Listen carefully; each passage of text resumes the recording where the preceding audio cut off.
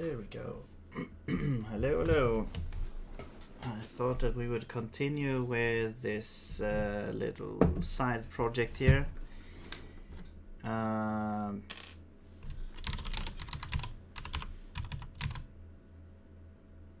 so basically what we're doing is we're building a monadic parser in Zig. So the idea is you would have, well, this is how you would use it. You have some sort of source string, and you pass it into a parser. You pass some sort of parser in there, and you get either an error or success. So this one, we have this string here with some number, and we pass in the parse numbers parser to get this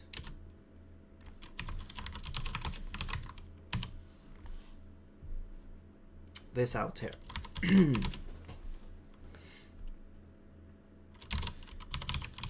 Actually, you know what? Is there a command for open? Okay. I'm gonna run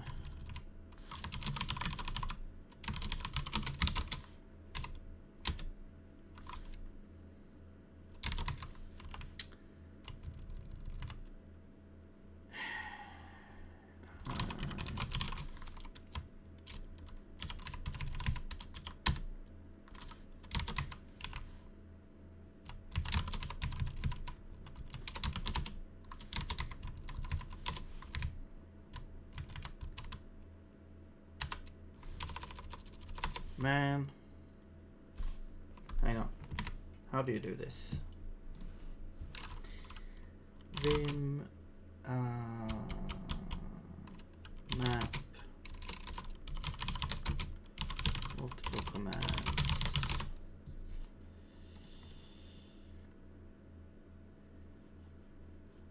Hello, Mortov. How's it going? Yes. I'm yeah, I basically have a lot of free time right now, so why not? Oh, I need to put this in there, I guess. Maybe. There we go. Whoops. Wait, why is it opening up over there?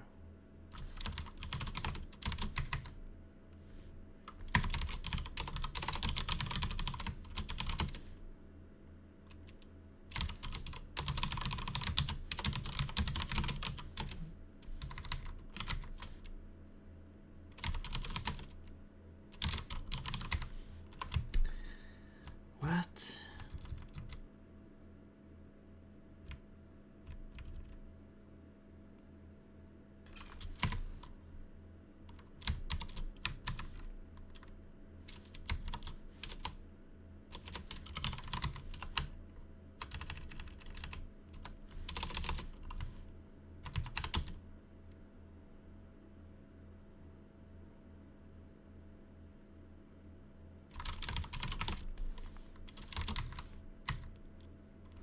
Oh, does open take... Maybe open takes commands. There we go. And I should also go to the top.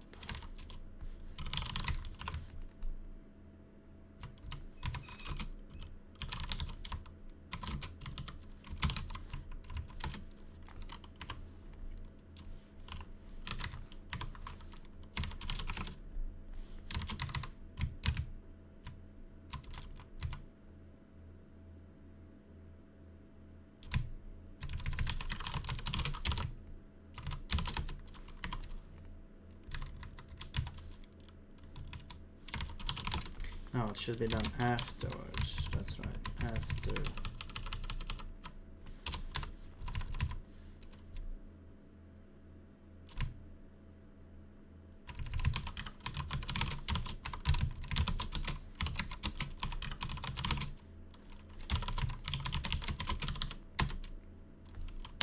There we go. Ignore the V. I can't change it to more to anymore. Okay, more to. Is that correct? More to. Oops. Okay, now when I press F5, it automatically shows it there. Okay, cool.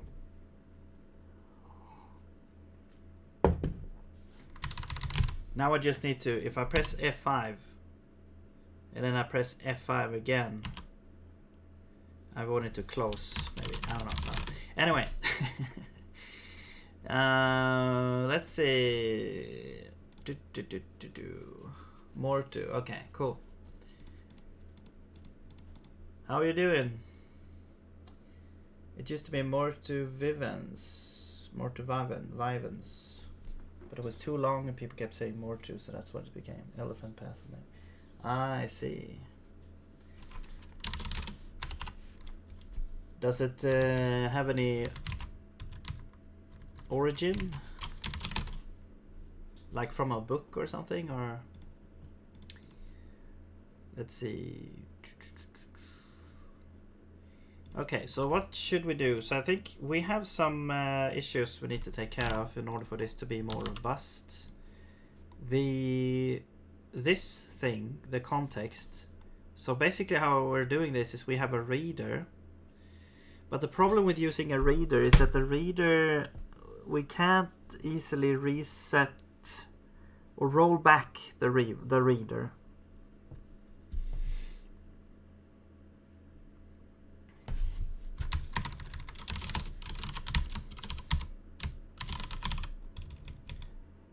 What the hell is accounting? Inefficient pattern. A reader counts how many by. Okay.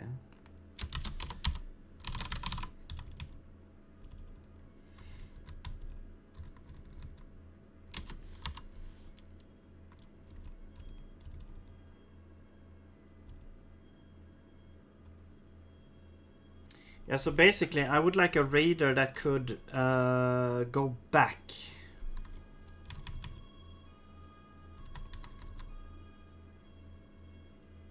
Maybe we even need a more advanced thing. Like this is only for one file. If we're gonna have modules, if you want to be able to read multiple things, we want to have a more advanced interface for this.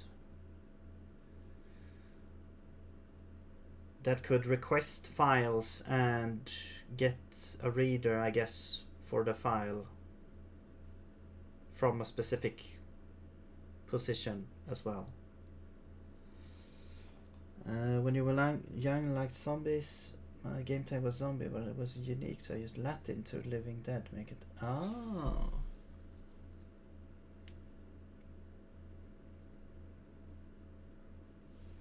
And that should be like dead first, like dead and then living or something like that, because mort is dead or death or something.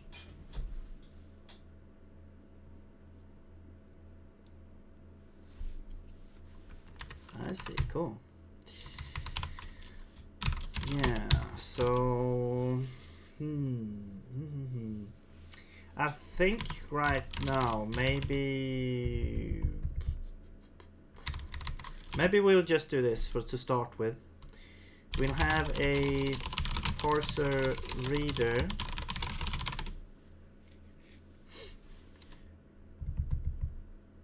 and it's gonna have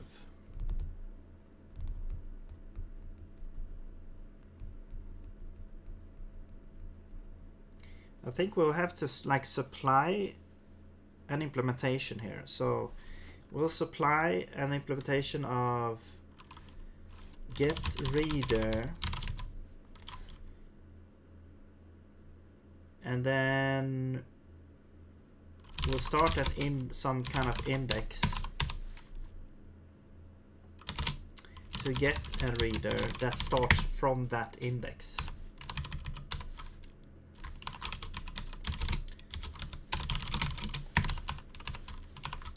So that will be a pointer to a function that will get you a reader.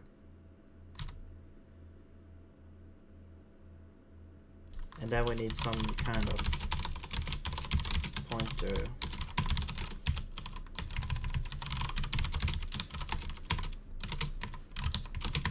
for that.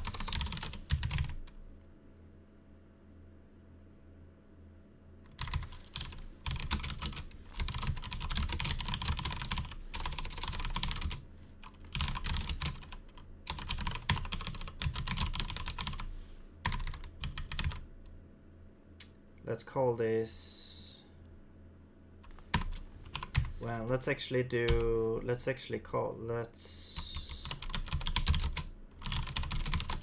make this a V table, and then you return a reader, and we'll return get reader.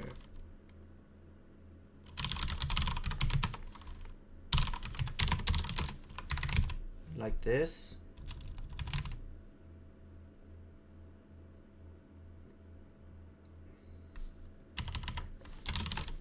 Okay, and now in main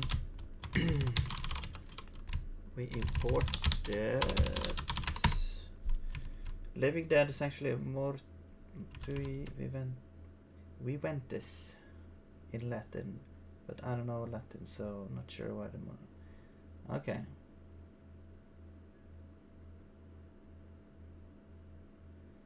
Yeah, but that's what I'm saying, like the first word should mean something with that. So it's like the other way around.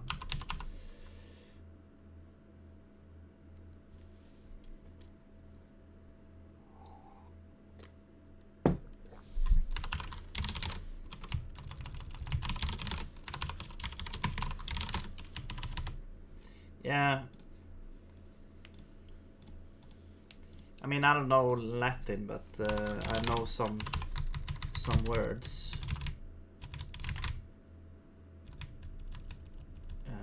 Here and there.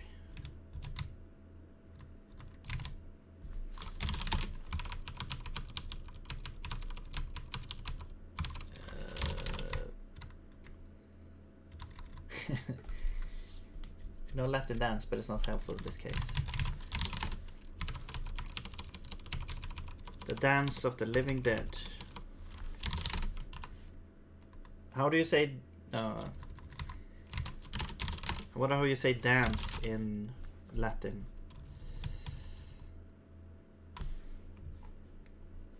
Okay, so we need to make. Let's move this allocator actually, so we don't have to look at it.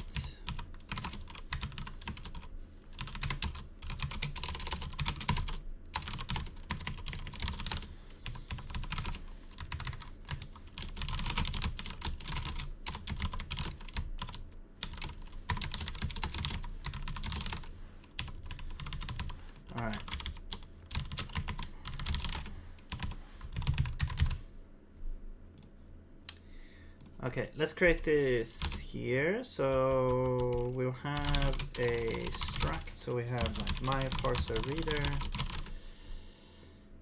is going to be, actually this is like the parser reader v table.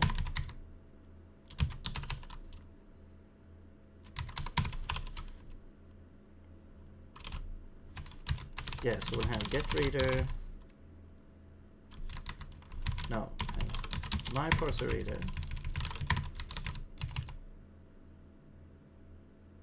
Get reader is a function.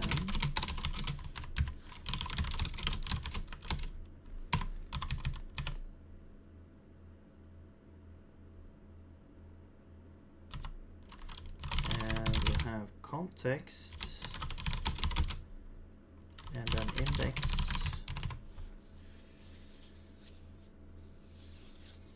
Yeah, and I understand.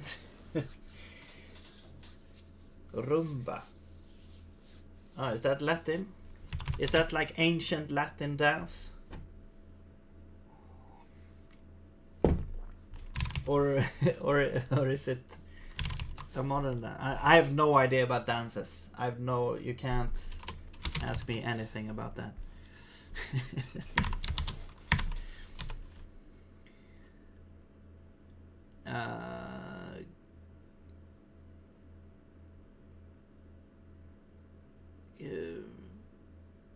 Yeah, you get a reader. That's right.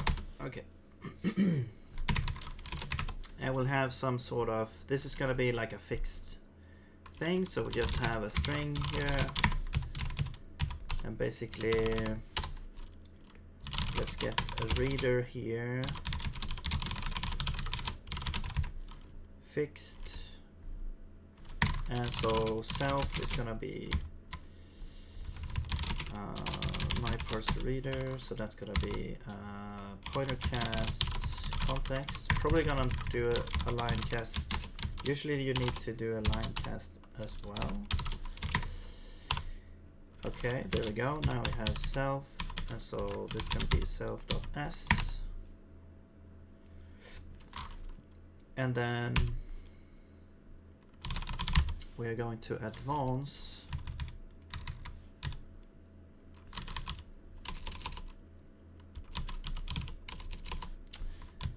how do you do that? Discard, limit,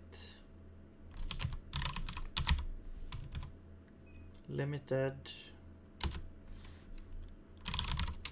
index,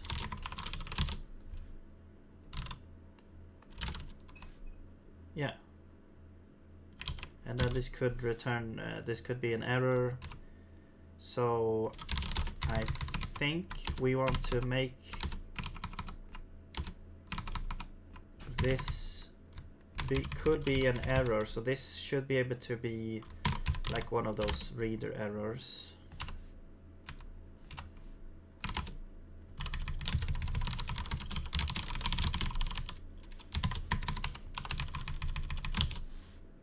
Yeah.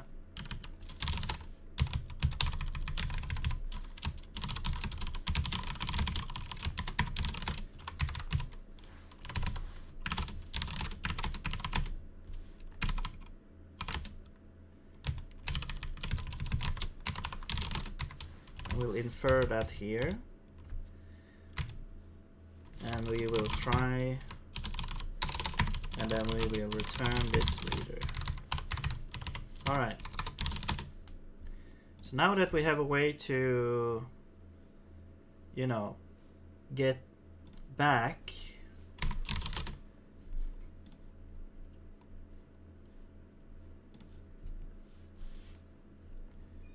let's make our parser reader here.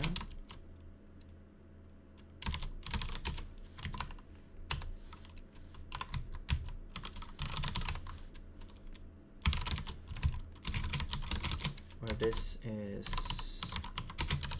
that.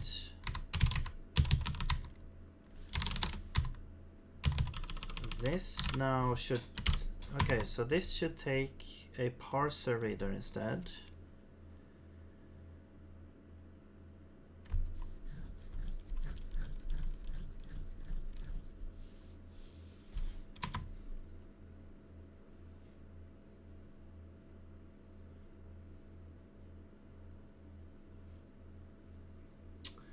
What are the languages we program in?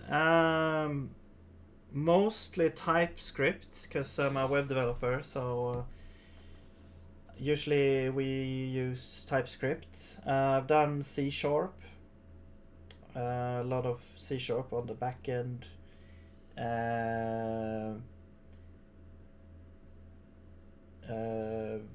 I've done a little bit of Haskell on, you know, from like on and off in my spare time, because I think it's just a nice, I don't know, I get a nice feeling when sometimes I get both frustrated and a nice feeling when using it.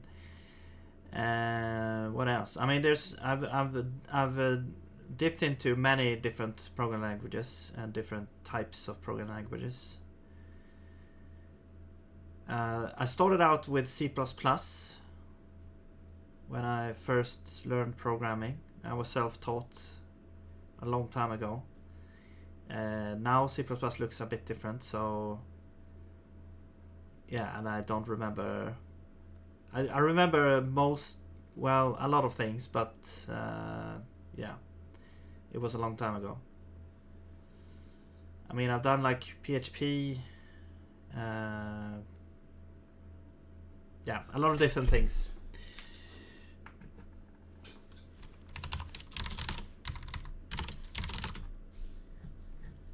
What do you, what languages have you done, or learned, or worked in?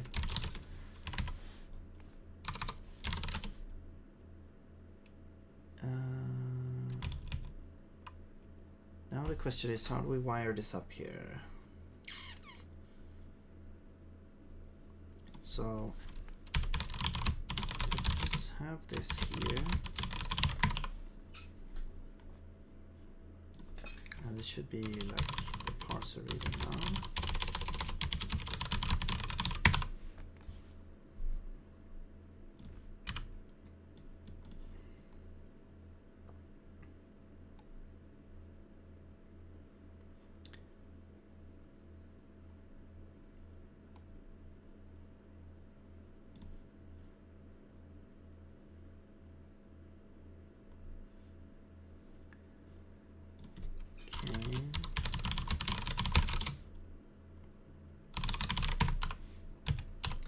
And then the reader is going to be reader get reader 0.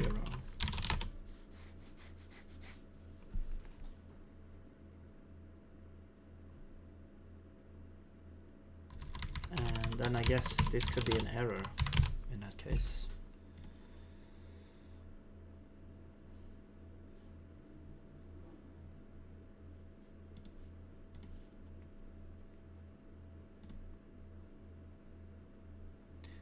But now the question is,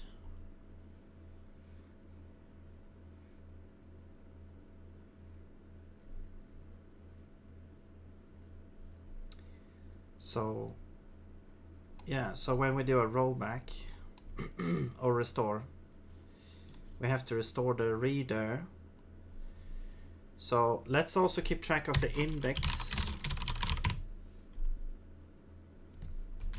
Start at 0. And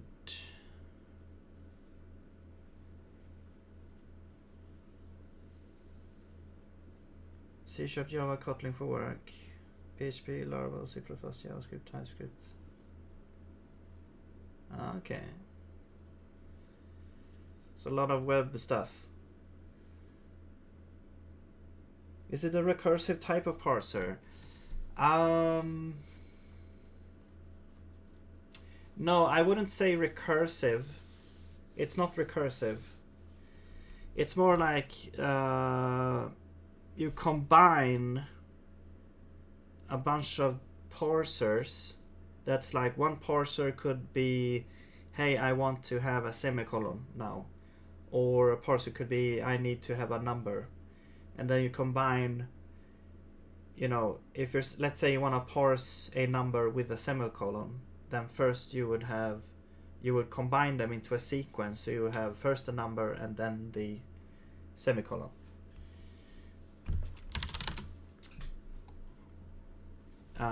So like this, well, this is just a number, but I can sequence the number with I have to do like this. I will sequence the number with parse character a semicolon. So now I have to put a semicolon here.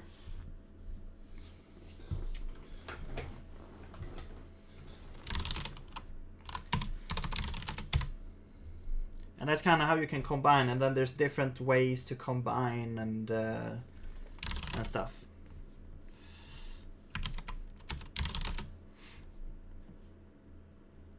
So that's what I'm building here. And maybe this could be used in the game as well, we'll see. Like for generating code or something.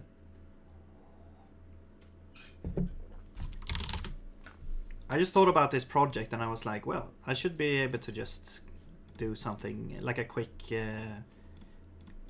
test to see what can be done here with my current knowledge.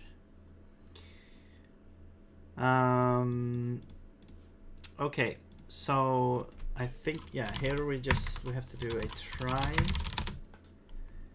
Right, so with the restore we get this snapshot, so we have to say this is now the index, and the reader also needs to be re-initialized with the snapshot index.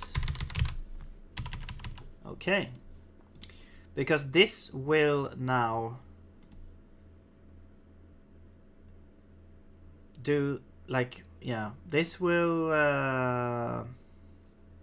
make it so that the reader also resets. Now let's just see if this works. I mean, this should work, but we need to implement this one also.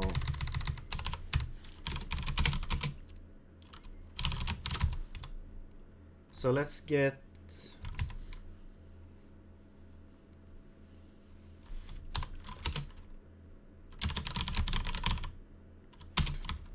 this guy.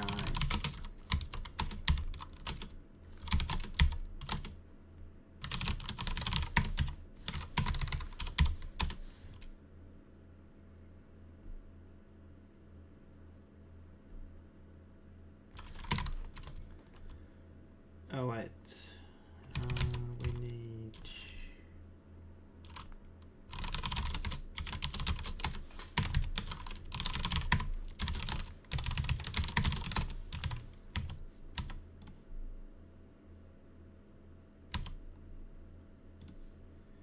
So we'll make this, so this is parser reader implementation, and then parser reader is gonna be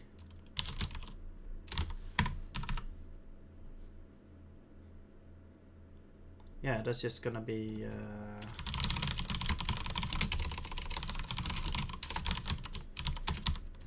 init.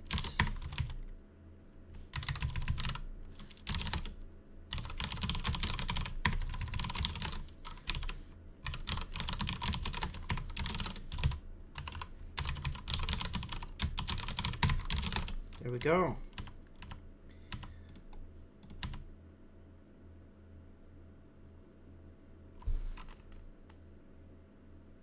Oh.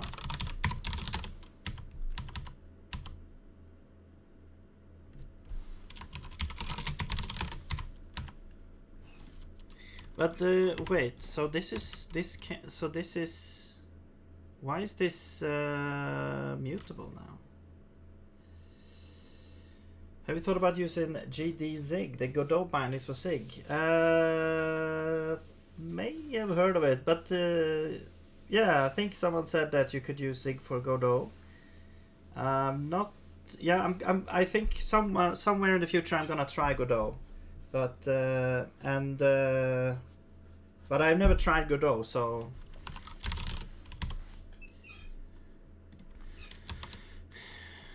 Wait, why is this?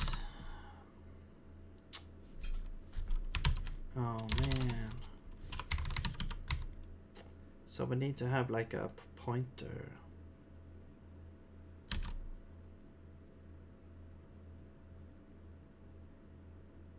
No, we don't. We just return, yeah, we just returned a copy. Okay, yeah. Oh, that's fine. That should be fine. What's this now?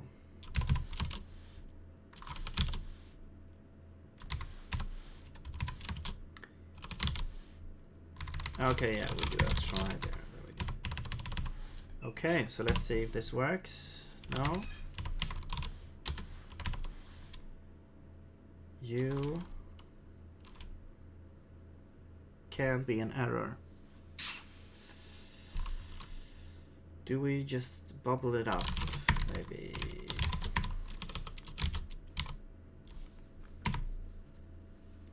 Yeah, I think we have to bubble that.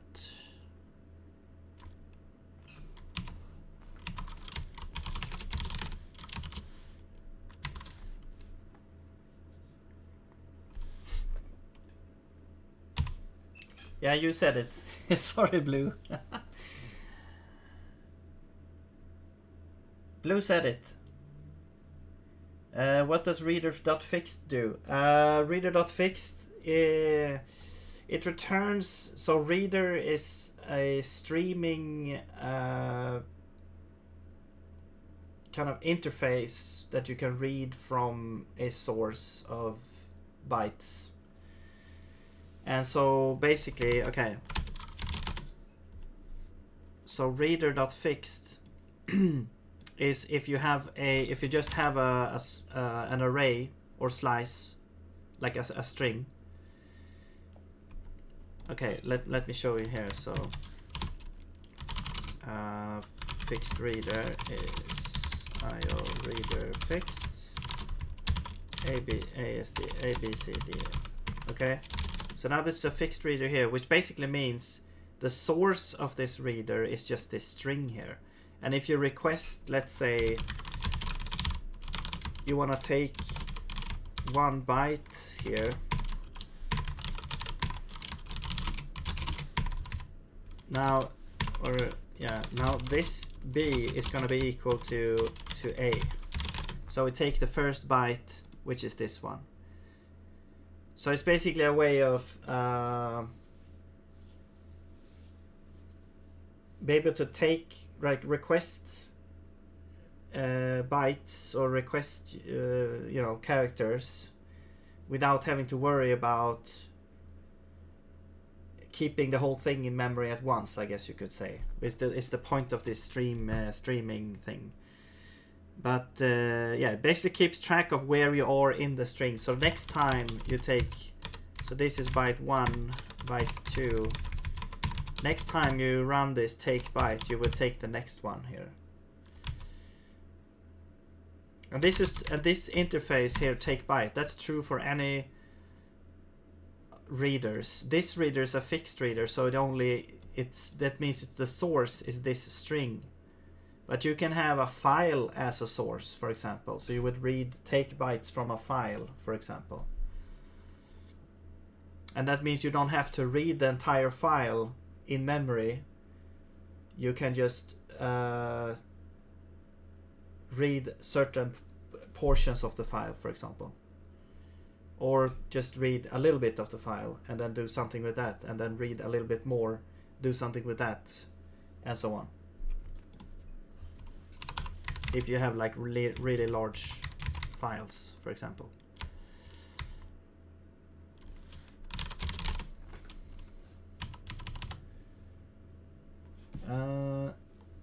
So some plan to do game day with Zig, and there's a lot of value in knowing how graphics work and how a game engine works. But after that, I think a game engine makes it all a lot easier. So I will doing the learn OpenGL with Zig, and I will be following a series on making game engine. Hands-on hero for the actual game making, all in Zig. Okay, awesome. Yeah, really cool. Yeah, I mean, to do all that, that's really a nice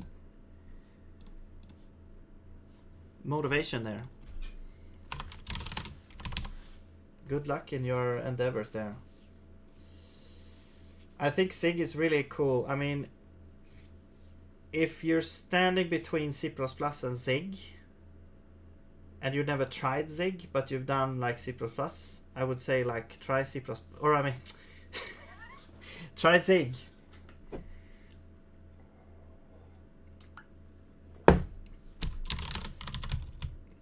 It's kind of it's very different, but it's good. Okay. As you can see here, we're doing our own vtables, so anyway, so let's see, parser reader.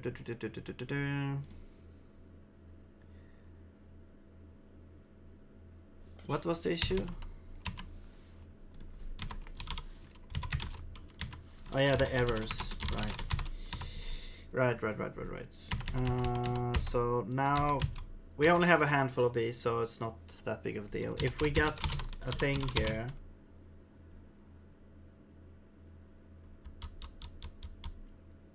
I think if we get an error here,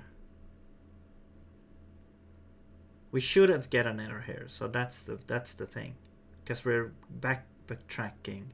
If we get an error here, then that means there's something horribly wrong. So I think we can just ignore that. I will report it in the logs though.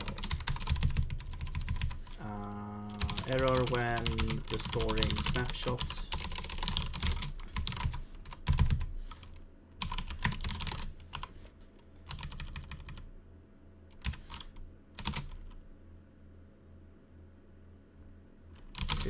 And then we'll have like file number column.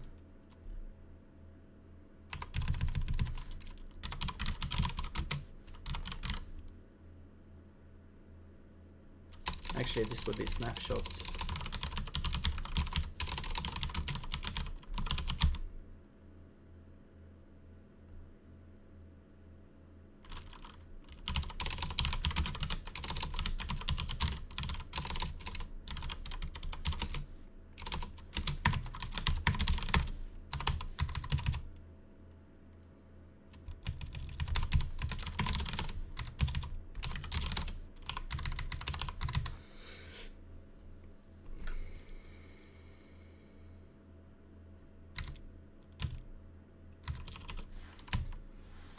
And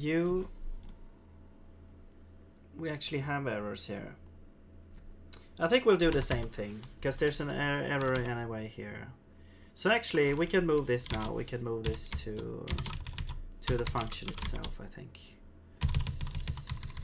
So we'll do, instead of try, we're gonna do a catch.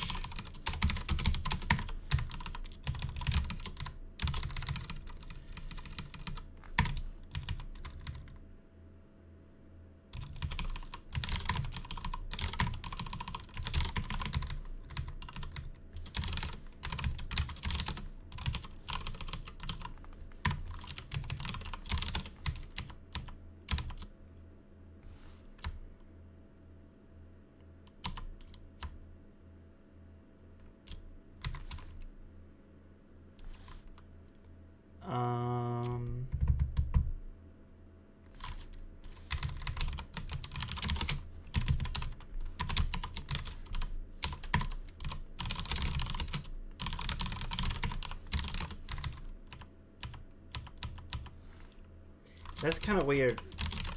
We couldn't restore it. Maybe I shouldn't move it here.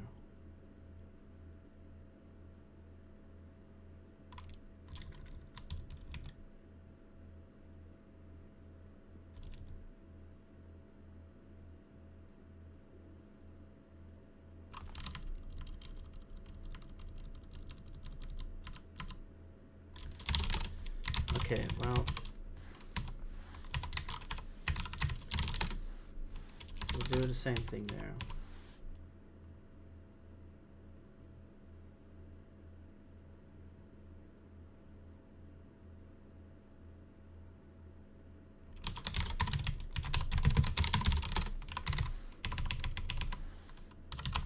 What kind of game do you want to make? More to.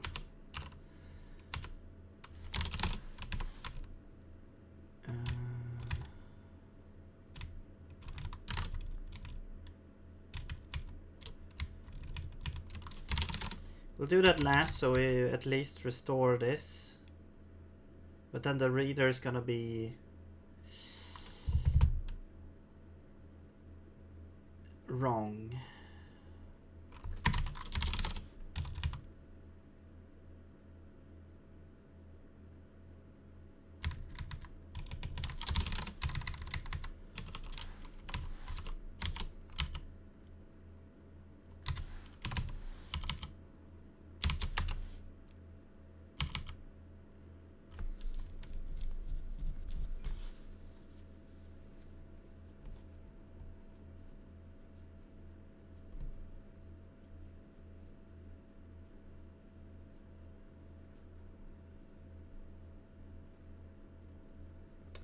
Hardcore dungeon crawler with less randomness.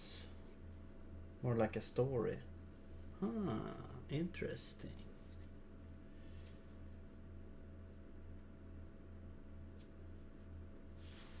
Not enough willpower, yeah.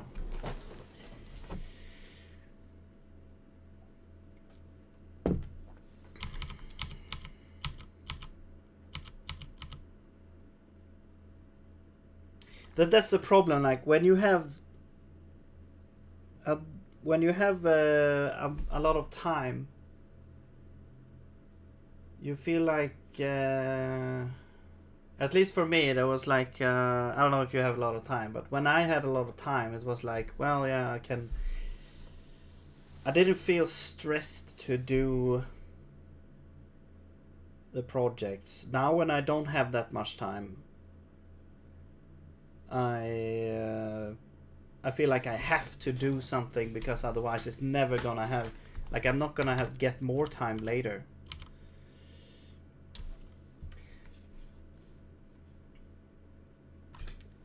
A Wuxia game. What is that? Time system. NPCs play out on story. You're on the right time.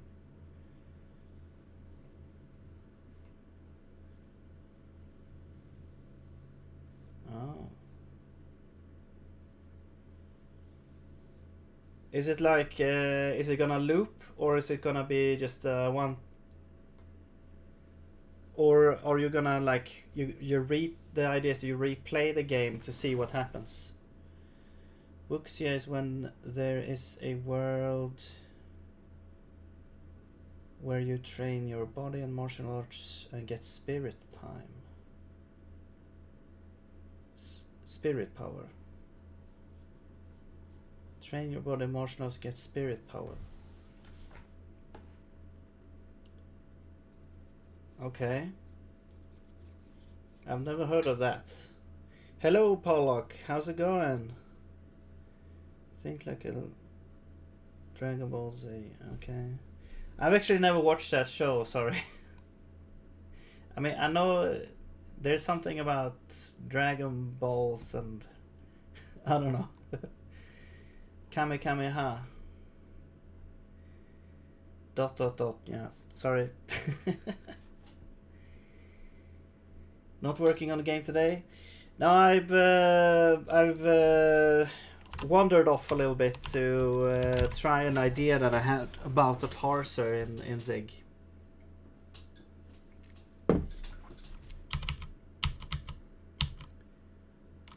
So I'm doing that a little bit.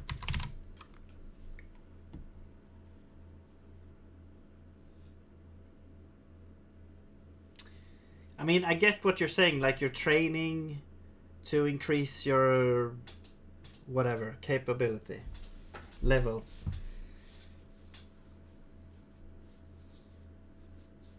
It's a whole different world. Certain concepts are so damn abstract, but it won't be looping time. Okay. Where does this term Wuxia, where does that come from? All right.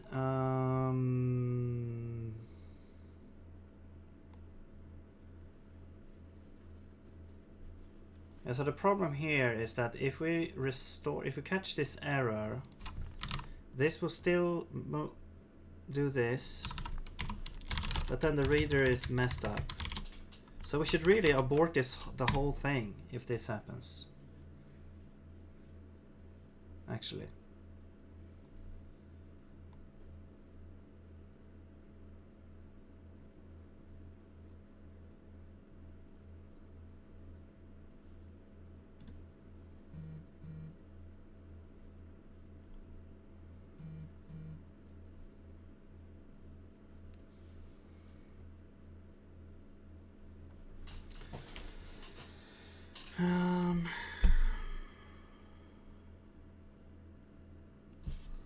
Yeah, maybe this should be like all of these could return an error. So you have to try when running them. Yeah, let's do that.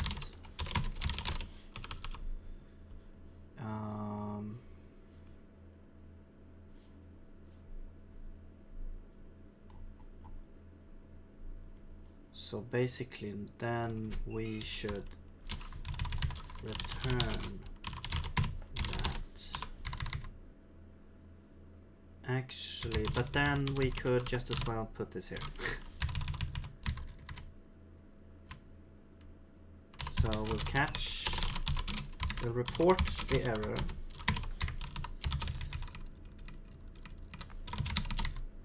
And then return this.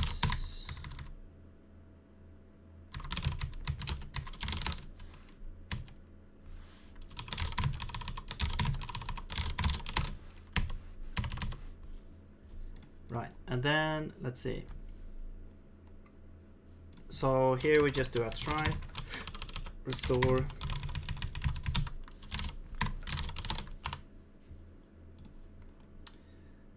Now the run function needs to say this needs to be a error.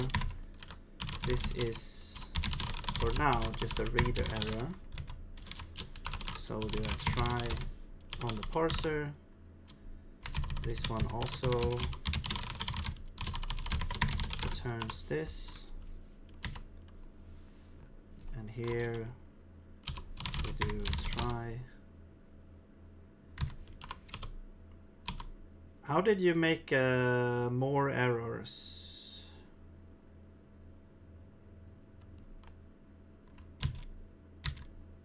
Like two errors in two error sets. Are you working on a specific language? It's just a general parser. Right now it's just a general parser, but it could be used for any kind of language is the idea. Zig multiple error sets.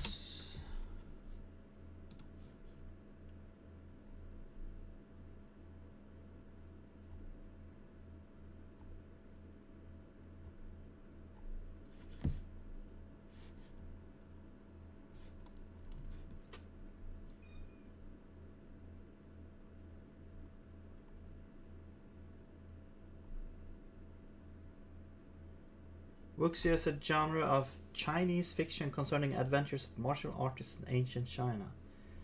Aha. Cool.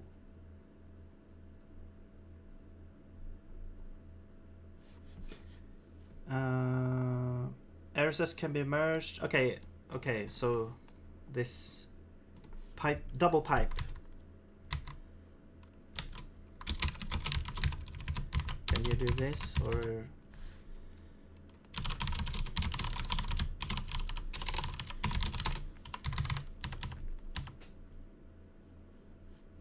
Alright, this one we do a try.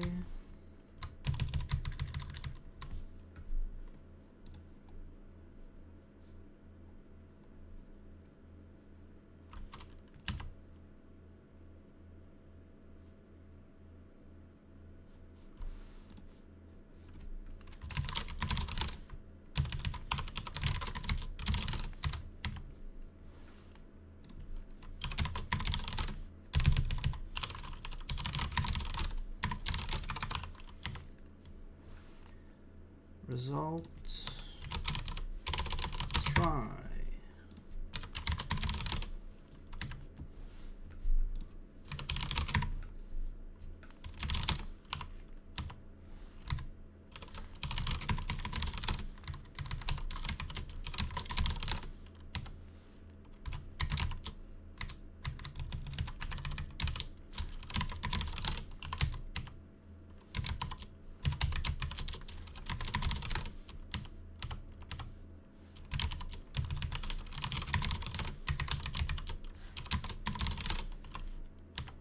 Try.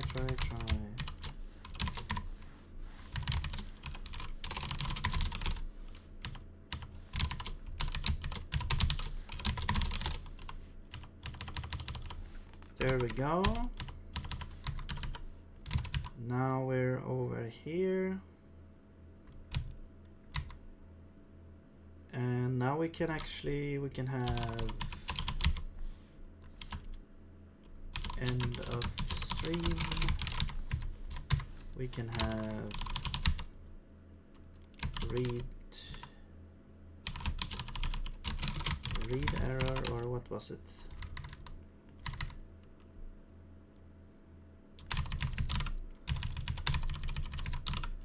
Read failed, end of stream. Okay.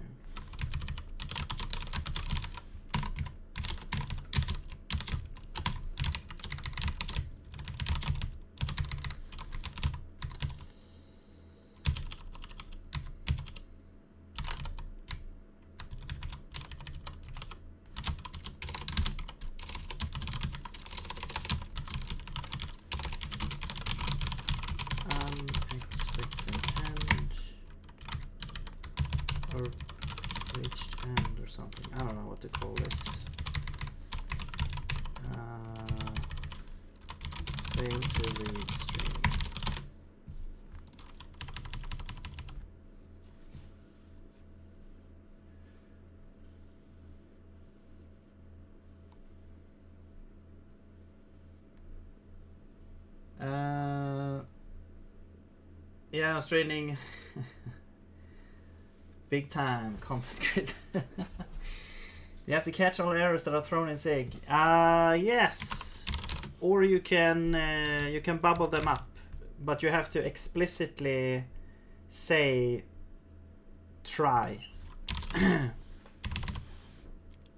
So like this. Where's that? Try here. So if you didn't say try here, this would be a compiler error. You have to say try, or you can handle them immediately if you want. You get a slap on the wrist. Okay.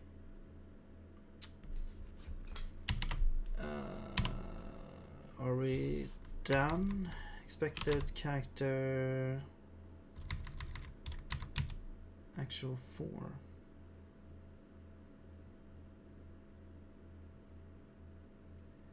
What?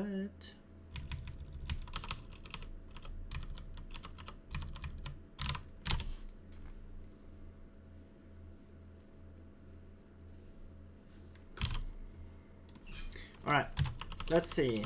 Do you consume the stream is the question then.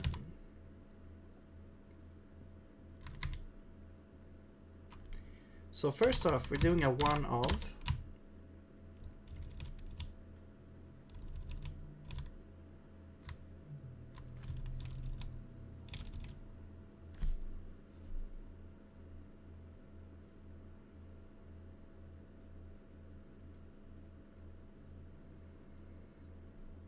And oh, I just realized something. We should have like we have a sequence, but we should have like a map monad function as well. Okay, so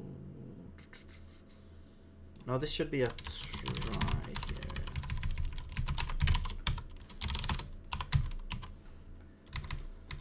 Okay, we get the same issue.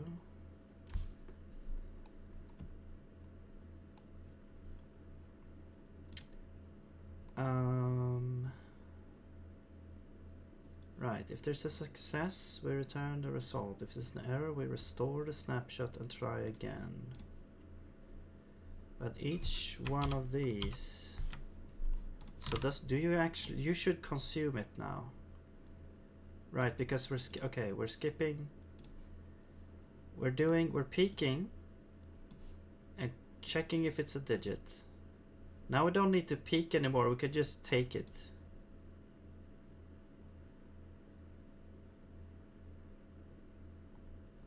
Yeah. We take it, and now we don't need to skip, so we don't have to do the bind now at all.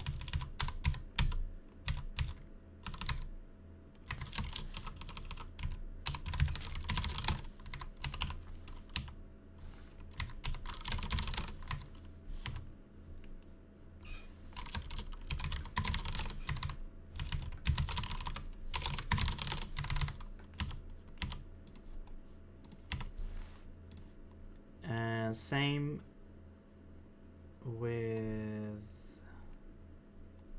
char,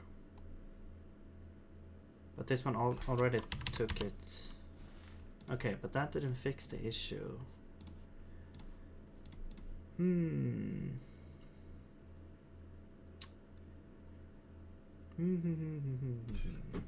Oh, my coffee is empty. I'm just gonna fill it up there. 1 second.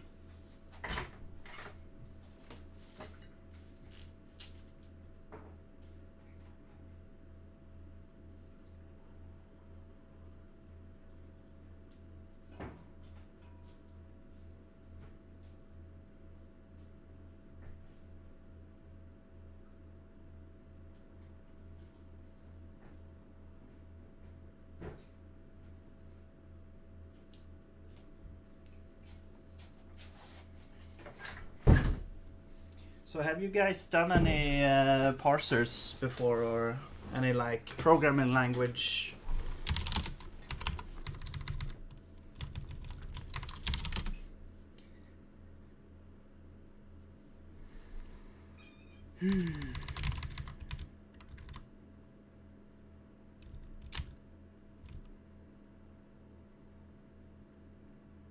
One off.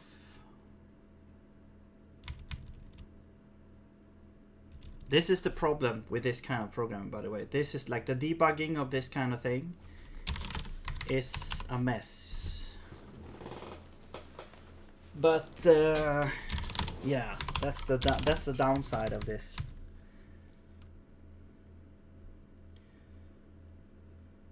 Never had to write a parser, had no interest. Other people can do it better than I can. I mean, yeah, I do it for fun. Because I'm interested in programming languages and parsing, I guess, parsing programming languages.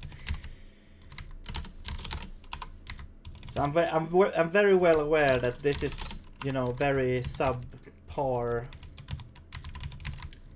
Especially, I'm not that. What I would like to get better at is the.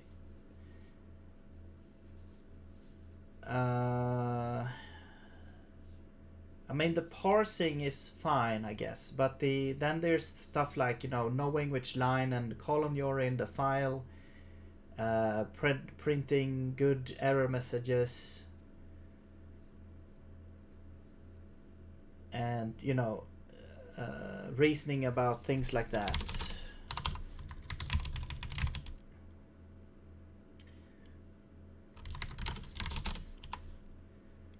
Now this particular type of combining parsers I took from a library from Haskell. So this it's kind of the same idea where you combine these parsers together like this.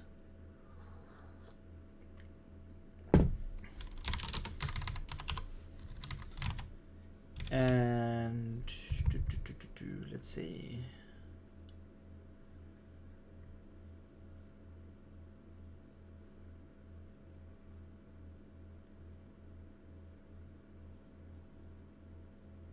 I mean, really, you should be able to just make a comp time, because I'm kind of building it in runtime now.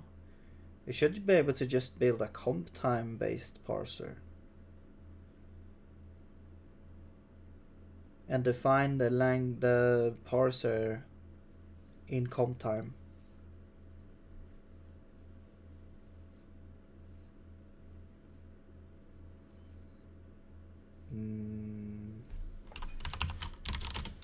Depends on your goals. Yeah, I mean, I just see it as a fun programming exercise, basically, like exercising a little bit. Sometimes I just, yeah, it would be fun to build this kind of thing, or it doesn't need to have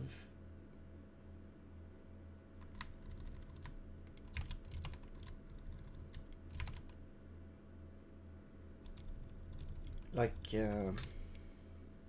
it doesn't need to become something particularly useful even.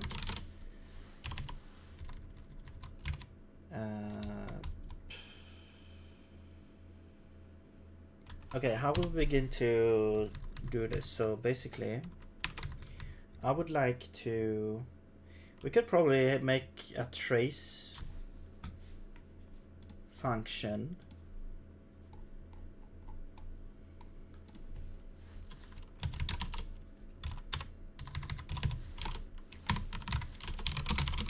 Trace, like add trace. We'll take a parser.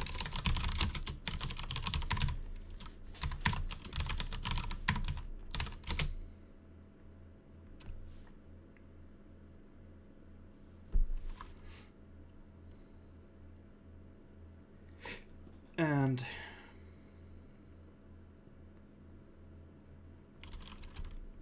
this would just be type of parser. And then you would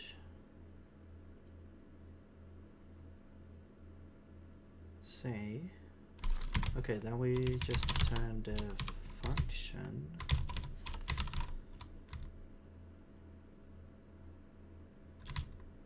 Right, closure is the parser.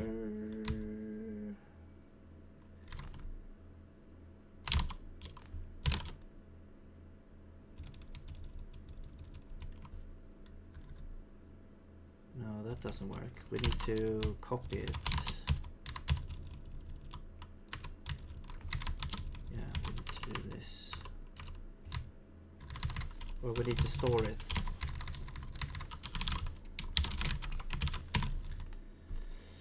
We store it. This is type of parser. We store it here.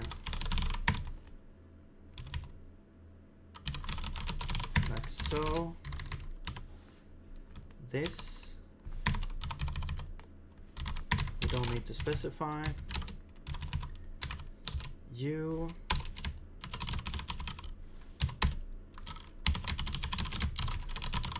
should be, actually we could just get T here.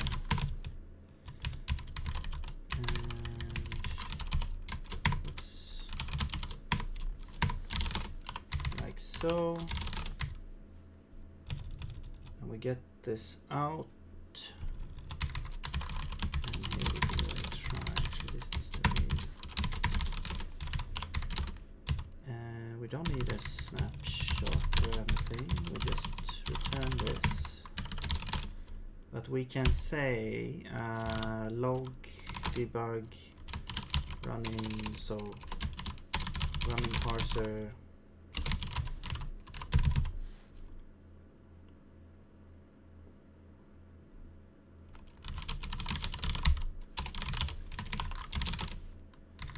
We have the label.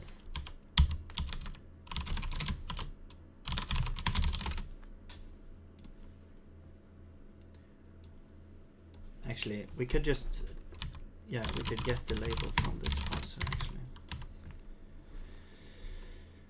And you, like this. All right. So let's add trace.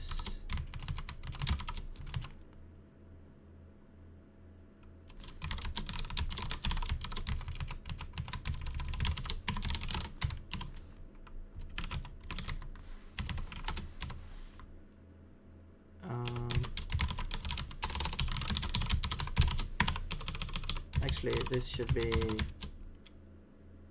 type of closure.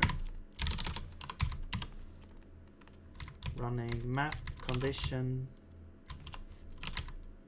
Okay.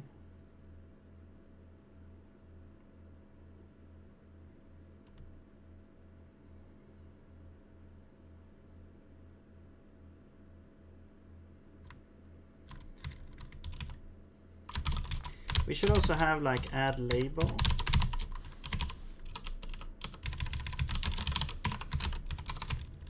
Which basically just wraps a parser, puts a label here,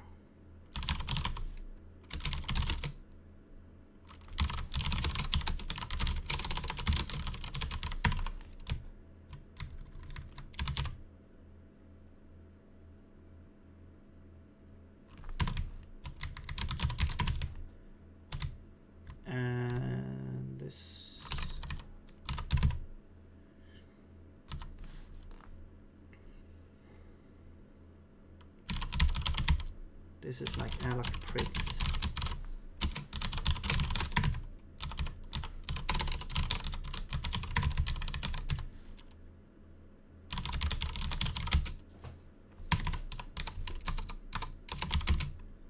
Format args. Okay. It's also interesting experiment to like you know, learn about Zig's, like learn about how you can build a monadic system in Zig. That I'm probably never gonna use, but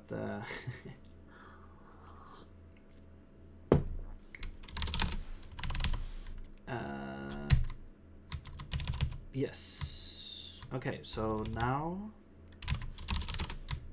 No wait, this should just. So the parser, this should just be.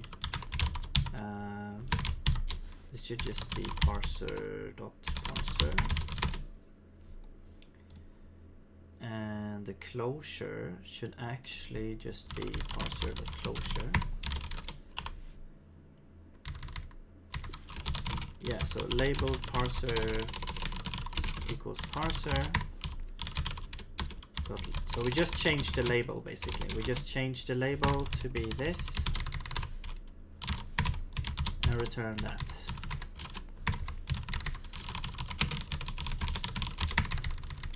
We don't need to do this. There we go.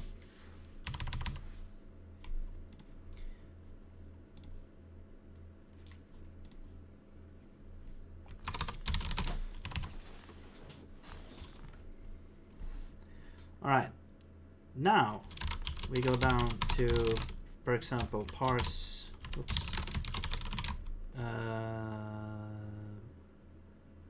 digit, for example, and we say add label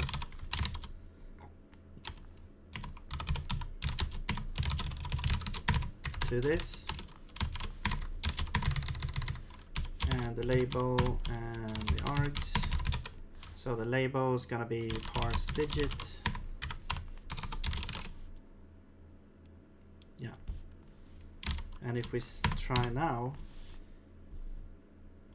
nothing happens because this is not the outermost thing. Here, if we say parse number, we add label here.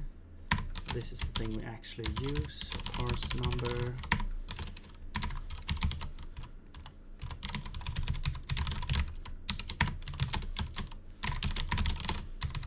Now we're seeing parse number here instead. And if we would have a configuration like char here, now we can say parse char, and we can add a little argument, which is the character there. Now we can see, okay, let's do C. And we can even do this to format it nicely. Parse char this. Okay.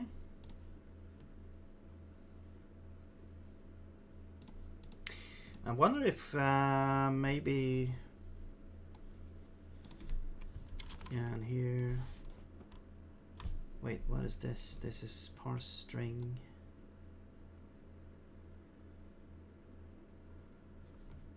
Oh yeah, that's right.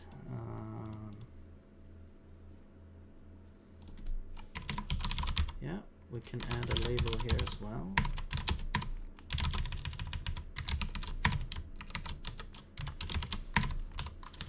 I mean, really what we're doing is we're kind of setting the label, but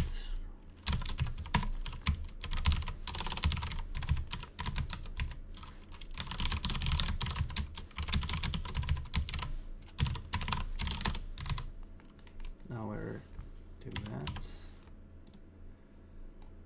Okay. Take one. Skip. And this could actually be print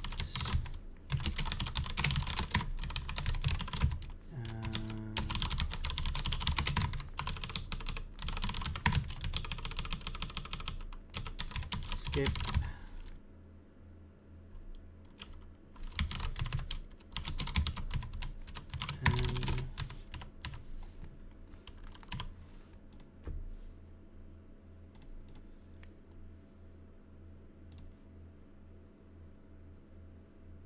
And maybe we could have, like, in the builder, we could have tracing on instead of tracing specific ones, or it could be could also be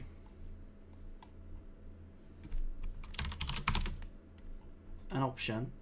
So if we have, like, is tracing enabled, let's say,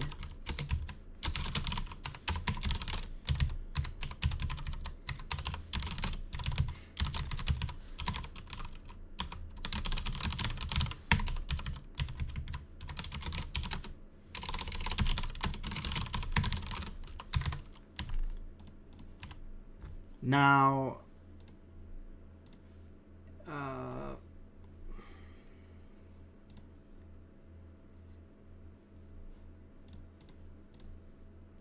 how would we do this? So now basically everything needs to be wrapped. Whenever you create a new parser, you have to wrap it in a function, I guess.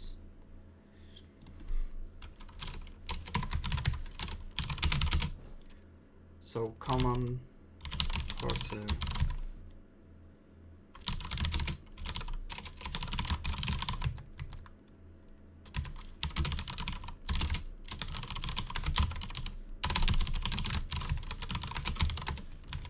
So basically, if self is tracing enabled, we will return add trace.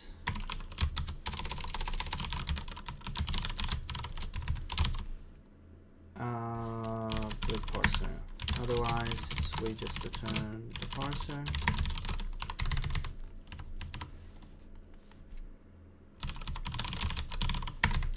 I'm just gonna say create parser. Just gonna be create parser. Now this is the exception. We don't want to do it here because that's gonna be an infinite loop. Add label. Just does that, so that should be fine. U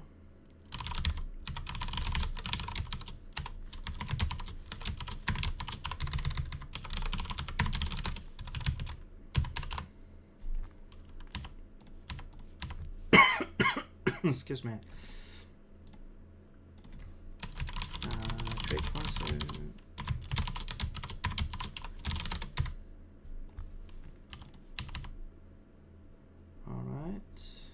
Map.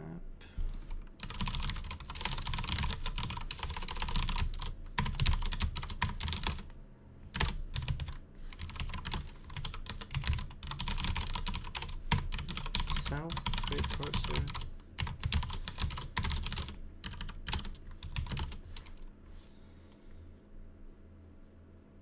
This is one where it's kind of different because this parser here is created from a function, so it could potentially have tracing or not. We don't know at this point.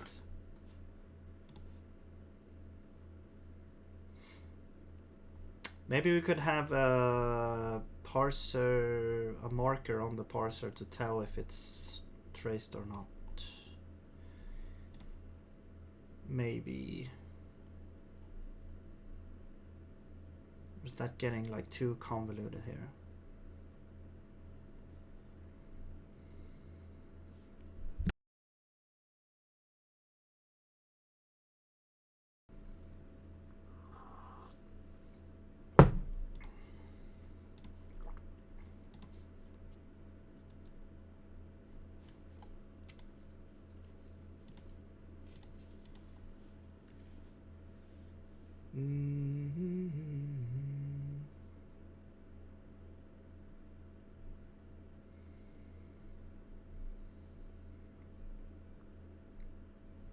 I think most of the time we probably don't add a tracer. If we do, it's going to be a double traced. I guess, so it's fine. I think we should just use create parser here.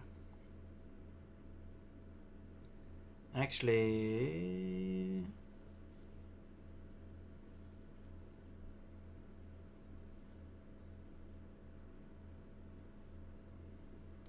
because this creates a parser on the fly, basically. Are we using this now in a way? No. Okay, let's just whatever. Let's just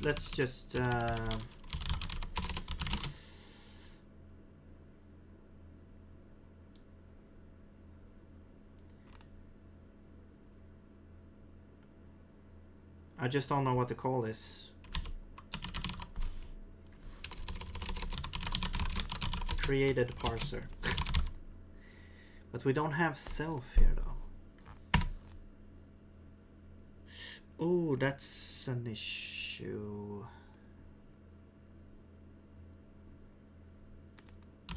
But maybe we could have the builder in the context actually. Yeah, we should probably have the builder here.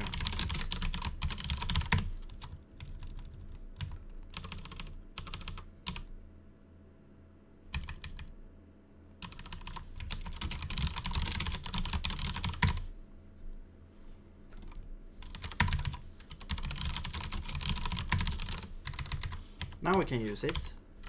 Problem solved.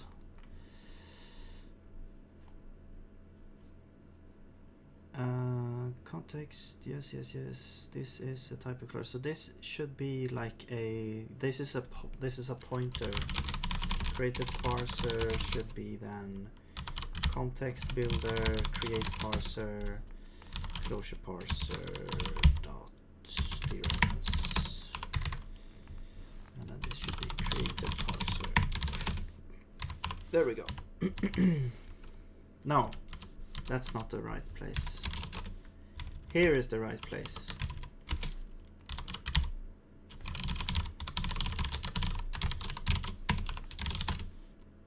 There we go.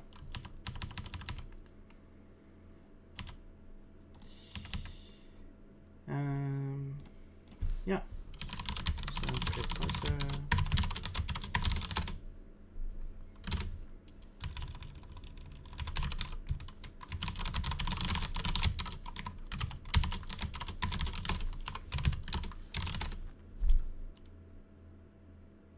So the dungeon crawler, is that gonna be like a roguelike, like, you know, terminal based, or like ASCII, or is it gonna have like graphics?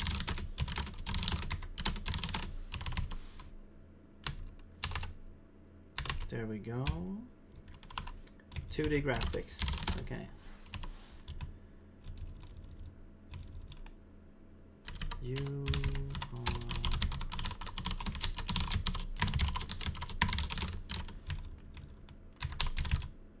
peak 1.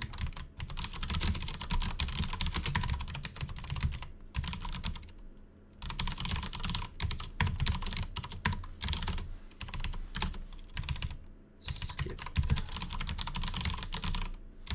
Lots of stats. Field of view. Oh. Cool. I'm thinking of those, like when you're in a forest, a bunch of trees, and you see like a bunch of shadows, a top down. I always thought it was kind of a cool visual. Alright, and these don't need to have, or do they? No, because they are, it's implicit. Because this one uses create parser anyway. Yeah. So anything that uses these already doesn't need to do that. But if you implement some thing that needs to dip into the monadic structure, then you need to sort of take everything into account there. Okay. There we go. Indeed, you can think of it like a mix of D&D and RPG. I mean, D&D is an RPG, right? RPG, like I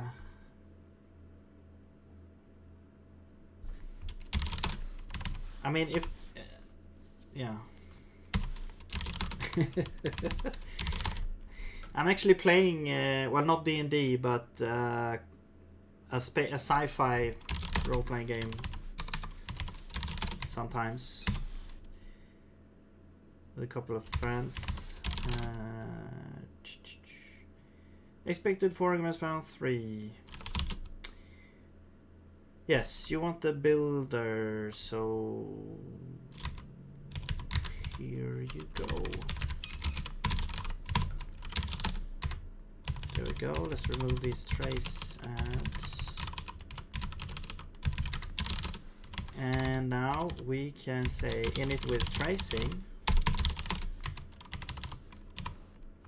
Oops.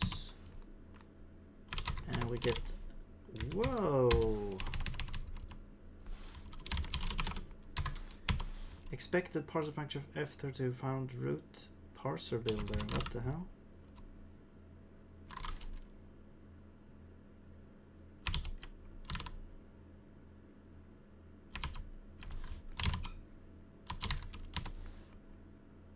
Map anon struct. Wait, so I have, okay, so I have to now say the type.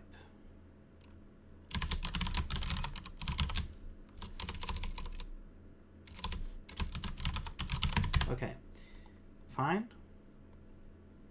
So this is a parser function B.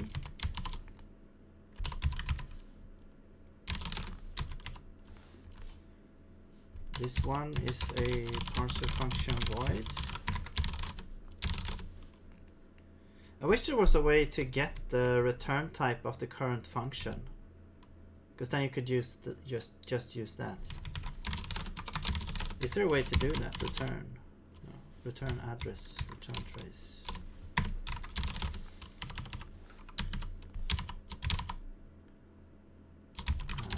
There we go. Take while should be parser function. Parser function t slice.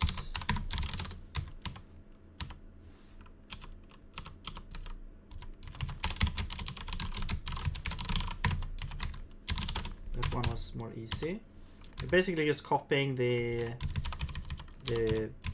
type of the return here. Let's not worry about that for now.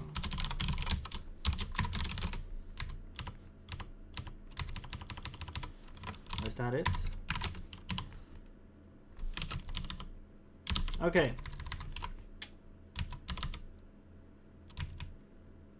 Yes, so let's add a little bit more context to this trace.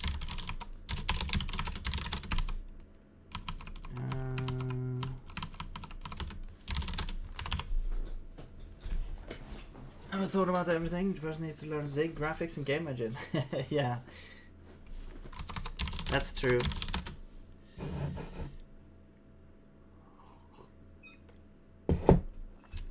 Have you started on learning Zig?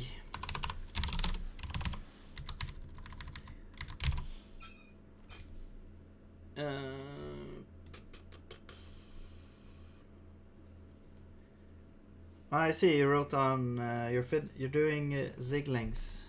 Yeah. 98. Oh. But then you're almost done. Then you're full-fledged Zigling.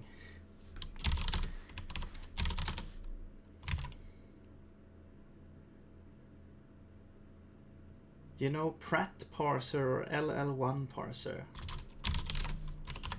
Okay, I don't know about those. How much Ziglings covers the Zig language?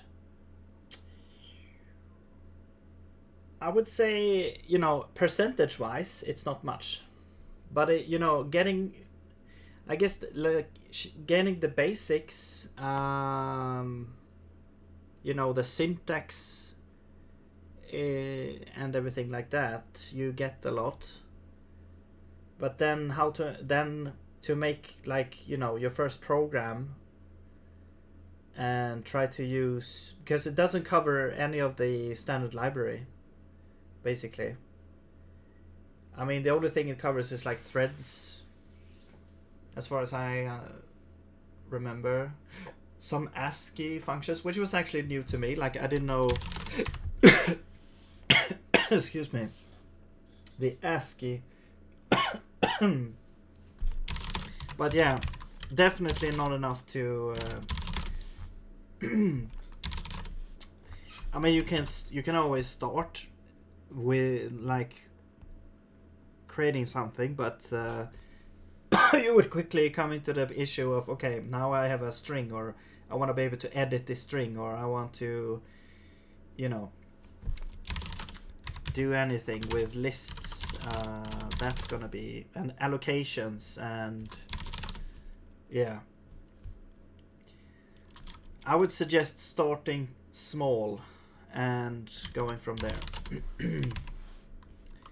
Yeah, it's a good start. Siglinks is a really good start, but it's just the nature of programming, especially in a manually managed memory language, that there's a lot to learn, and but it's you know,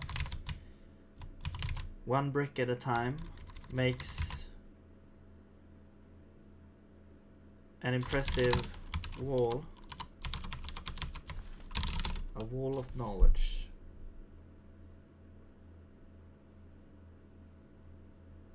Write an AI to handle the memory allocation for me. I don't think there's enough data for AI. I don't know how I don't know how good AI is at Zig. Small like. What are you saying, Blue? What are you talking about? Okay, so tracing. So now we could do trace. We can say running parser, and then let's add some more information here. So let's add file. So let's say at, and we'll have file, the line number, and the column. So this would be file,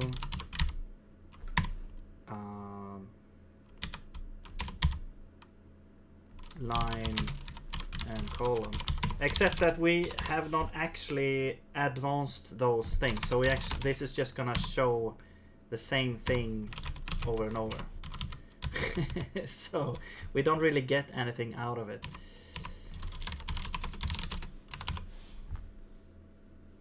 I learned Zig brick by brick, and now I have 2 bricks. Enough bricks to smash my head on.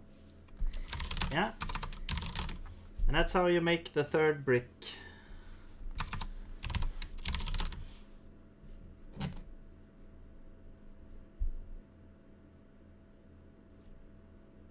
You smash your head until it looks like a brick. And that's your 3rd brick.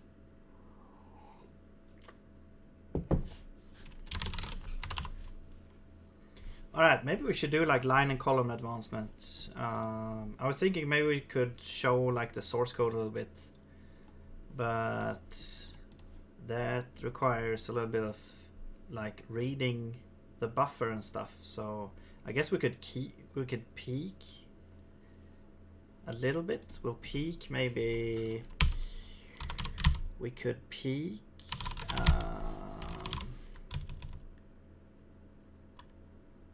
maybe like 6 characters or something. Returns the next n bytes from a stream as an array, filling the buffer as necessary without advancing the seek precision. Asserts that the reader was initialized with a buffer capacity at least as big as n.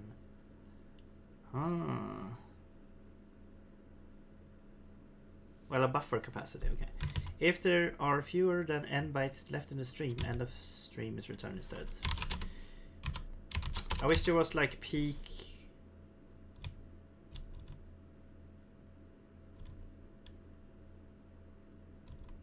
Read slice short.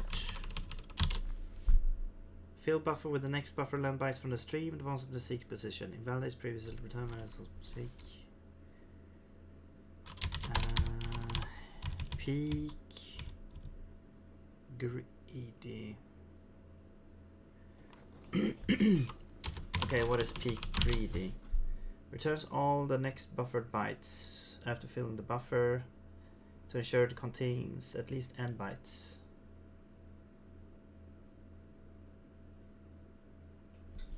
What?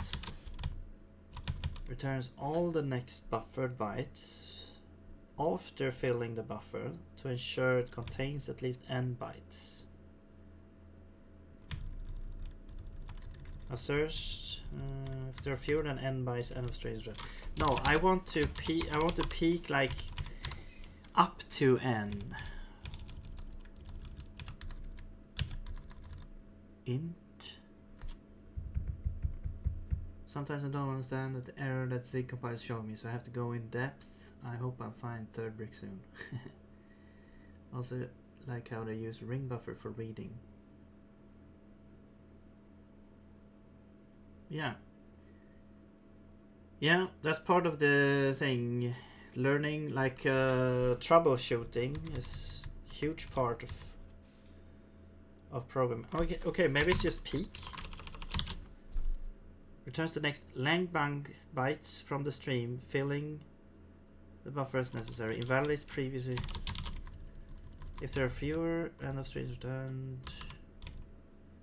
Okay, I think it says the wrong thing. It should be n and not length. How is this different from the other one?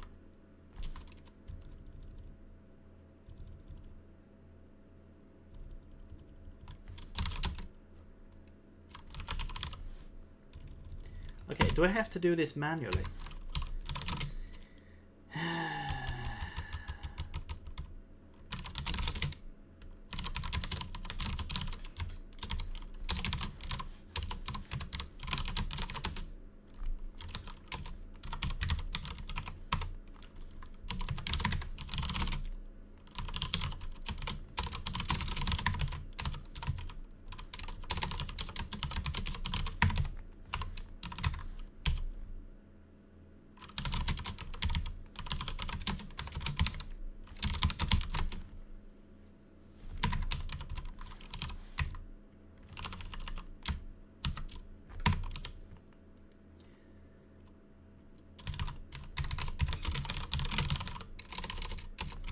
See, how can I learn the standard library? Good question. I mean, most of the useful, or most useful things in the library are good documentation. You can go on the website. Have you been on the Zig? So you just Google Zig docs. Or Zig docs gets you the language reference, but you also have stud, the Zig documentation.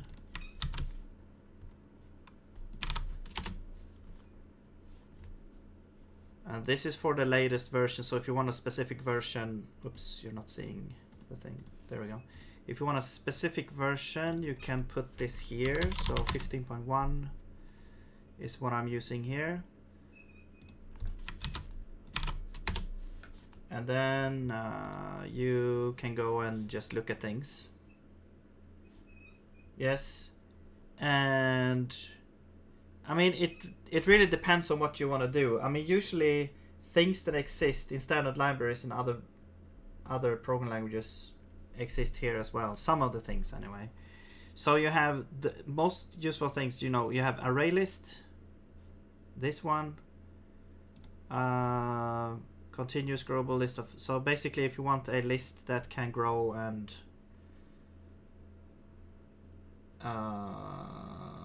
yeah, so there's basically, you know, bits and pieces here that you just have to learn by over time.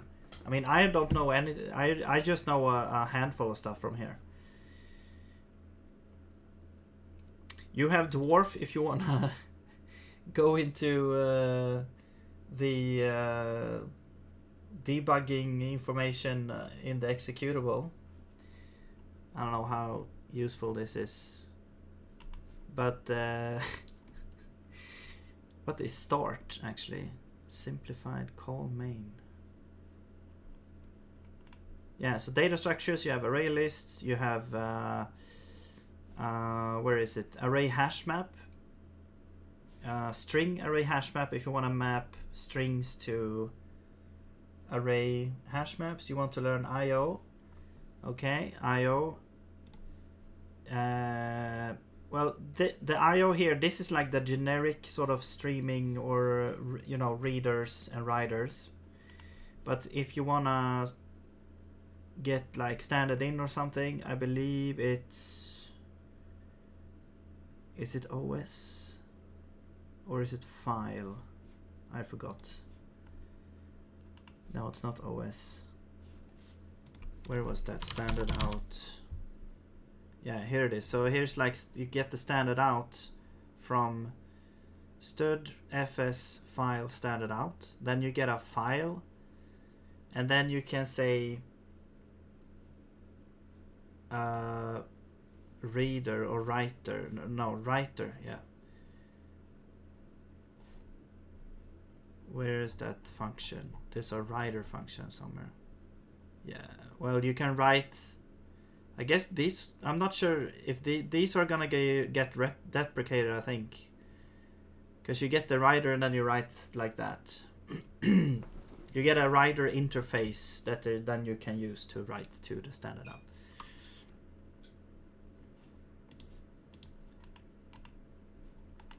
Then you also have like standard in as well, where you're using a reader instead. I can look at 16.0, but or I guess that would be master.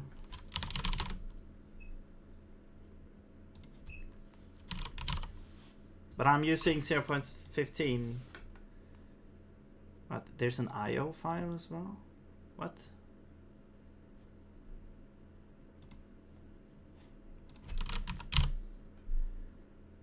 Is this for the new thing? IO is the new async IO. Okay.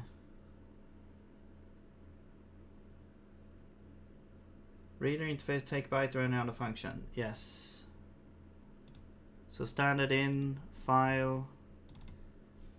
And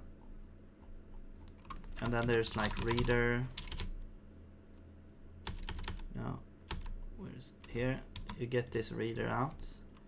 This is a file reader, so it's kind of different. But you have to type interface, and then you get this normal, so this sort of reader interface.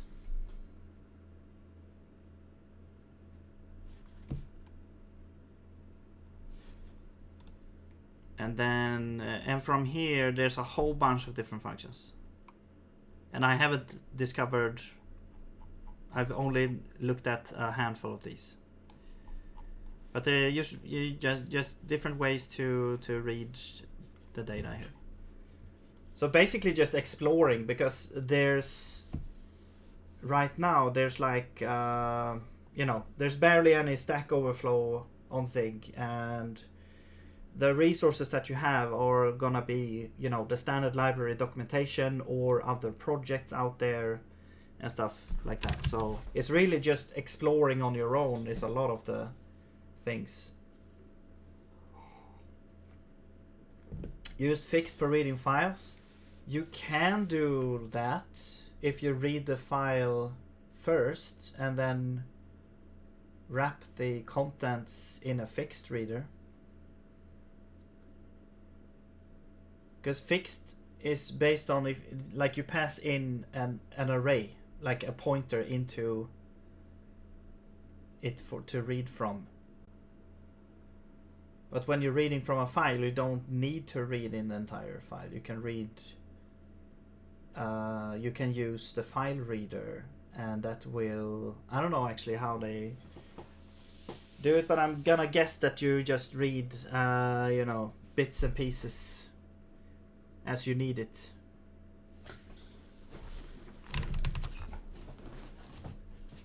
So it's like different ways of that's why the interface is there. It's like that's how they did the interface. It's like you have usually you have just this backing struct that has the data that you need, and then you have different implementations of the functions in a vtable that are basically a collection of pointers to functions. If you look at the standard allocator type, which is this entire file here, you have, so these are fields of the allocator now because we're in the allocator file, and basically you have a pointer which is a pointer to the data that the allocator needs, and then a vtable which is just a collection of function pointers. Like alloc is a pointer to a function that implements alloc. And so on. And all of these are then like if you use heap page allocator, we return an allocator. Well, it is an allocator. And then you have different vtables, which are different like implementations of this allocator, I guess, here. So that's how the interface works, basically. And then the allocator itself has these functions, like, where is it? Alloc here, which just calls, I mean, in the end, it just calls like the vtable functions. So that's how interfaces work. It's kind of like it is an interface, but it's like a manual. You know, you have to set up the vtable, and this is kind of how other languages does it under the hood. It's like Sig, you have to manually do this. Yeah, but it works, and nothing gets hidden from you. Basically, you can see what's happening. So yeah, I like it. Hello Noctu, how's it going? Happy hacking.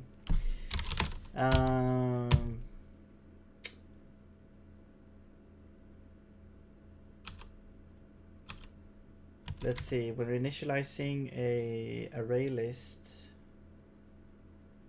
Vtable, okay.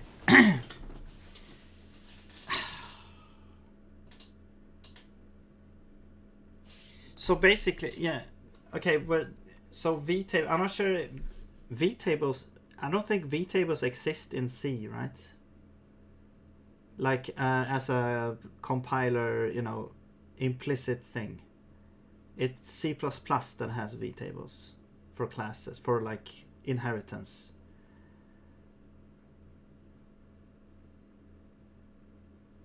I mean, basically it's just a table, a lookup table for which function you should call based on what type the instance is. So if you have an animal class with a make sound function, and you have a dog, you will call like bark, and if you have a cat, you will call meow. Yeah.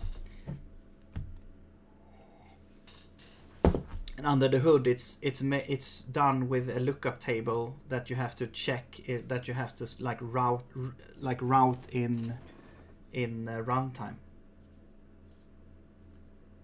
And Zig makes you actually see what's happening, which could be, you know, it could be good or bad depending on what you want.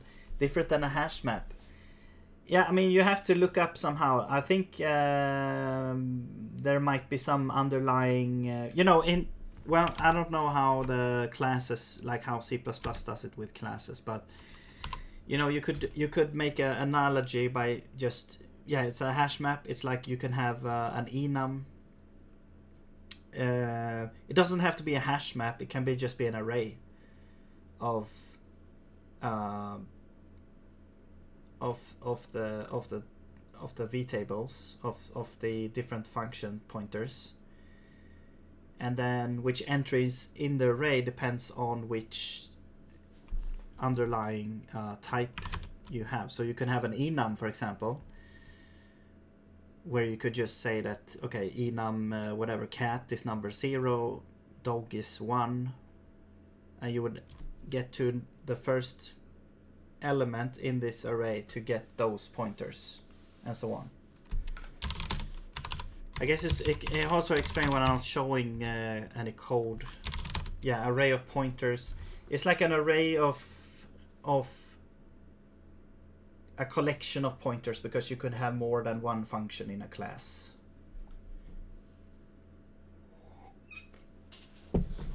So for each pointer, I mean, I guess maybe, I don't know how they do it under the hood. Maybe each function that has overrides can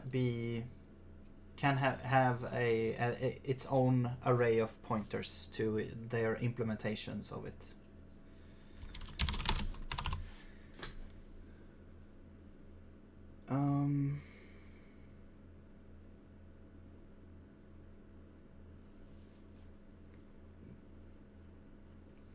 Also, you can call your base class. You can call your base class version of the function as well with super. And yeah, I'm not sure how that works. I'm just going by what could be possible. But vtables, basically, well, this is a vtable. Here, I made this vtable here, the reader here. So you have a pointer to anything. This is like a void pointer, its job is to hold the data that's needed for the specific implementation that you're gonna have. And then you have the vtable, which is a collection of pointers, function pointers, to the implementations of the parser reader here. And then you have this function that just calls the vtable function with the context and the parameters here. And then an implementation of that I have over here. So this is my parser reader, which you can have any kind of data you want here. And then we have the implementation function here, get reader. And then I have my parser reader,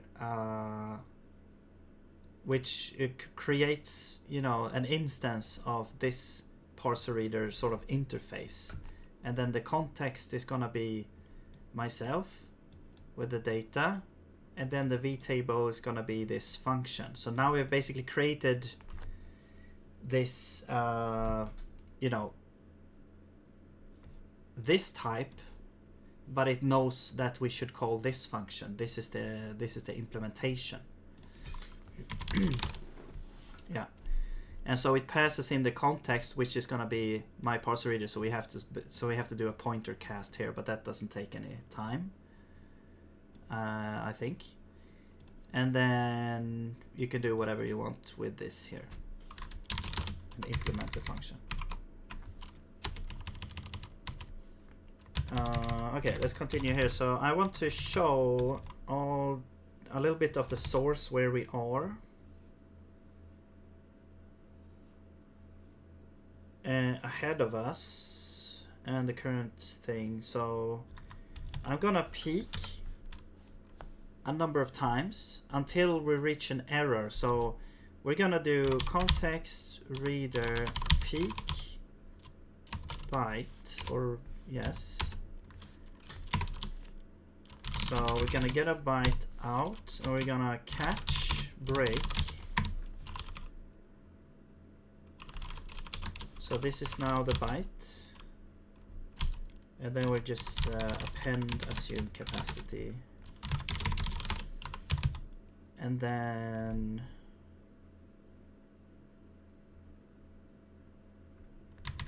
actually what we could do, we don't even need an allocator here. We could do init with buffer,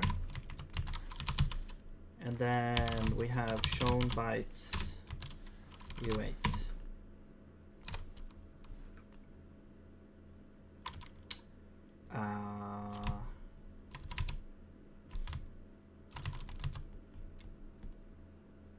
Hang on. This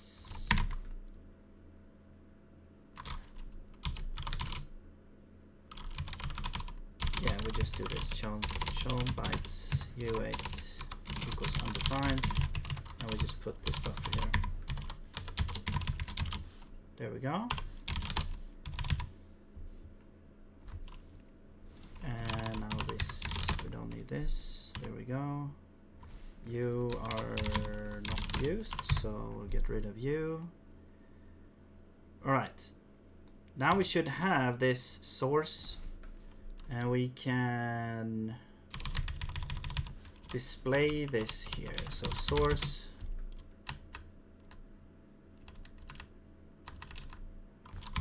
s source. No? S. Oh yeah.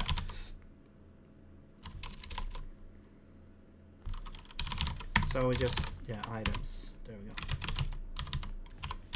Oh. 4444444.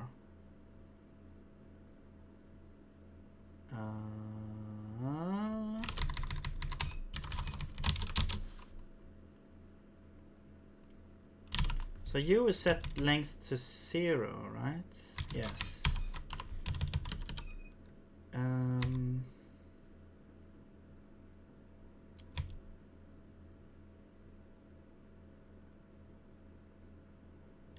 Oh yeah, okay, I'm stupid.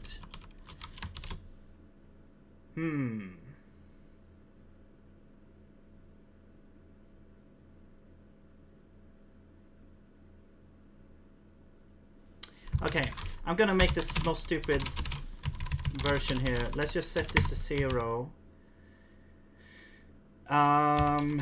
We're gonna add 1 to I. We're not gonna append. We don't... Well...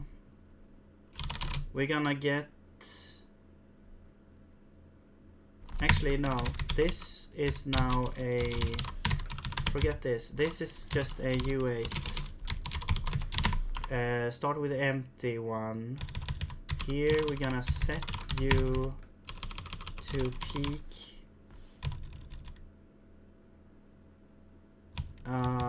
Peak. What would it be? What is this? Peak struct?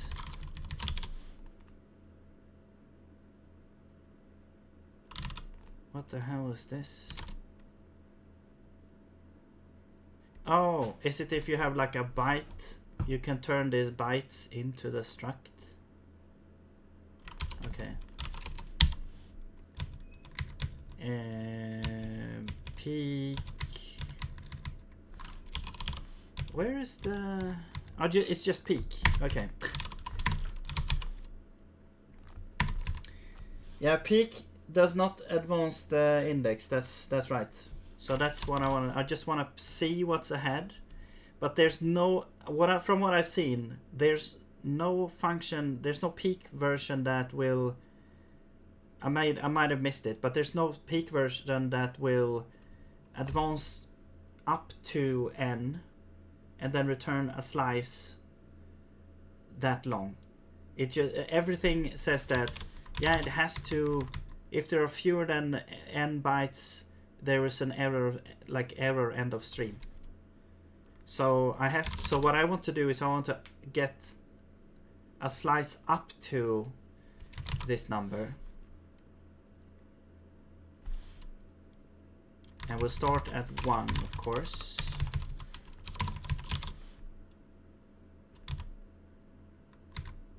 Yeah. So now this will be set to a slice here. So, and then when we're out here, we will have the maximum up to 6 slice that we could get here. Okay. Maybe we should start from the other way around to make it.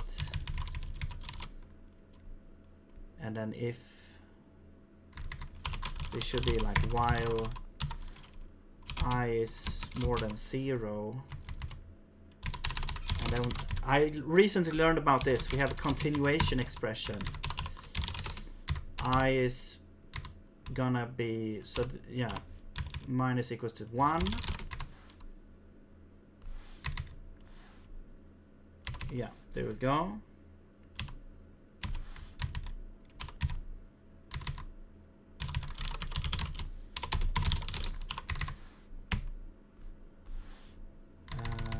Let's do max.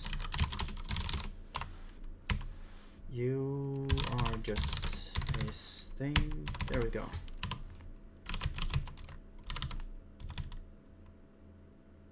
Huh. No, wait. Catch. Actually, catch will continue. But if we're here, we should break. There we go. Okay.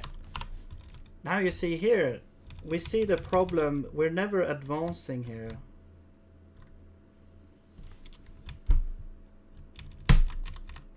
Okay, here we're advancing. Okay. Don't want to consume what's in the reader. Yes. Not for this part. Is there something like read until the limiter? Well, that will not peak though. The issue that I need to peak and not actually read. Because peak doesn't advance the index.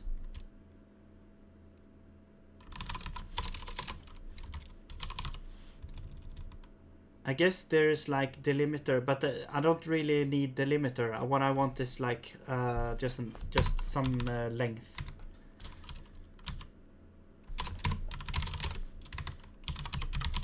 So it's like peak. Peak. You can peak byte that peaks 1. You can peak greedy. I mean, that's just a variant of peak, but it still fails if there are less than n characters left in the stream. Peak array, same thing, and everything else is the same. So really, there's no version that does this that what I'm doing here. That peaks up to n and returns that slice. And if we increase this to 10, you can see that now we get more of the entire source here. Let's actually do like, I don't know, 30 maybe. And now we get the full thing here because it's only like 11 characters. Okay, now we can see here that we're starting at sequence, map, condition, blah, blah, blah, blah, blah. Sequence. So sequence, yeah, that's the outermost one. If you go to main, where we create this parser, we have, this is the parser that we're running. Now let's store this parser somewhere else. So we'll create my parser. And what we can do is we can set this label to be my parser instead. And then put the parser in here, which is going to be this guy.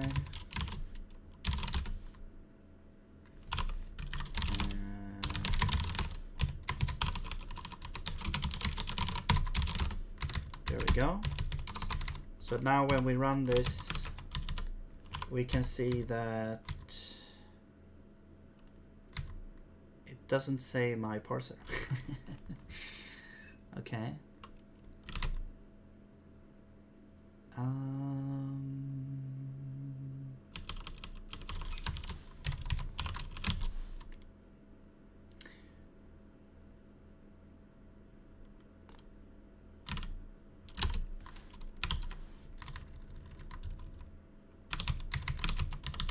Why doesn't it say this? So when you peek, you can only apply comparison stuff. Yeah, so basically, you're reading from some source, and if you just want to test what the next thing will be and do something based on that, and don't consume it or advance the reader further, you use peek. And then when you're sure that you want to continue, you can use read or take or something like that.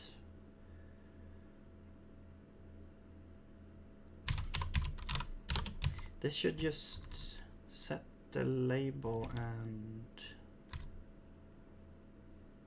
return it.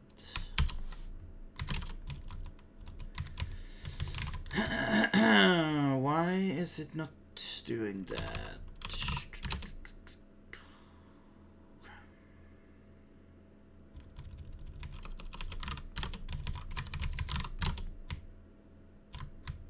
This is copying the... Oh.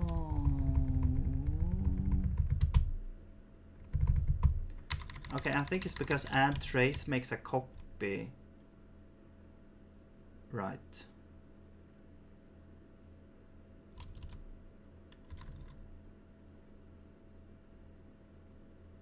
Right.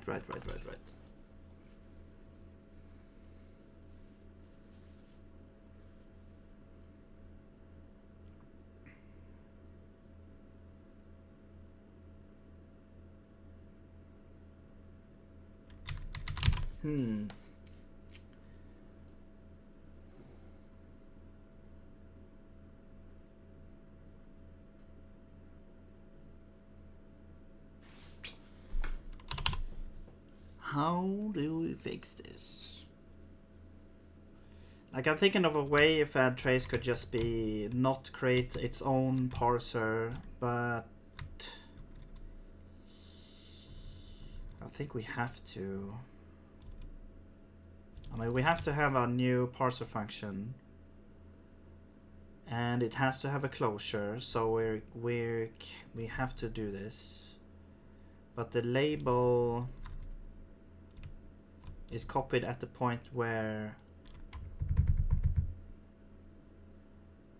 I guess the label could be either, maybe the label could be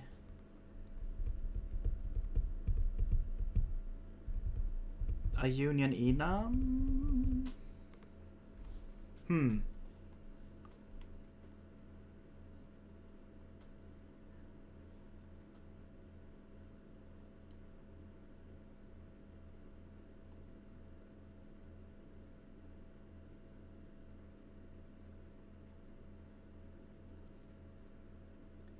Or maybe it could be null.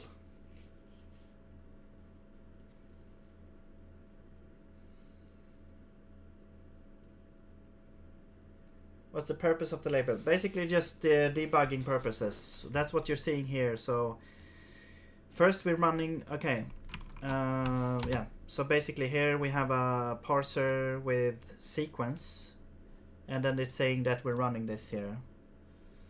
And then we get the line and column, we get the source at that point. So I'm trying to debug why. Yeah, you can see here that what's happening. Actually, we don't need it. Okay, I was trying to add a label to my parser, but add trace is kind of messing this up here, because this label is not being changed. Or wait.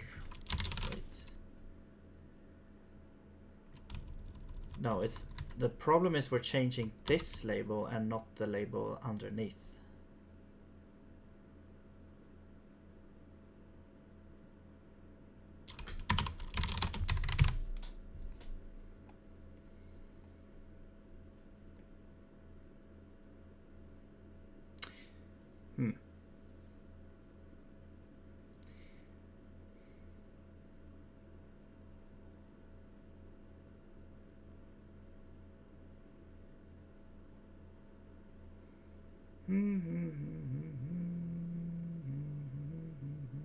Actually, you know what? Maybe trace can just be a... Okay, hang on. Let's copy this. We could just do it in the run function.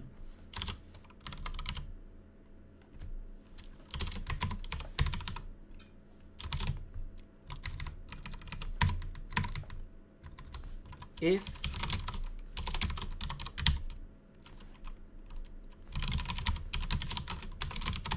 tracing is enabled, we will... If tracing is enabled, we'll do this.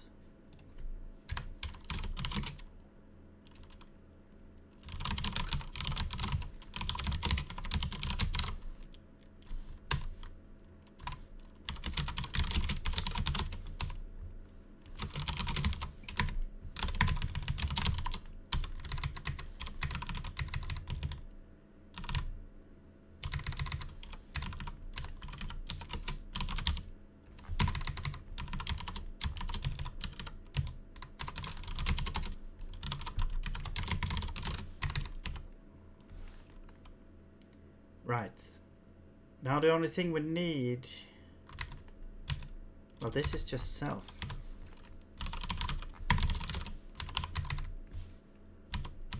Okay, yeah. We don't need this add trace thing.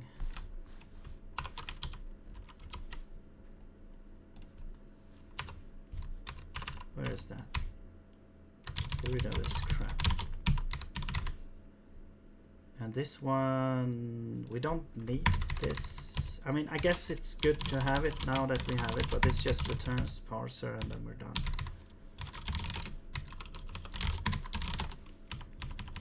Okay.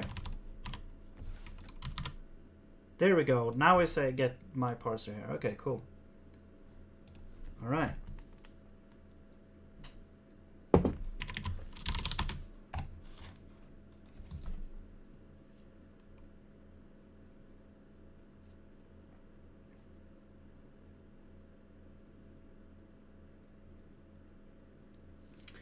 All right. Let's see. Okay.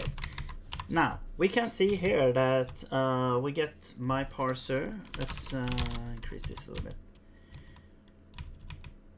So we're going down and we can see that, you can see here, this part, we're consuming these things.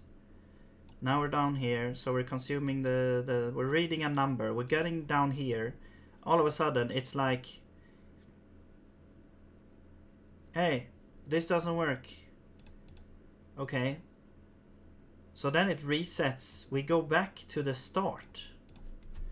So that tells me that it might...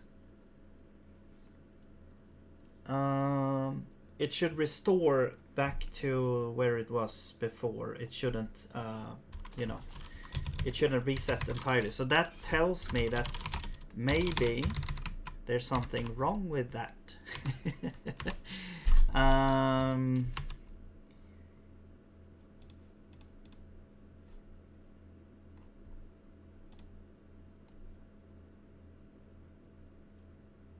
There is something wrong with that. Where is that? It's the snapshot restore function here. I mean, we didn't get an error. Is there any? There's probably something wrong with this here, or the snapshot. Okay, we can do this. Restoring snapshot to index.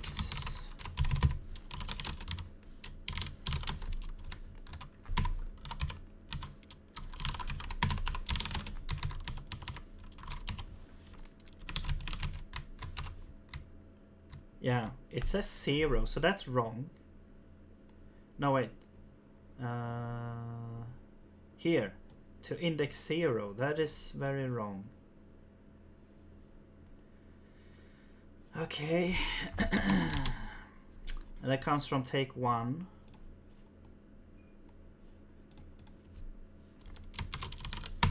hang on. When we create the snapshot, we take a copy ourselves.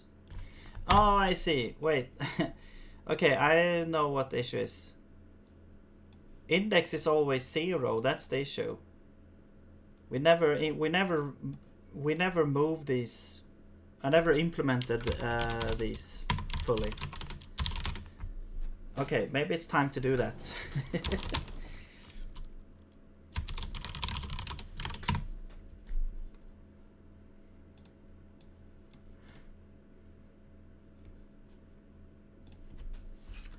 Let's just do it manually here. Index plus equals 1. If the byte is this, we will set. This should probably be put in a function, actually.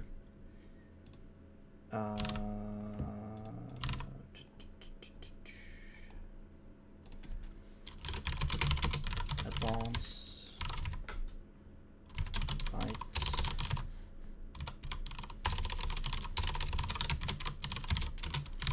So we'll take a U8 and we'll have to have self parser context and basically do this, and we'll call advanced byte.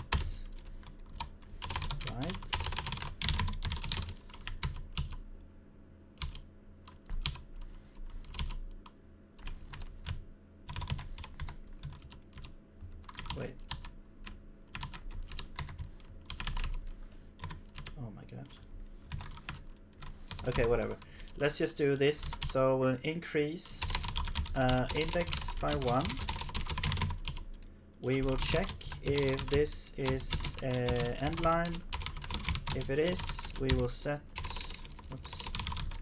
column to 1, back to 1, and then line we increase by 1. Otherwise, we will increase column by 1. There we go. Okay, so now where else are we?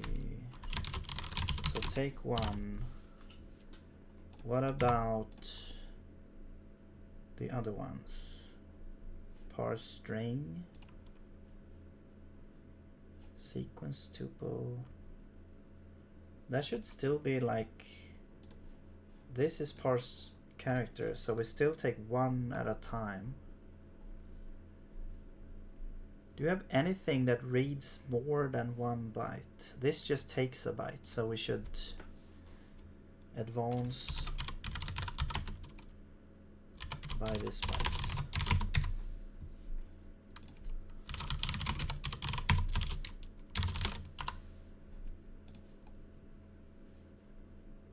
This peaks, and that's it. So don't advance.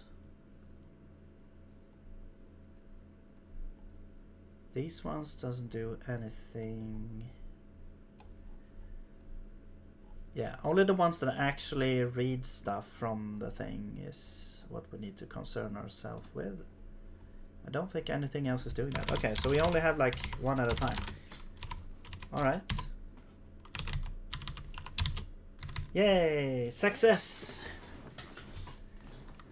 Okay. It works. Awesome. And now we can see that the column is advancing here. And we're restoring to index 4, so that looks, I guess it's correct. Parse char.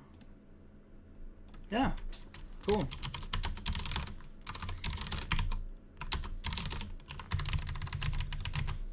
Okay.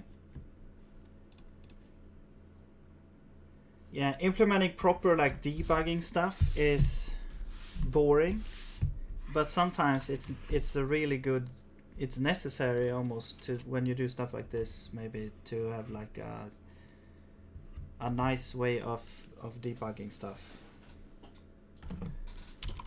to solve these issues, and then you can get further let's try and add multiple lines now. So you can do, so let's parse, we'll parse a number, and then we'll parse zig. Actually, let's do it the other way around. Zig, and then a number. Okay, so the parser will look like this. So we have a sequence. So first, we will parse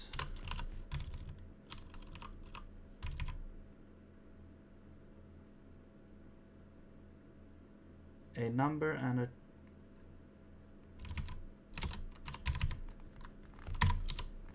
hang on. We'll do this.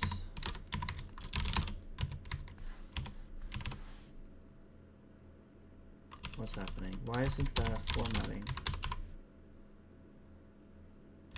Okay, well this will be a sequence also. So first a number and then a character semicolon. And then we also parse a new line. Okay. And then we do the same thing, except this is now a parse string zig.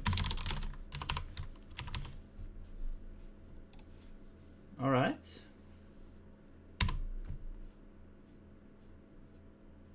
Expected new line. Found end. Oh, I see. So the last one, this is like optional. Okay. There we go. Success. We successfully parsed this.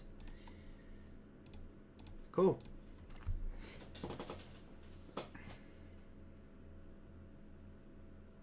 Yeah, so that's how we could build a parser.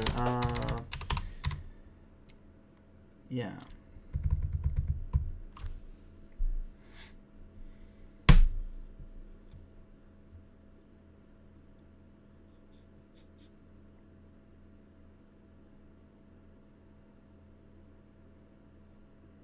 I'm just thinking like the sequence, because the sequence basically throws everything away of the results here. How do you do parse string? Yeah, parse string is like based on the length of this string. It creates a sequence that reads the specific character. So it basically turns into a bunch of parse chars in a sequence.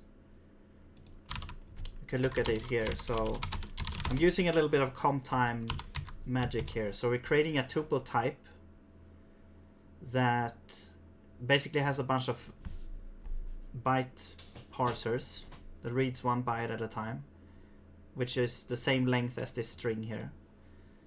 And then we take the fields from the tuple and we basically populate, we make a new tuple of this type and we populate it with a bunch of parse chars. And then we create this parser here, and that's just a sequence here. And then we map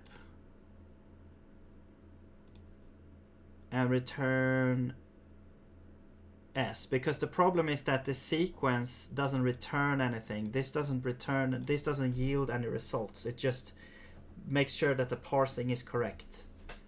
So in this case, if the parsing is correct, we know that the result is gonna be this string here, so we can just return it.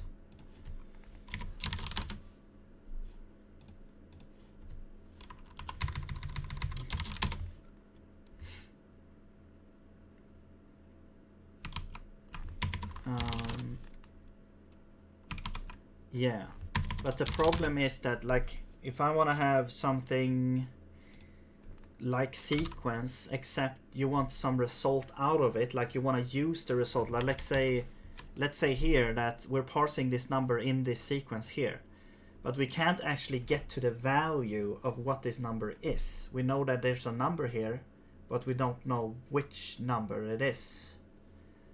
So that's the next problem that you could do. I mean, maybe this could produce a type. Since we know the types in here, we could say that this produces a tuple type of whatever you pass in. Aha!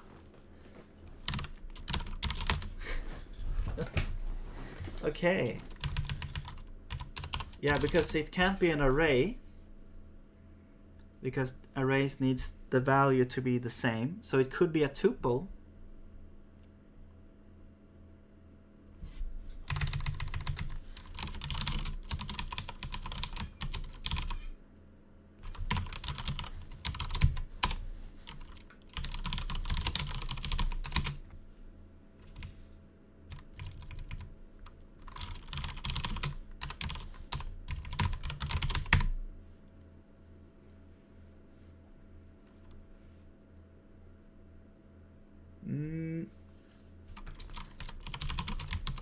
Okay.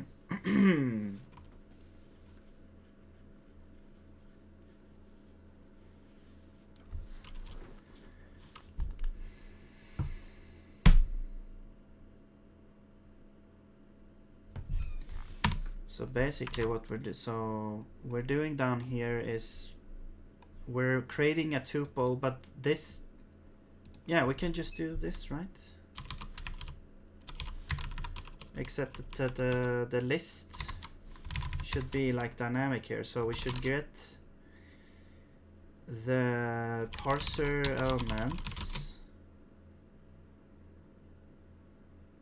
is a list of types.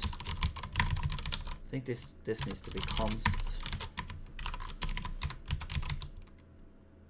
and then we'll put this in here, and that's the tuple. Yeah, that's just the tuple. That's just the result. Now we need to fill this, so we need to.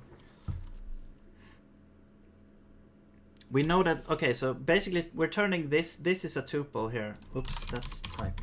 This is a tuple type. So we're basically turning one tuple of a bunch of parsers, and then grabbing their results thing and putting them into a new tuple. So we can go to for fields of parsers, then parser elements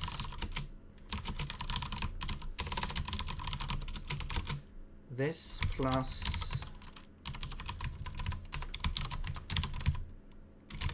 field. So here we have the element type,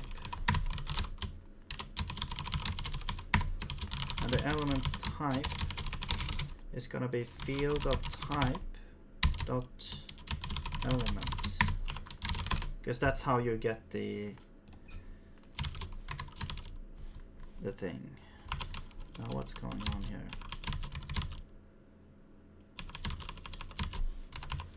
Okay. That should be the tuple, I think. We're going through all the fields of this and get their types, which should be a parser function, and each parser function has a static element function that you can use to get the element type. Then we just add this to this list. So we're basically mapping this tuple to the element type, and then we return this as a tuple here. Okay. And so now U will be a sequence tuple. Oops. Type of parsers. And now we'll get a whole bunch of errors. Sequence. Okay. I'm just gonna call this sec tuple I wish you could define, you know, if there was a scope where you could define types that you could use in the return type as well as within, you know, within the context here. I guess you could do it. No, because you don't have, you don't, yeah, you need the scope of the parameters. So you don't have to repeat yourself with the return type. Okay, so then we have that. So now you should be sec tuple. Whoa. You are also sec tuple. Okay. And now down here, this is not a void. We need all these bunch of different tuples. See, it works. Yes. But now we need to create it. So let's create the tuple here.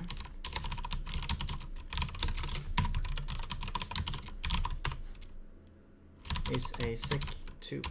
Well, this is a, yeah, this is a sec tuple undefined. And then we return that. And now all the errors should go away. Okay.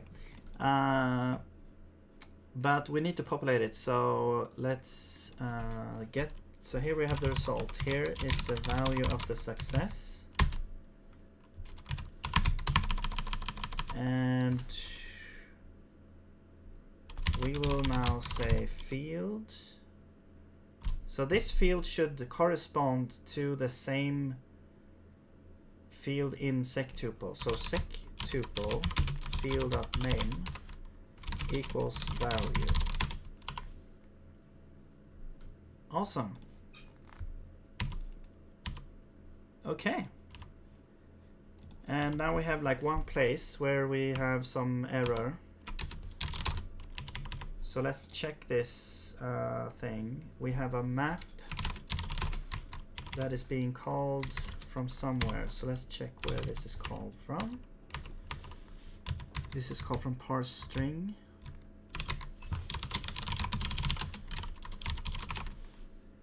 And we have the map here. So actually, now that we have the sequence, we will get a, this will be a sequence tuple. Yeah, this will be the sec tuple. This will be a sequence tuple of type of, no, we already have the type. This should be the tuple.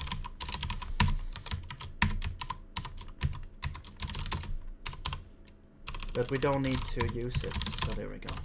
Except now, you can have a, you can read,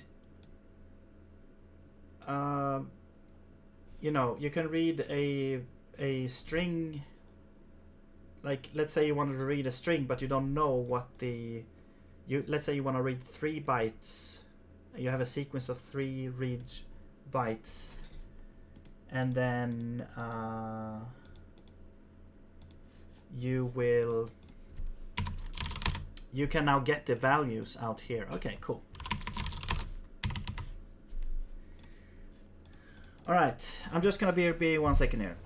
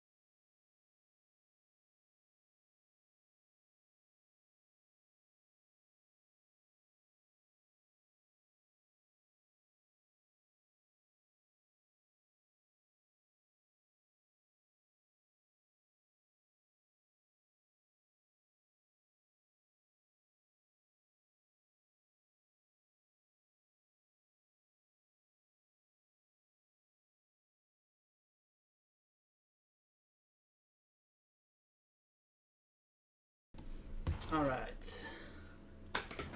Hello, Palayer7. How's it going? Thank you.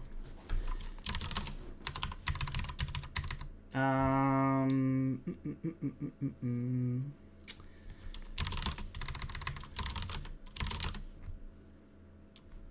right. So now, actually, yes.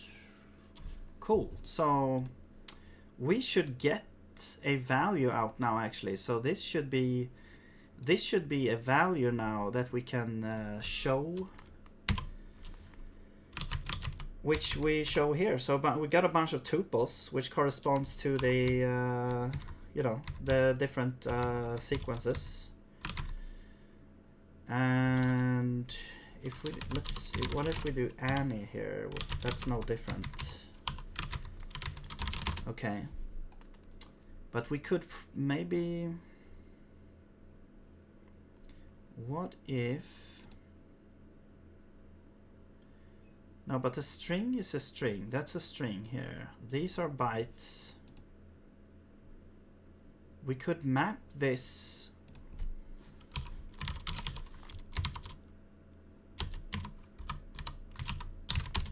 sequence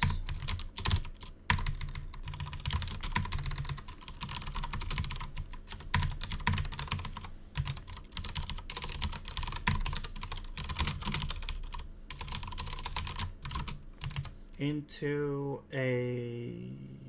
some sort of struct, or maybe just a tuple,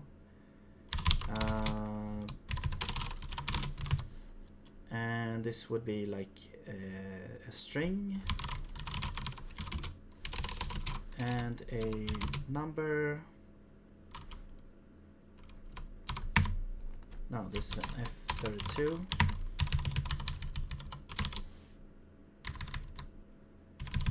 And we'll get whatever we get here. So what you could do is you could say this is the inner parser, and then here we will get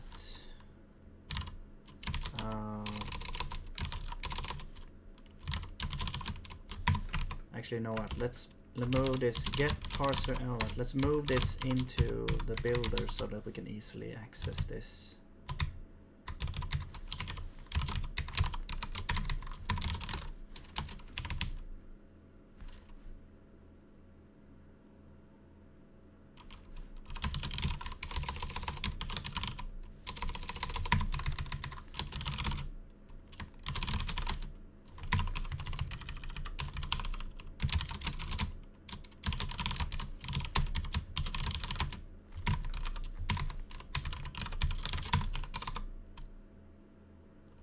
No, actually, we can just do this. Actually, what the hell? We can just do inner parser, a type of inner parser dot elements,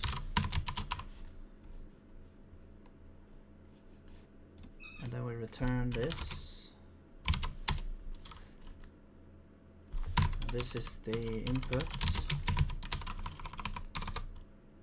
And so we get first we get two things, but I'm just interested in the number. So the number will be, actually, let's just return. First we got input 0. What's input 0 and then 1, right?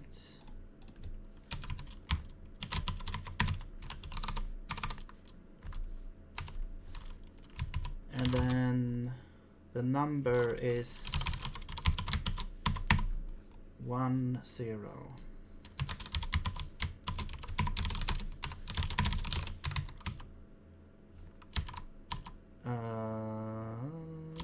Okay, this.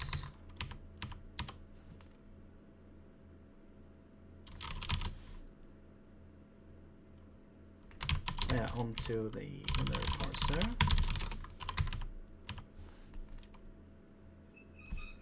Found you 8. this should return a string. 0 goes into this one. The first one should go into this one. This one should return a string.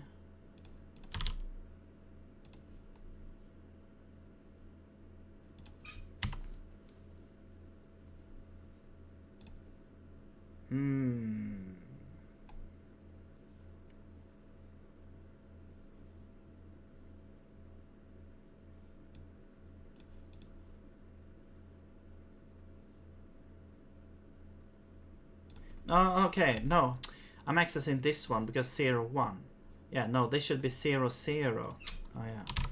0, 0. There we go. Okay. What else?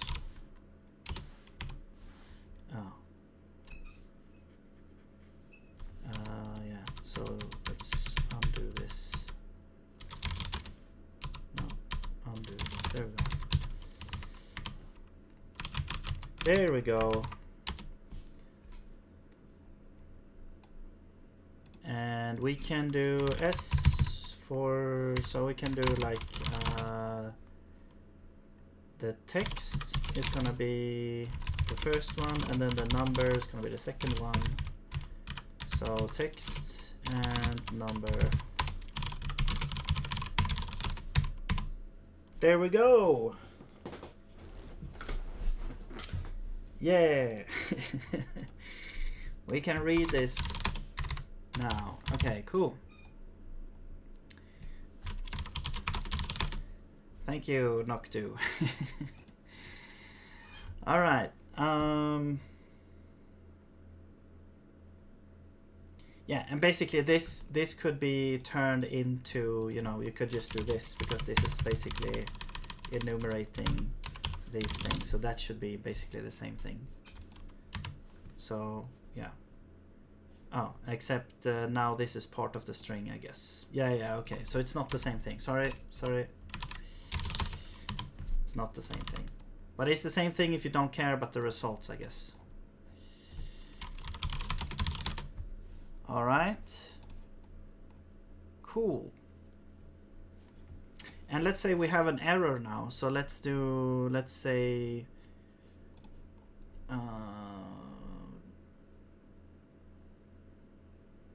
yeah, let's move this around. Or we have sig twice, maybe it's even more.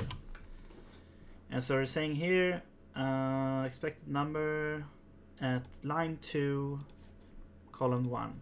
Perfect. And now we can even do the little, we can even show the source a little bit as well. So you can say, where is that?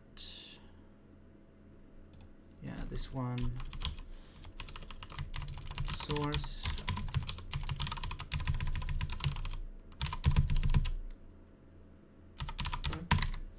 So first we'll request the reader. Self parser reader, get reader.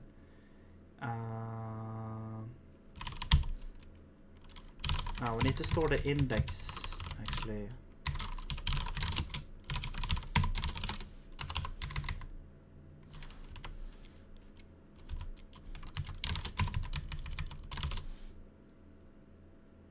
And if we cannot get it, we will just say never mind. So we get this reader, then we will read from it, of course.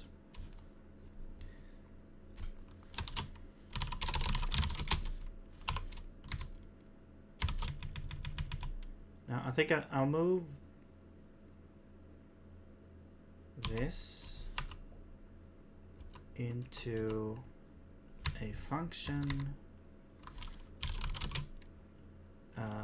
load source,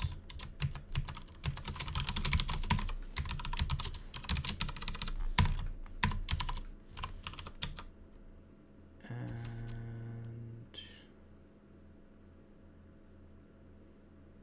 what do we need? We need context. Is there anything else we need?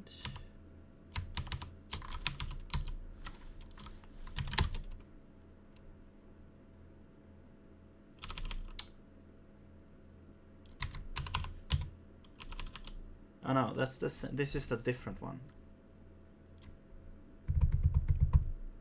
Actually, no, let's just grab the reader. Yeah.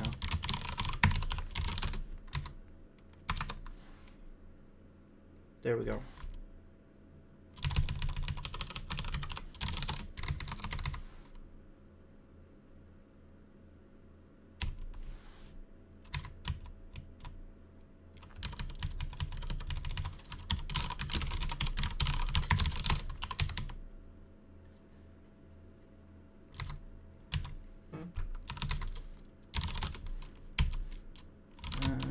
Log source reader.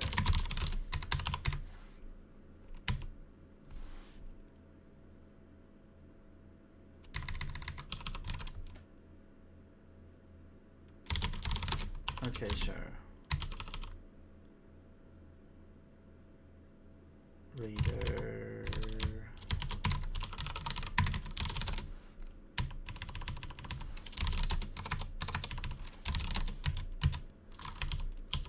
Okay.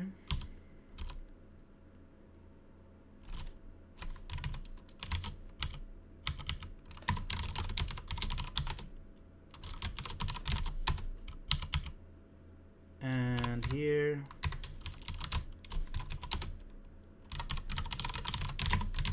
we do this.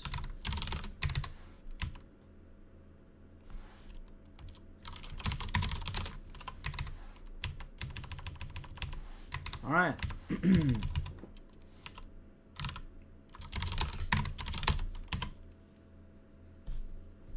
And here we can see the source. Okay, we should probably cut off where the line is.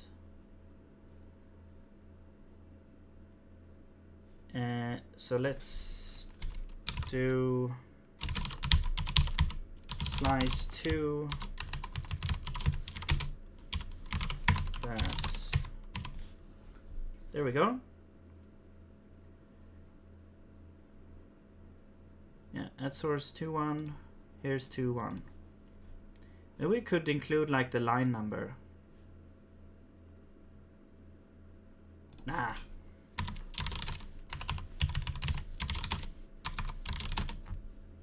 But you can also include like, you know, the arrow thing.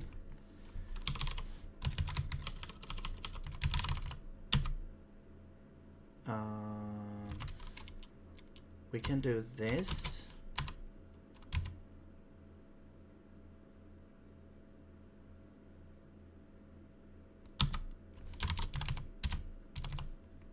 Can you actually do this? So let's do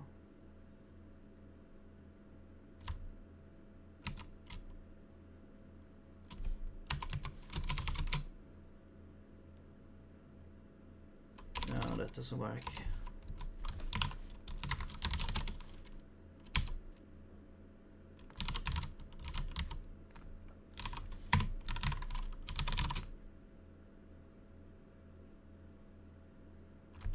Actually, you know what?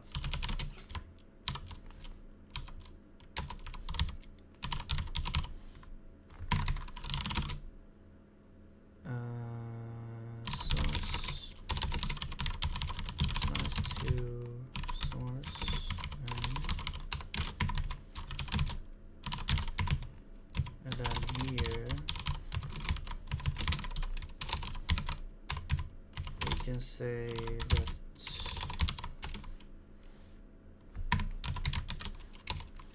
source I equals space,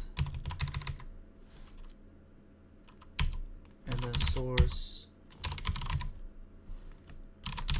length minus 1. No.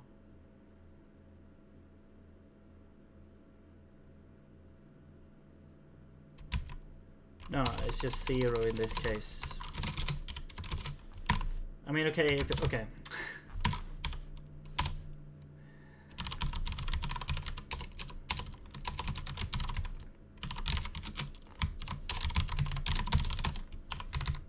No, this needs to be contain on. Yeah, that's right. S.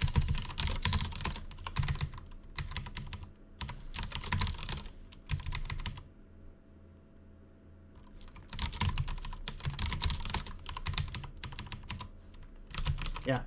Now we get a little arrow to point where the problem is. Except it doesn't work. What the hell is this? Oh, I'm redefining the source.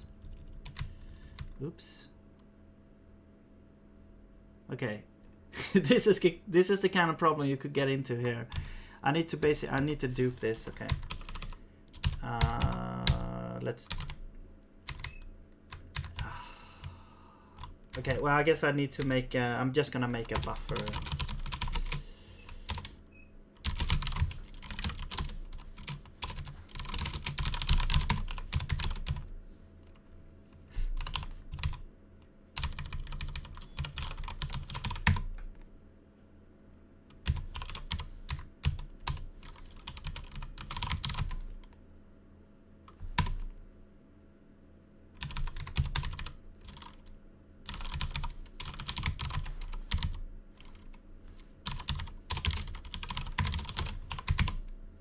There we go.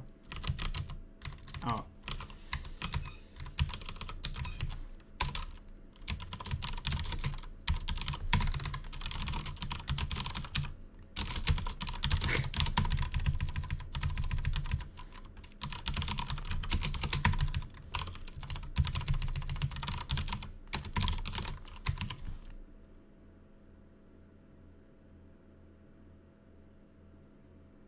Where's the arrow?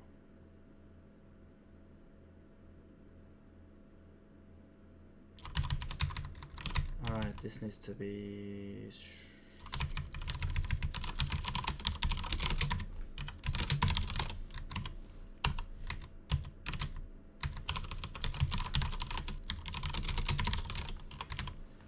Okay, there we go. Now we got an arrow. Pointing to where the problem is. Okay. This essential, modern error message convenient things. All right. Cool. Now we get rid of this, and now everything is fine. No, it's not. Why is it not fine? No, it is fine. It's just that I get some errors.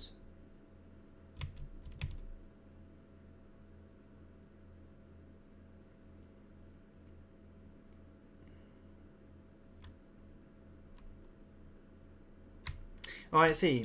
Is okay. So it used the same function. Okay, it just shows where we are, I guess. Okay. I was like, what the hell? There's no error now, so it shouldn't be an error. Okay. Cool. Okay.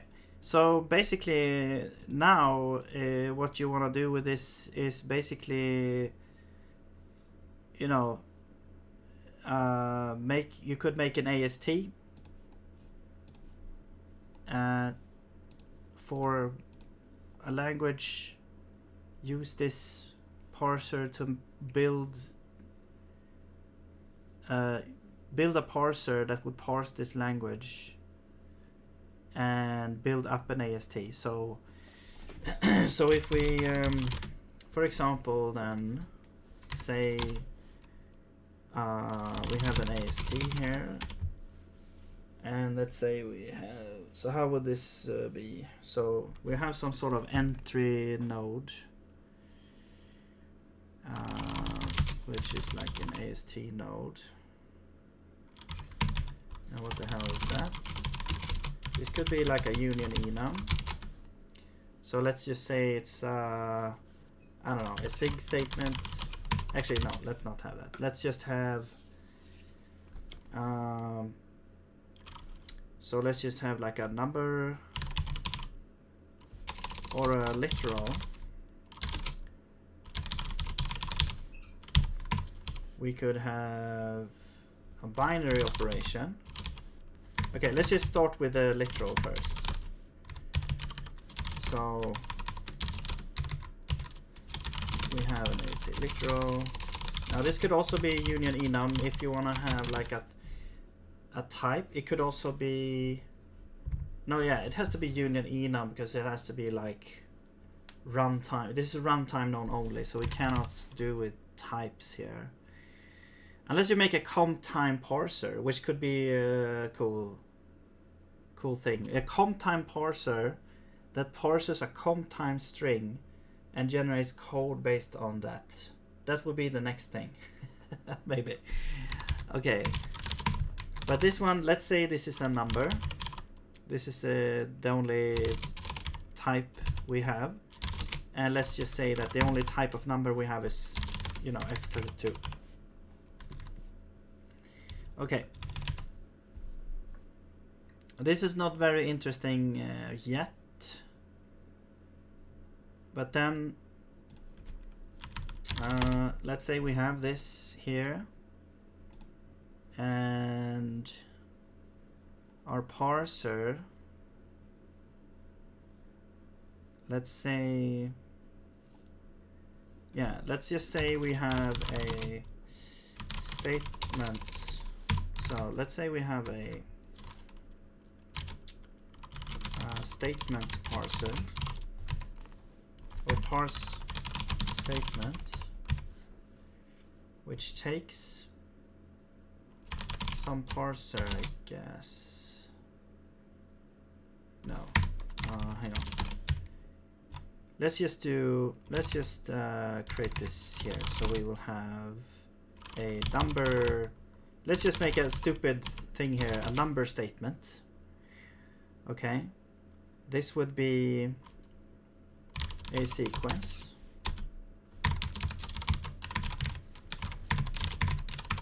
And first you would parse a number, and then you would parse a semicolon, or just yeah, semicolon. Yeah, that's it. Okay. So now let's get rid of this, and then let's just set you to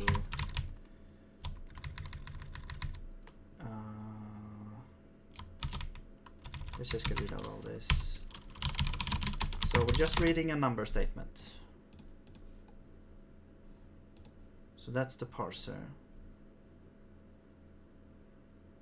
Then we get, then actually what we do is we map this to a number literal. So this would be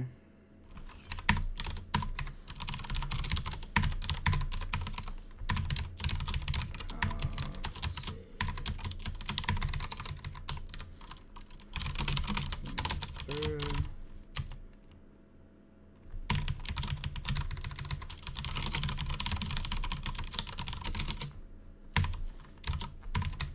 I'll just do this, and then this would be type of number parser statement parser dot element, and then we return a AST literal, or we could return a node. We could even return an AST, but let's do that. And then we return literal number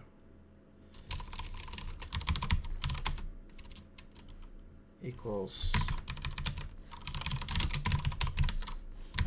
and then the input, we have to take this sequence now. So this would be the first or 0 tuple in this sequence.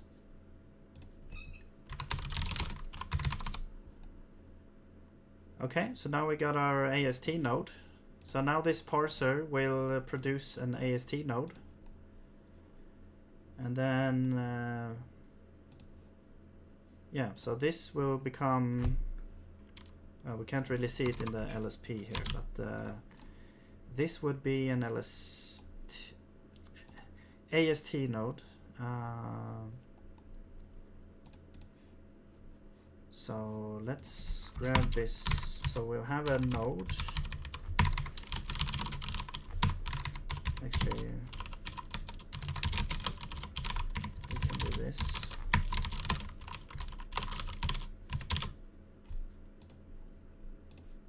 And then let's just put this there, put Annie, and see what it becomes. So here you can see that now we got an AST. So we got like, yeah, you got a literal and it's a number, and this is the number. Okay, that's very basic. Now let's add some functionality here. So we'll add a binary operation. Or let's just do a simple thing. Now let's just add a simple. So we do an add operation. So this one, yeah, I'll just make one called add.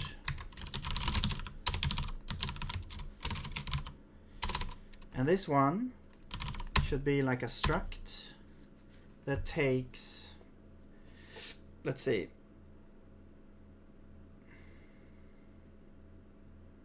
it should be like left, which should be some sort of, now this is where the kind of thing comes in, like what is like an expression that returns, but we'll just deal with literals for now. So we'll just add 2 literals. Right, so there's our 2 literals. Okay, so now we have the AST representation of this. We could also add evaluate functions. Eval is not a keyword, so great. And so let's just do this. And this will become, actually the type of this is kind of, the return type here is not gonna work. Maybe these need to be generic.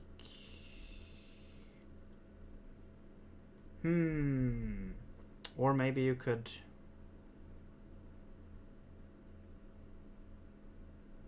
yeah, this doesn't work. Unless self is any type. But we don't know which one it is though.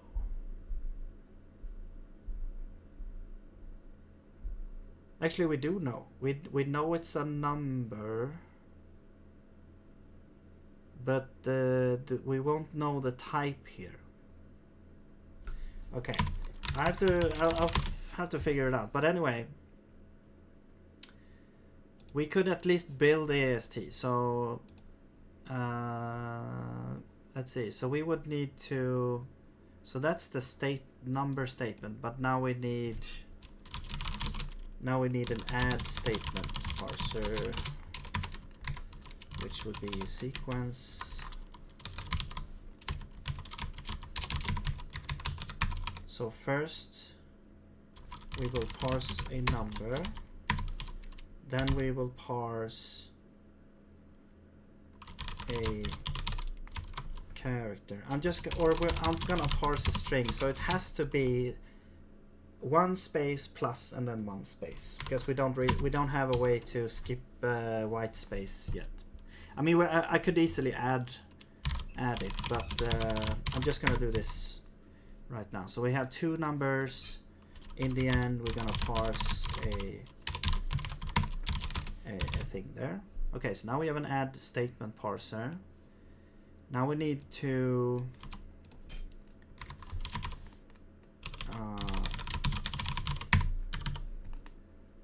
map it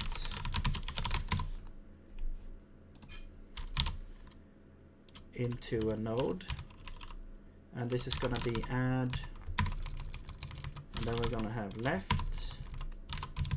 It's going to be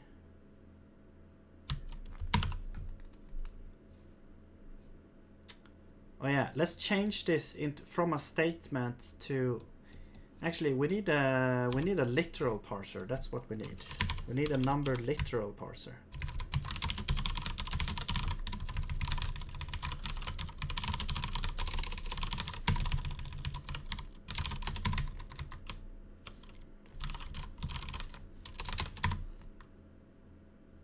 And you will come and hit it literal, and we will return this. So it's basically the same thing, except we don't have a char. We don't really need you.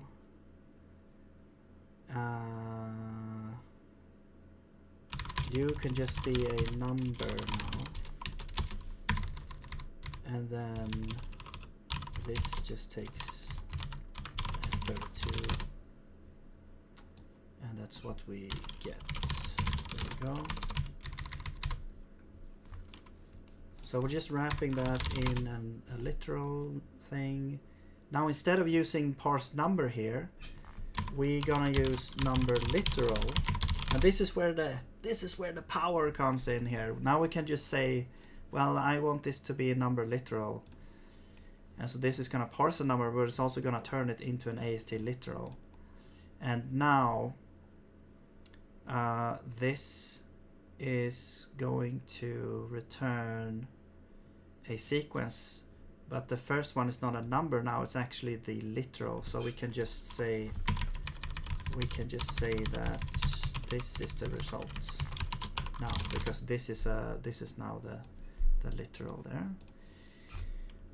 Okay, and then now we can reuse this here. So instead of reading numbers, we're gonna read literals. And then here, left is now gonna be the first one, and right is gonna be the third one. Right, and now if we want to support both of these, we can use a one-off. So one-off, except one-off needs to return the same type. Well, actually we do return the same type. We return a node. Haha. And then we got a bunch of parsers. So we can either have a number statement or an add statement. So now our old code should still work. Yes. But now we can also have an add statement. And it's so good when it works. Okay.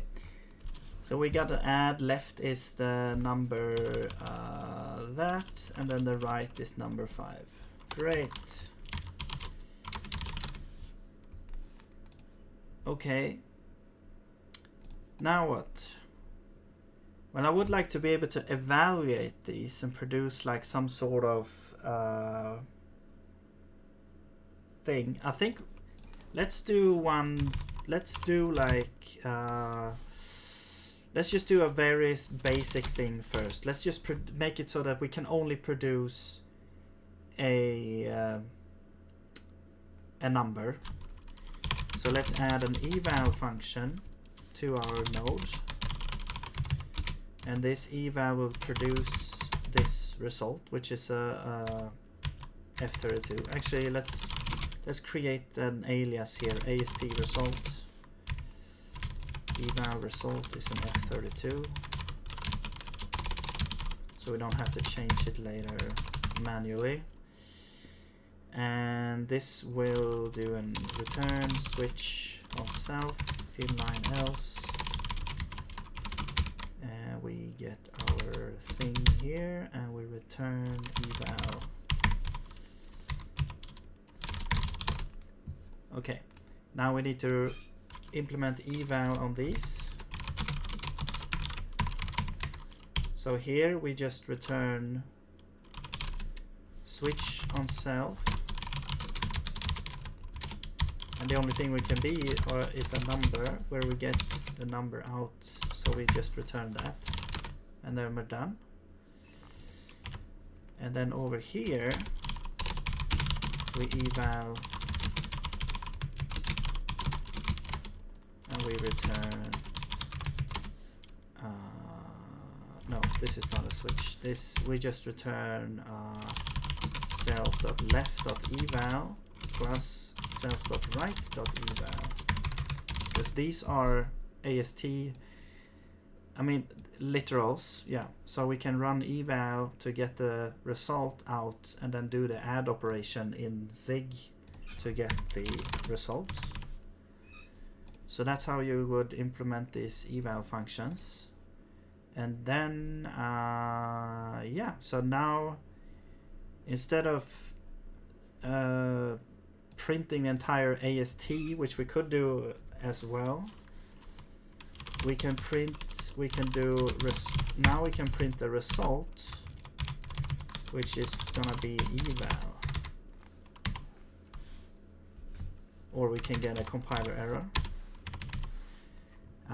No field or name of function name eval in main AST literal. Oh, I see, this is the wrong type.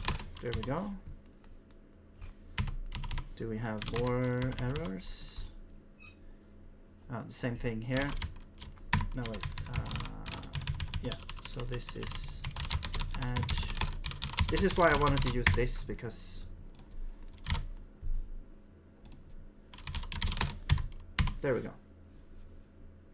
And there we go. So we can see here we're adding those numbers and we get this number out. Let's just do like an easier so we can see that it works. Yay! Okay. All of that to do this, but yeah, but you can just continue to expand on this little you know, language here and do other things. Now is the, I think, more, I mean, yeah, building the AST. Okay, so so how would you, for example, introduce variables? I usually do or several statements. You can have like several statements. Well, actually, we could easily have several statements. We could do, let's actually do that. So this is kind of the, let's do a statement, like a general statement parser.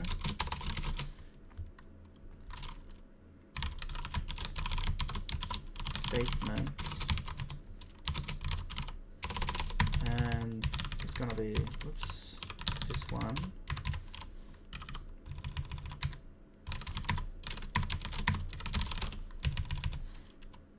So if we do this, it should be as before. Okay. But now we can have statements plural parser.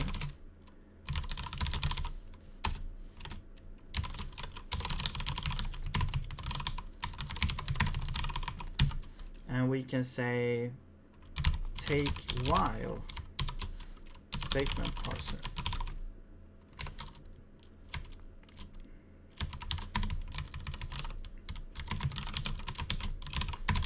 Which will take as many statements as we can, and then exit, and then the result will be a list of those.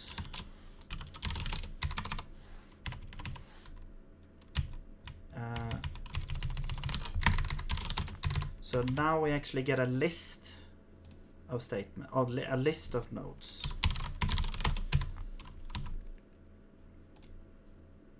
And now we have to loop through this list here.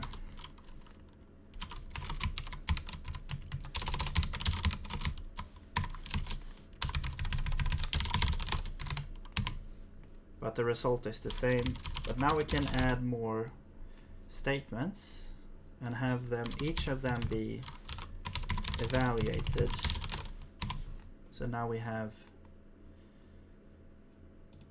well, okay, why is it only showing one?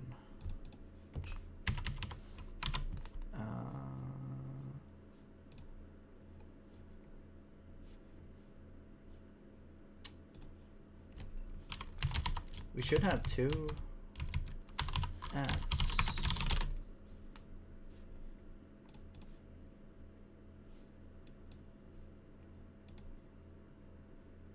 This should return a list of those. So does it only, did it only return one? Oh, I see. Hang on. There's an error here, right? There should be an error. Because we don't have any concept of the end line.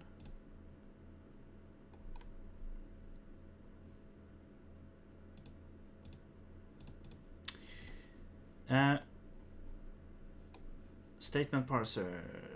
Actually, we need to implement an optional parser now, because at the end of the line, after the semicolon here, we might have a new line or we might not have a new line.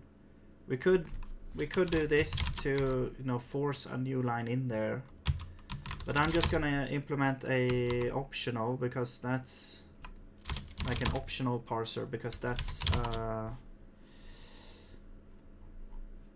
where is the parser builder? That is one of the like major, you know,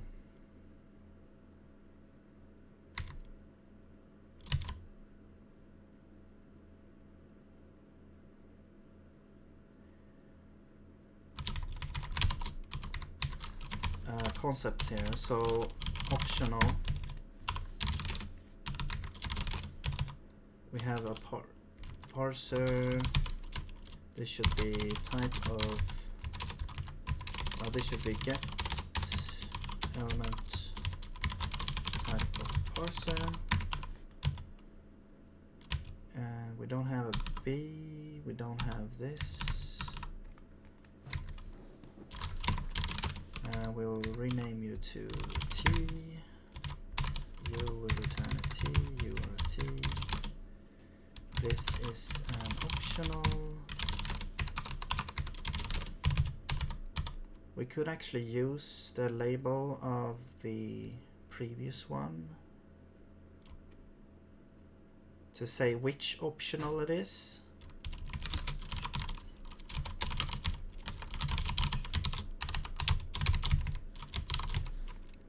Optional.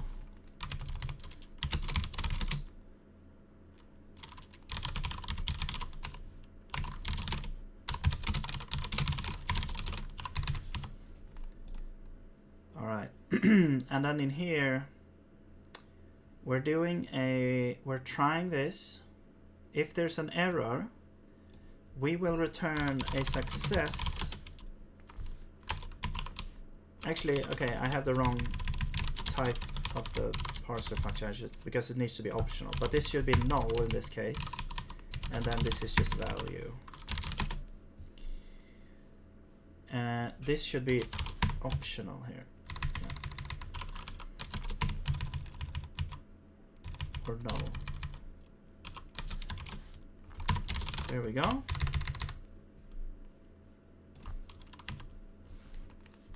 And the error we just discard. Okay, so now we have an optional.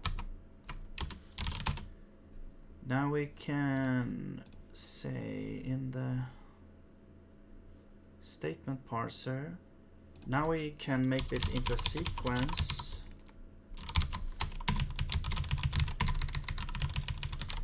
And at the end we have an optional parse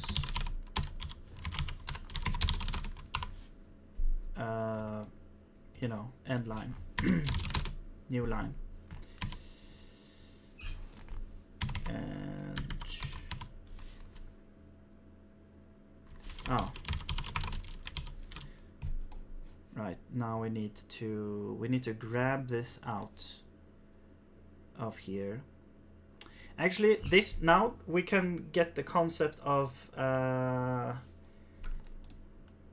selectors. So we'll make, okay, I'll make a selector here first of a tuple.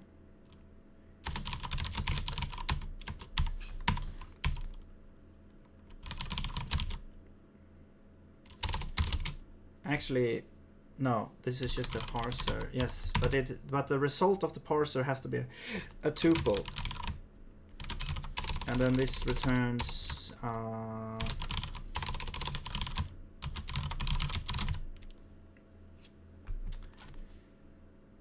yeah, this should return like the first type. So I'm just gonna do a convenience function here, type of parser, so that this is gonna take a type. This is gonna take parser and then return a type, and then we're gonna get the element. It's gonna be parser dot, that's gonna be get element from this parser, and then we're gonna just assume that this is a tuple type. So I'm gonna do struct fields and then take the first one, return the type, and there we go. So the first, from the result of this parser, and then yeah, we need to store this parser in the closure, type of parser, that's equal to parser, then we return create parser,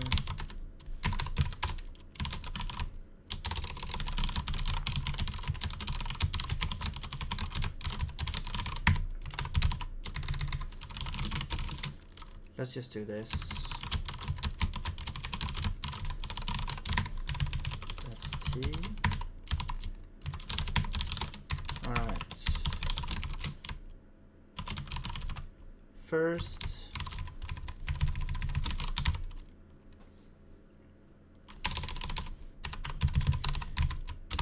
whatever. Let's just do this. And then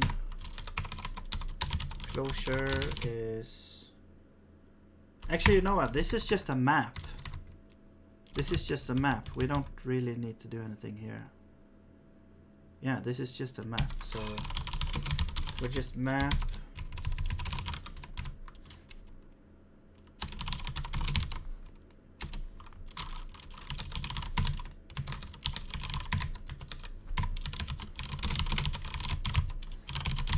input is this, output is that, return input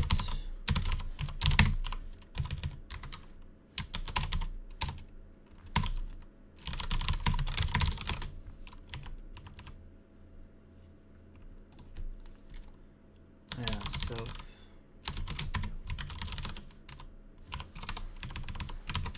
Okay, so now we can wrap this in a b.first to grab the first item from this sequence, which will be, so basically a shorthand for just grabbing out the first one, so we don't need to create our own map function here. There we go, now it works. Now we have this list and it works. So I think what happened, like, because I was expecting like an error, but that was wrong, because take while actually does not report an error if it failed to get the next item, because that's when it should stop. So actually what's missing here is that we should have a sequence of this, and then we need to parse basically the end. I mean, this could probably like parse end. This could probably be like just a constant actually. But let's make it a function just because. So basically we're saying that now we should expect the stream to end, or maybe even we could skip like white space, but let's start here. And now since we have a sequence, we need to grab we can map this to the first item so that we grab out this one. Okay, but we don't have parse end, so let's add that somewhere in this mess. Parse end. So this would not have a value, and we have parser builder. All right. So this would basically, I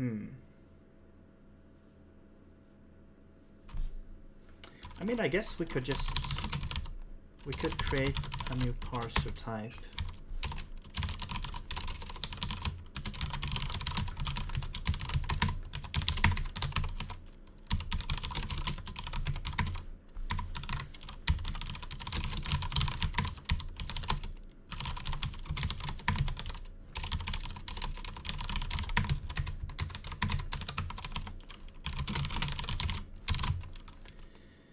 Takes, yeah, let's just do this. Void. All right. So this would be, we would just want to know if there's any more, if we try to peek. So peek, no, reader, peek byte. And yeah, let's just peek. So let's do peek byte, and we catch, and we switch on the error. And if this is end of stream, we will report a success. Otherwise, it's going to be an some sort of error.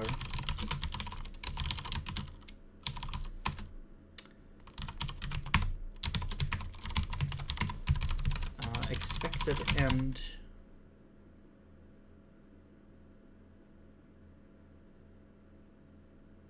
Yeah, just expected end, I guess. Okay.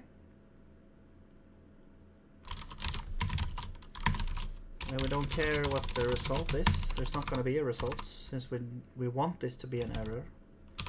Actually, you know what?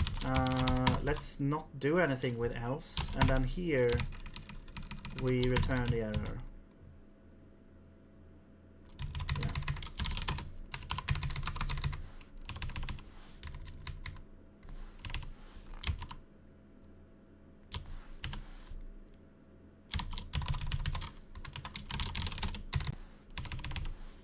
I wonder if you switch, like, let's say you have an error union value and you switch on it, if you can switch on both the error values and the inner values at the same time.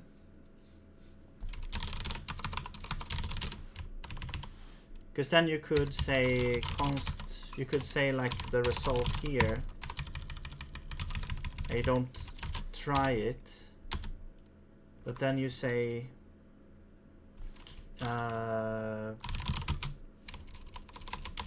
switch, so you switch on the result.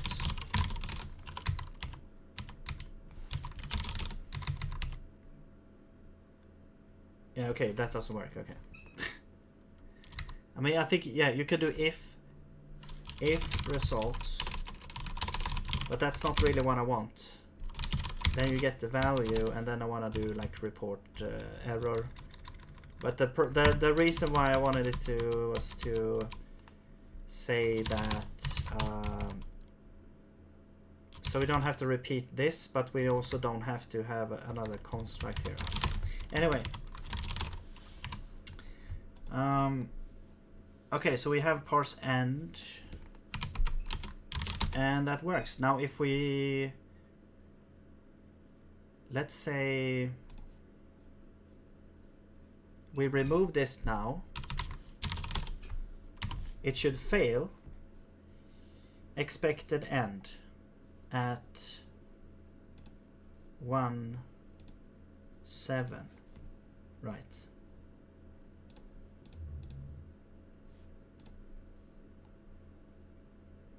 Because we never consumed the white space there. Okay. Cool.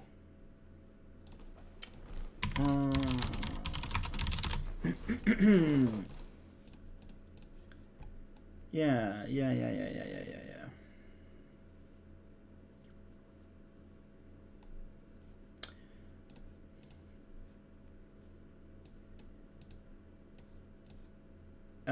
I'm just thinking, okay, what's the next step here? So, yeah, maybe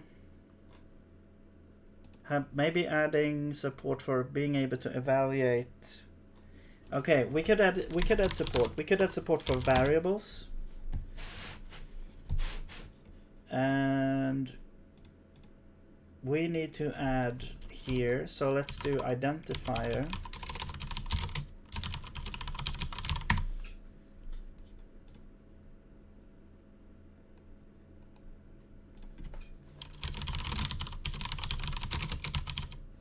We have to figure this out. Now this is a struct. We need an identifier label for the name here. Okay. And an eval. Now how would we evaluate this, you ask? Well, very good question. So usually what I do is I add a context to the eval where you would have some sort of state thing. So basically, I mean, we could use a hash map or something. So AST state, or I mean, not really AST. I'm gonna say eval state. And so let's have like let's call this the scope. And so I'm gonna say string array hash map into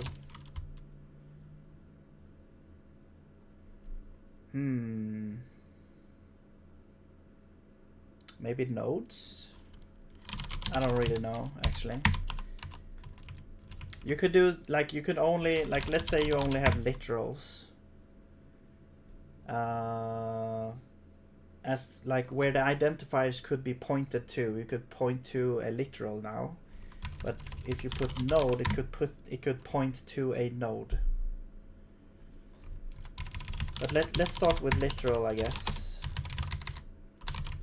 Or yeah, let's start there.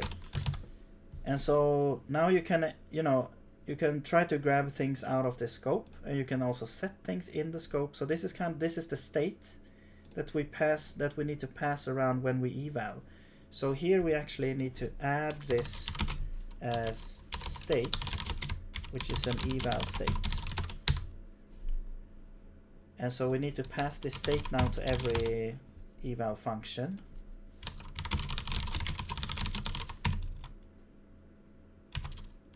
Except here we're not really using it, but we still want to have it there in the function to adhere to the interface.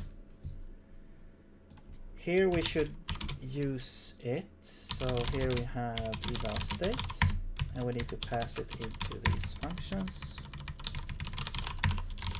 All right. Now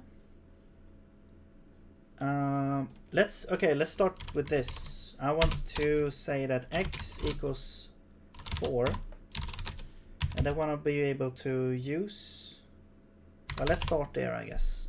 X equals 4. So this is a new type of statement, which is an assignment statement.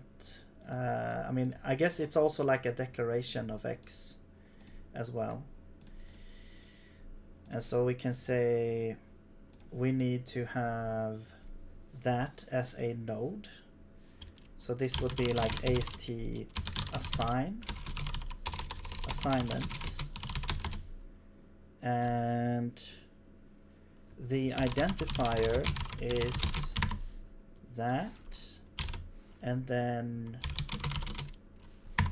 the value is going to be some sort of I mean, this is going to be some sort of expression, but the only expressions we have right now is going to be literals that we can actually use right now. So we'll do that, and then we'll have an eval function. Now the job of this eval function is to modify the state to set this identifier. So here we would say scope, and then we simply say put, it could already exist, let's say, so let's do like get or put. Actually, the state should also, now we should have like an allocator as well, so that we can allocate things. That's such a big difference from this language. When I've done this before in other languages, like the allocator needs to be everywhere.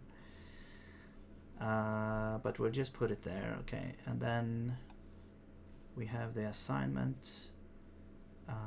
So we'll put, wait, you don't have, oh, this is an array hash map with allocator.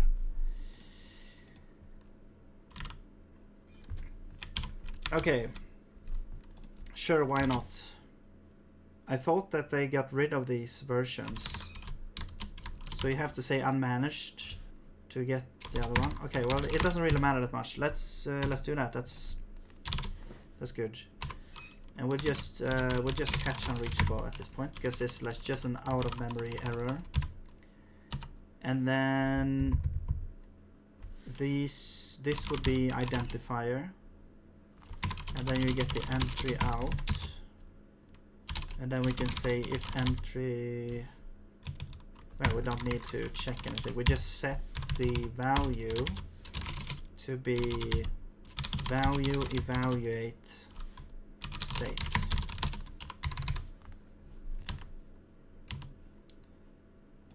Yeah, and now we need an actual state here, so we need to create an eval state.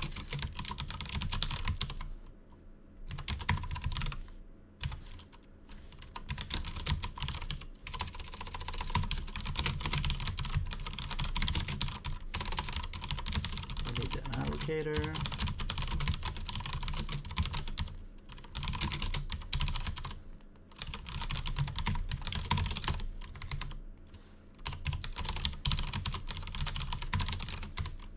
And now we can pass this in here.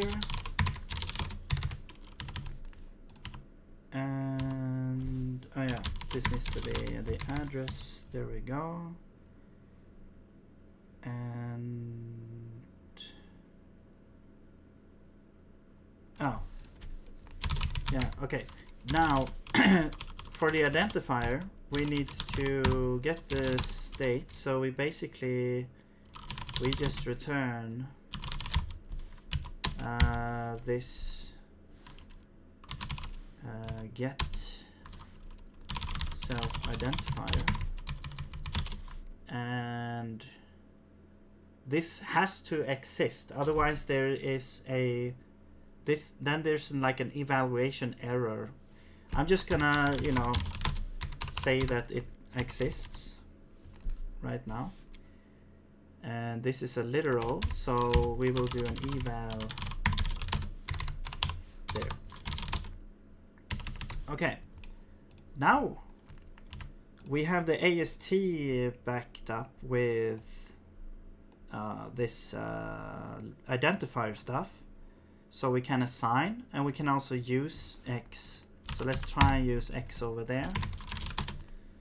But now we need to update the parser to actually do the thing. So we got a number literal, we got a number statement.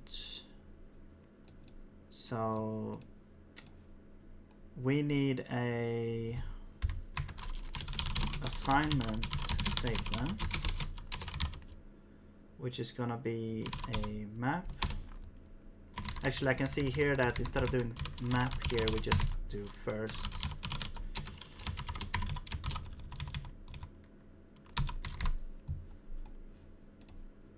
Because now we have the first, and we can actually just say first directly here. And get rid of all that. Same thing, wait. No, okay.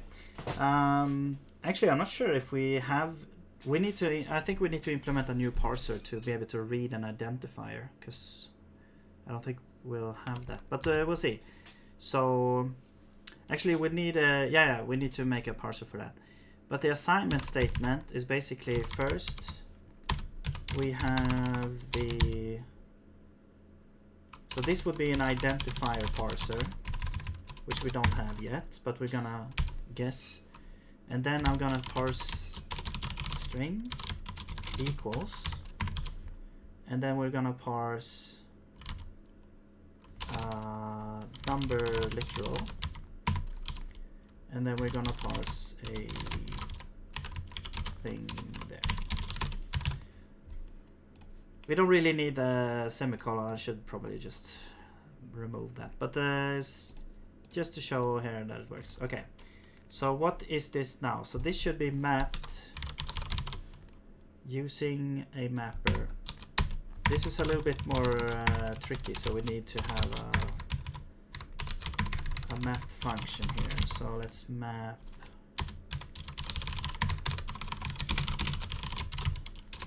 and the input. I mean, it's basically going to be a struct where you have the first one is an identifier. That's going to be actually that's going to be an identifier. Or is it?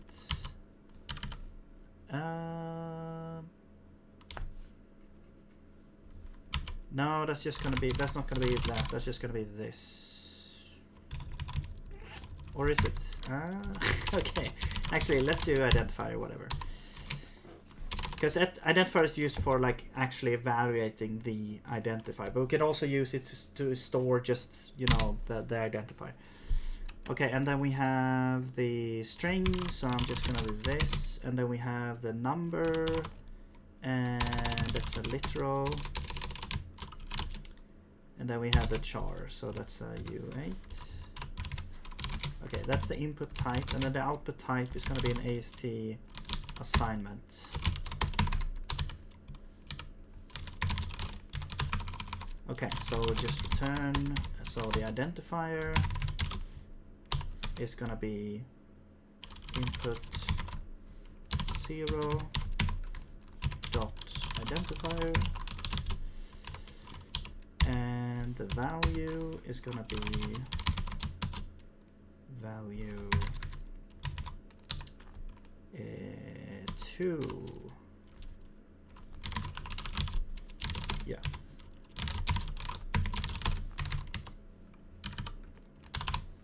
Right, we need an identify parser. So what would this be? This would basically be like take while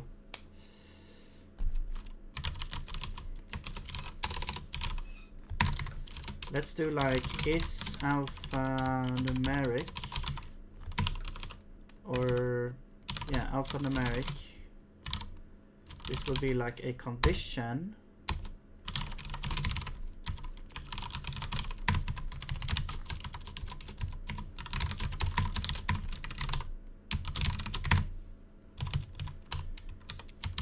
I'm doing the top down here. So take while basically alphanumeric, and let's just do alpha for yeah, sure. Take while alpha, and it has to be at least 1 long. So we could have a condition that says at least 1, but that's a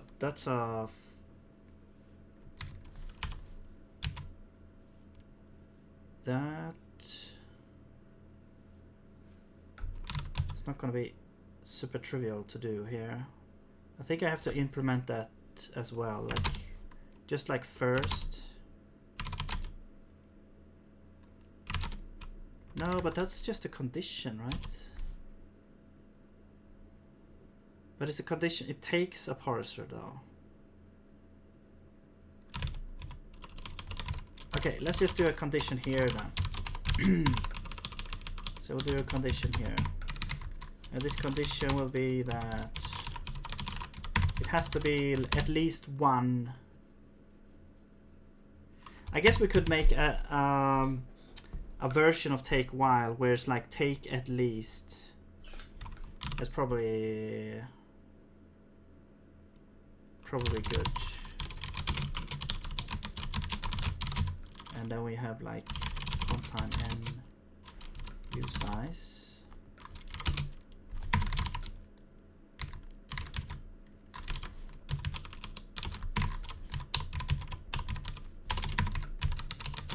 Parser function.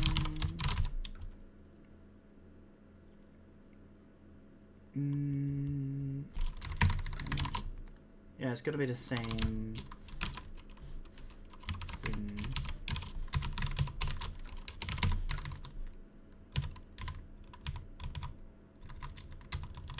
But this is just gonna be like a condition.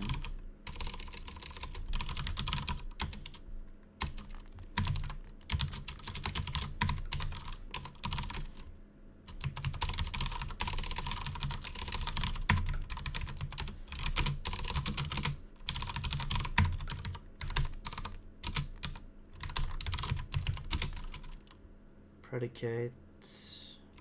Bool. The input is gonna be get element type of parser. Actually, we could set that to t and use that. And actually, this would be a slice. And I would return input length is more than 0, or is more than or equal to n.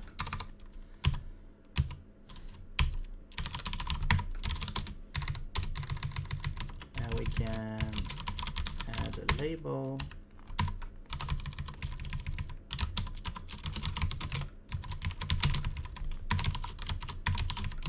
And we can say take at least n.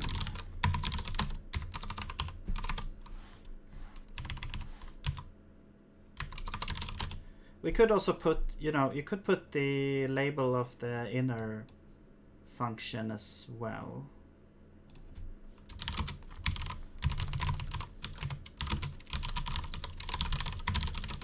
Or inner label to show more. Yeah. Okay, so now we have take at least. So this would just be take at least 1 alpha, and this one is, this should really be like a standard maybe, but let's do this first. input is a byte, output is a bool, return if input like, oh, and now we can use, actually, you know what? We could just use the ASCII is alphabetic like this. So it interfaces with the Zig standard library. And then the parser is gonna be parse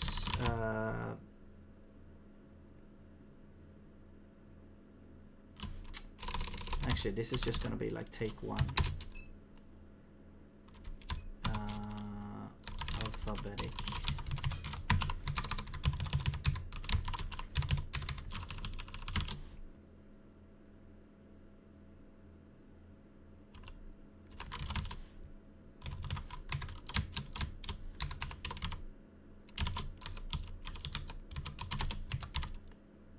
Actual format is C.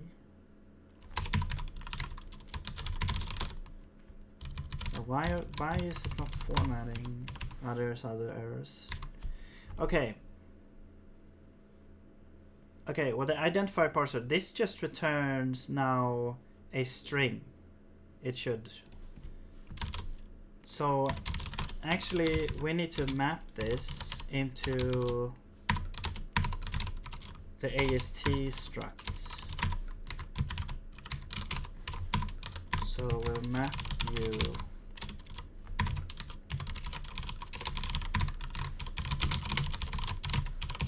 input is a string, output is an identifier. There we are. And you are not used. Yeah. So we can add this assignment statement.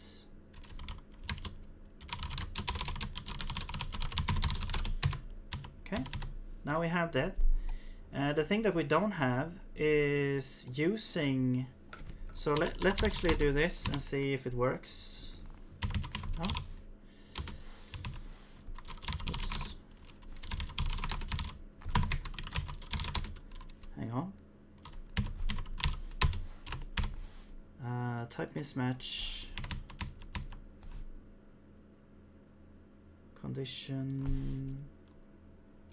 Oh, you need more things.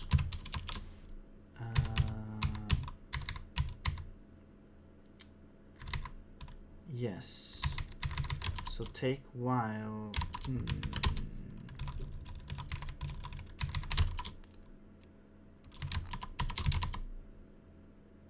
I guess we could do at least.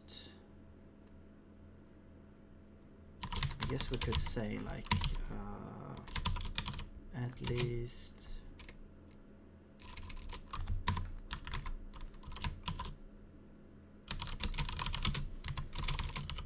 n, I don't know, format s, actually I think this needs to be like this.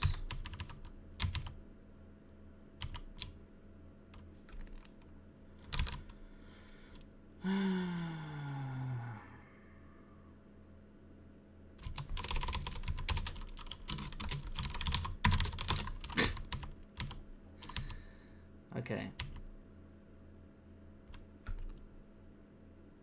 Expected the string, found that.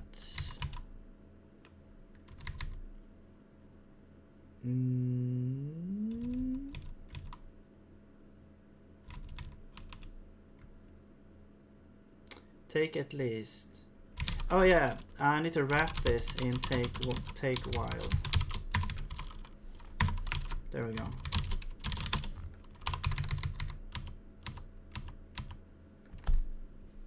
Where are we? Create parser, one off. Type mismatch, right? Okay.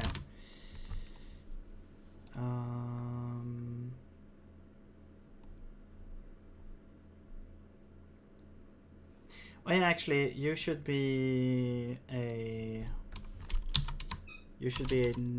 node Yes. Or wait. Add statement. Yeah, you should be a node.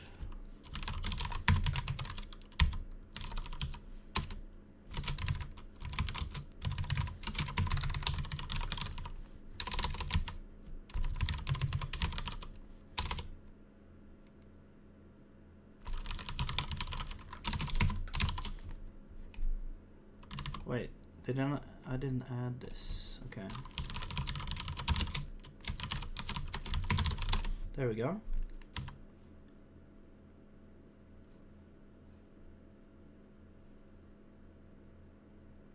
Value.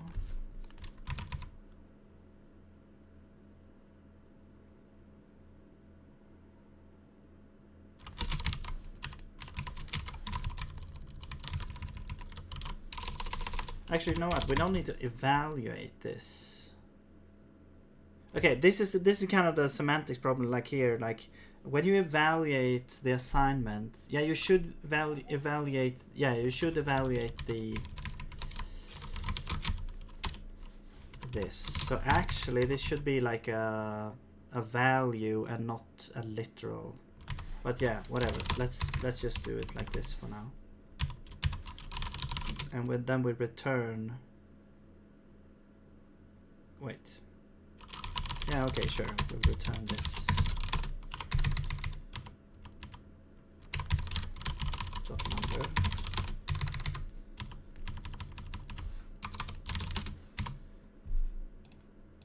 Okay. What do we have now? More type mismatch.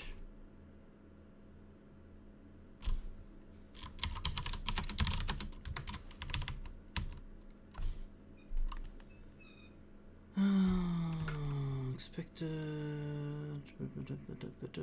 Found this. Hang on.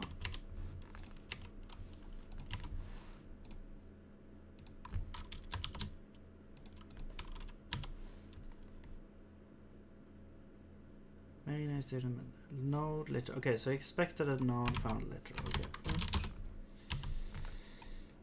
And where are we with that? We are somewhere.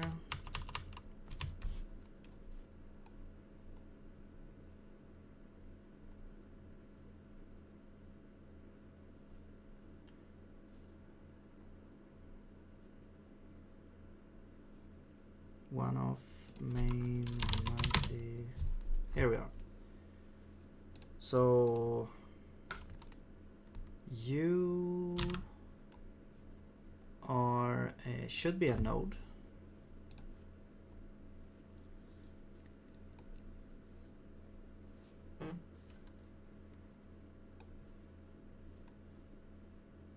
Are you a node? You are a literal. You are an identifier. Yeah, that should be correct.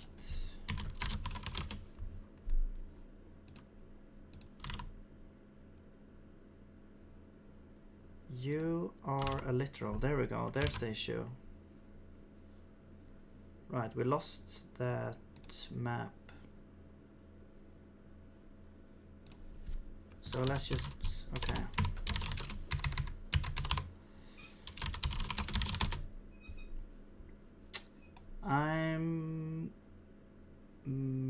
I'm gonna make,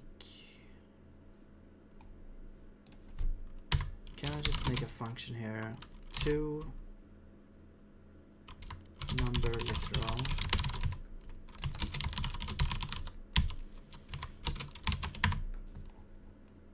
No, it is a number. To number two node. And then the input is an anytime. This is the parser. And actually this would return a parser function at node.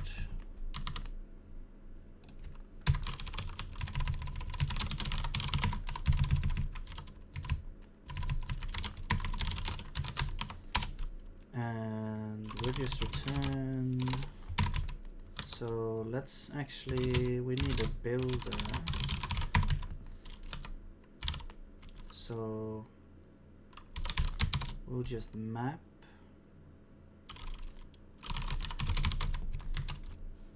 Or another way to do it is just to define this function to node, which takes, yeah, we don't need to do all this. We just have a mapper function, and then we use map for that. Yeah, that's way easier. So the input would be, I guess, any type, and then we'll return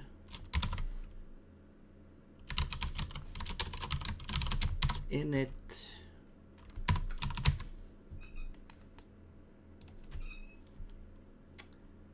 actually, how would you, I think we'll have to do this.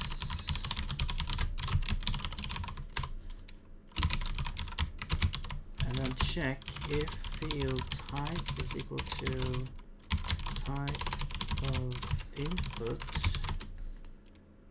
then we will return union init ast node field.name and input, and here we will do unreachable. Okay, and then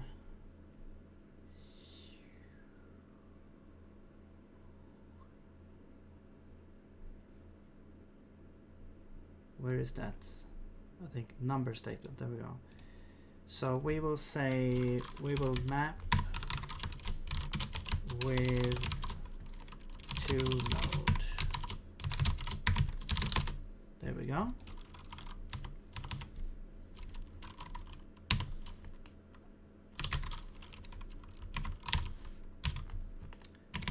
All right, where's the issue now?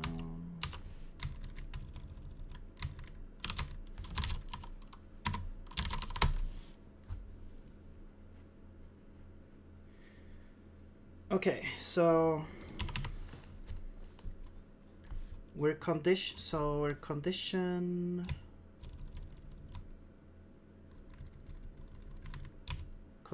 on alpha. So this should take a, this should be a bool, or I mean this. Yeah, this takes 1 byte, and then we have an alphabetic predicate. What's the problem here?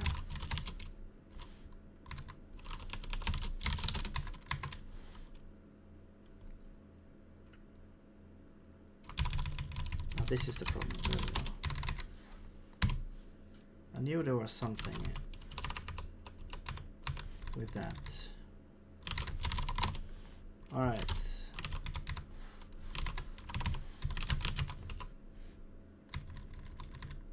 Identify parser, mapping a string into an identifier.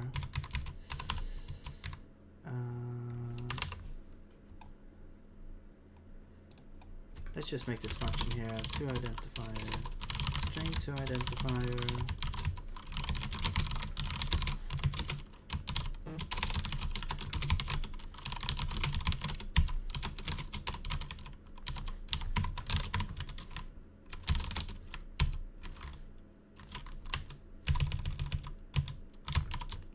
And then we'll map.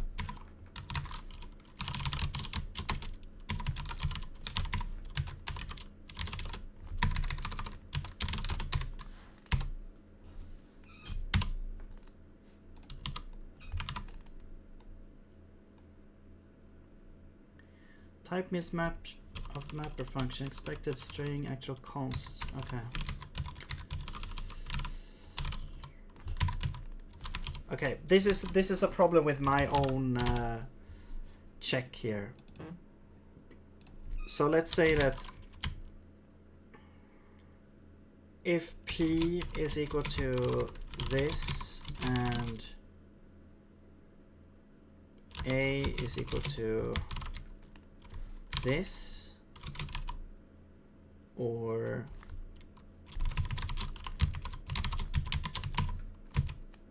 not.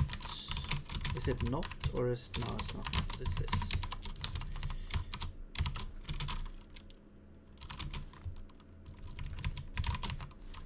P is equal to this or and A is equal to this. Actually, no. You could turn. Okay. You have to turn. You map.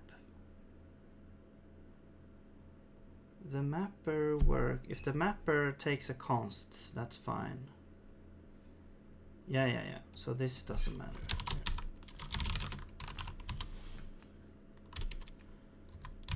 Is this correct? So either this is not true or this is true.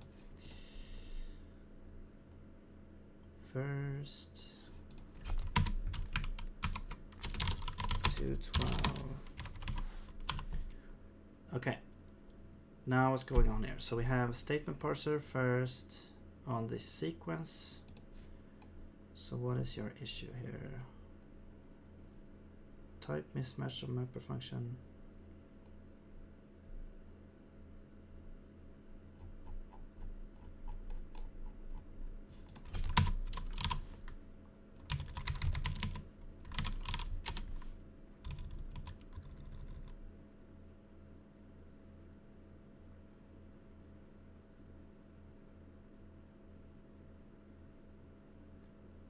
Okay, hang on.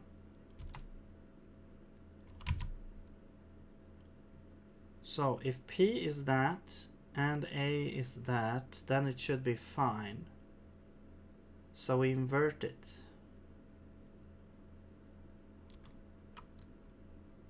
Now then, this needs to be an and here, I think. There we go. Okay. It was always failing. Okay. Cool. Now we have assignments as well. And we can even see the result of this assignment here because we're storing it as that kind of node. All right. Yeah, I need to quit here soon, man. I've been going on for far too long, and I need to eat food.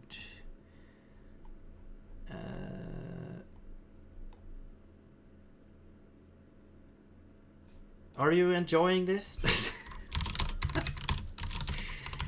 Again, I wonder if anyone is like interested in this parser stuff, or if it's just me. Let's see. Parser reader, get reader. What am I doing? I got lost. Oops. Okay, yeah. So if we now say, okay, we want to use X here. Now it's gonna fail because it was trying to read. Interesting that it fails here and not here. I guess, yeah, this is one of the problems with this type is of thing. It's like, which error do you report? Because there's several errors here, because it's trying different statement types. So it's trying this statement, it's trying a binary like add statement, but this doesn't match any statement, so everything fails. But then it's like, okay, but now you get a weird error because the error is actually maybe here. So what I've done is I've implemented some sort of depth system. So it would see like which error was reported deepest into the kind of like parsing hierarchy or whatever, and it would grab this error. I guess the error that is like furthest ahead or something, the error that was put forth, the error that was furthest in the index maybe. And it would choose to show that error there. And but here now we are showing this error. So basically we don't really compile the errors along the way. And yeah, that's so this could also be an exercise in showing the correct error here. Expected end is also like a weird error to get because yeah. But anyway, in order to be able to represent this, first we need to begin at the AST. So for example, in the add we only support literals, but we need to be able to support, I usually use expressions as a form of this. So let's change this to expressions, and especially like a number expression. Well, we only have numbers so far in our language, so we can just use an expression. Now what is an expression? Well, I would say right now it's probably easiest to just make it into a union enum and make it either a literal. So it's basically the same thing as a node, except the node is kind of more like supposed to be a statement, I guess. So I think we'll change this name actually to statement. Makes more sense. But a literal here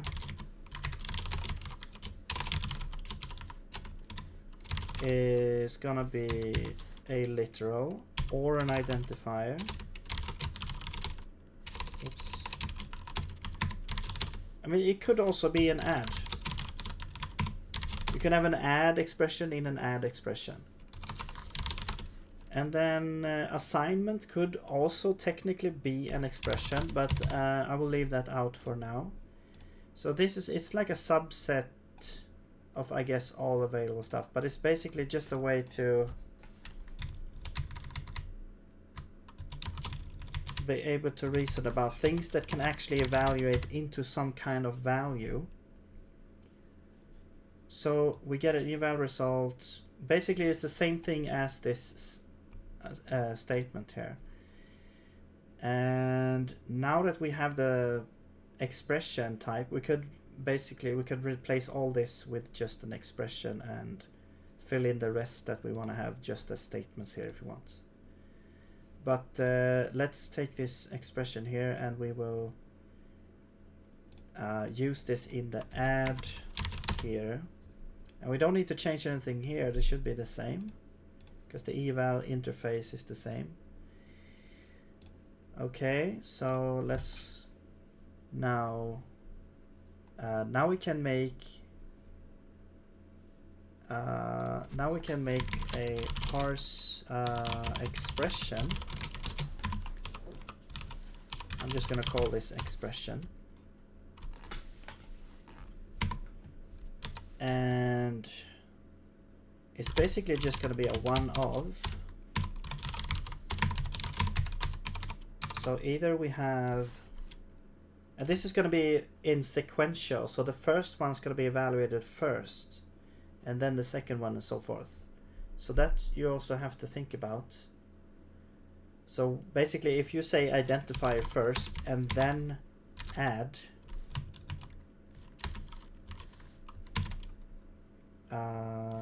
actually this is more like an add expression, to be honest. If you first try an identifier and then an add expression. Now if your source is like x plus 5, what's gonna happen is it's first gonna try this, which succeeds, but then this is like, now this is garbage, so it's gonna go ahead and the whole expression will be just the x. So you have to have this first in order to parse the entire thing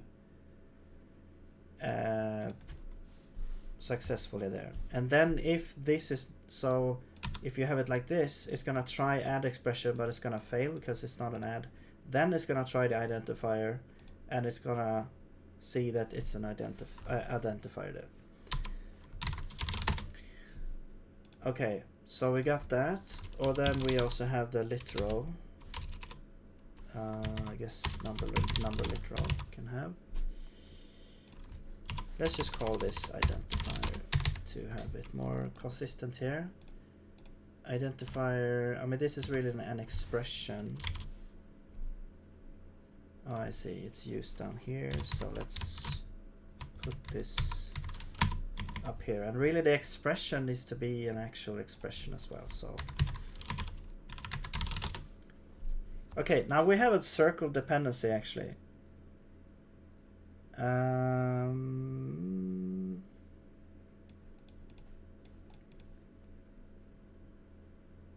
Yeah, we have a circular dependency. How do we solve this actually?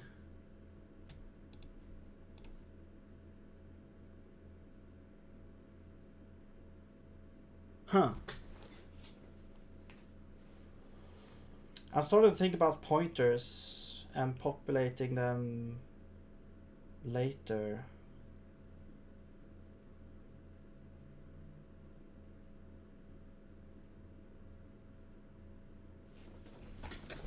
Man, like deferred parsers. Oh man, we need like deferred parser.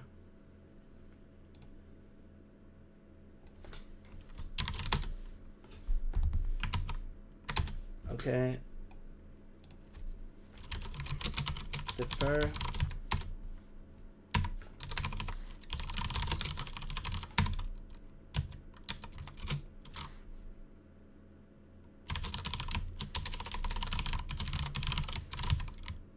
So this would be type of parser, except we need the pointer child's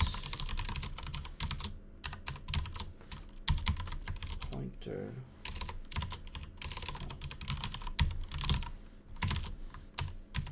and element.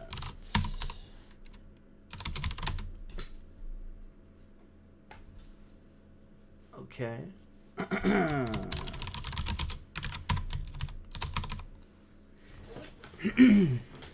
Okay. Well, the closure is going to be easy now, at least. Create parser.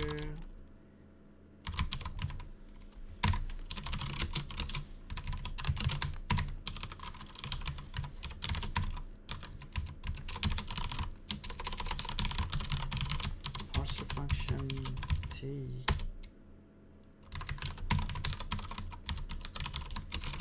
Deferred.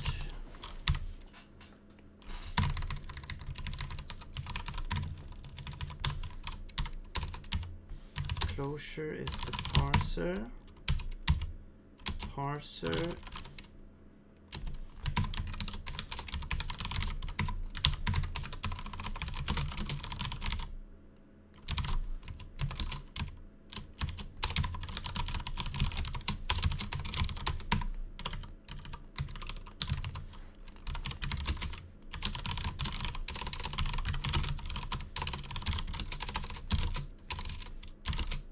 this is going to be type of parser.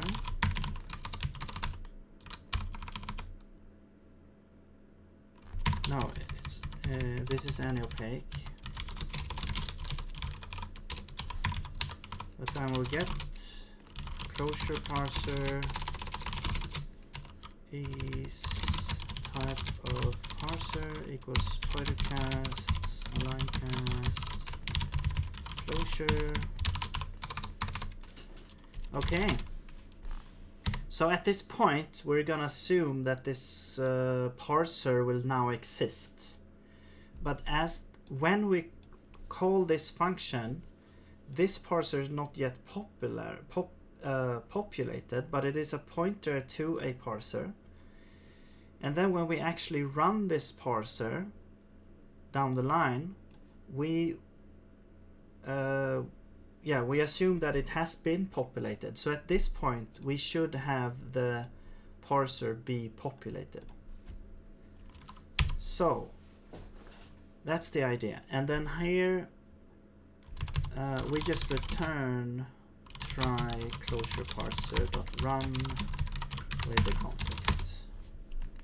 So it's basically just running the parser, but the difference is that this is now stored as a pointer in the closure slot, and then we just get the closure out and cast it, and at this point it should be populated, and then we can run it. And now I think what we can do now is we can say that expression is actually, let's put this like almost at the top here somewhere.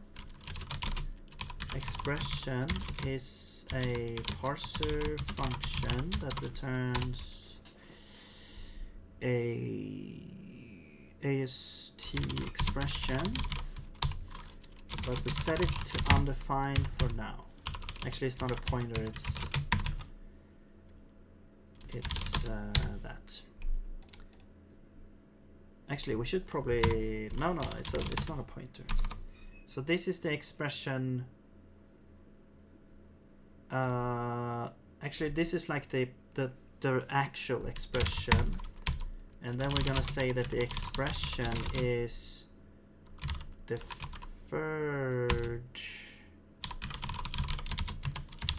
there. That's deferred.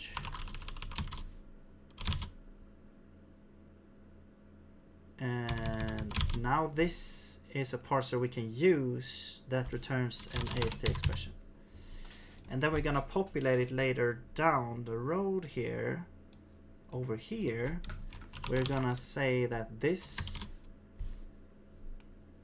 is equal to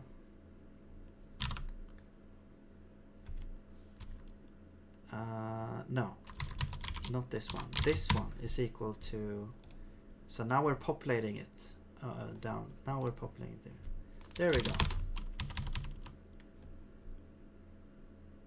And hang on.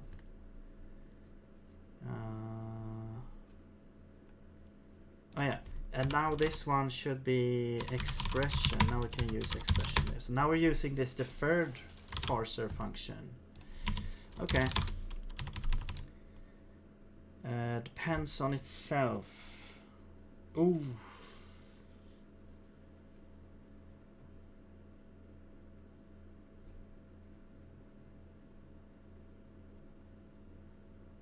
Okay, so it's because add. Okay, so maybe we should allocate these then.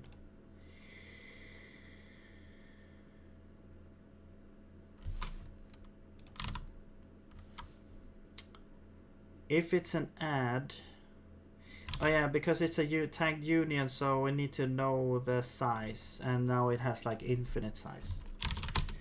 Okay.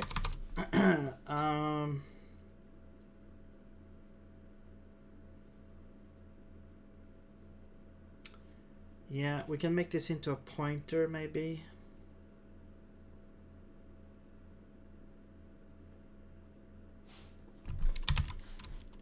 And then we allocate it instead.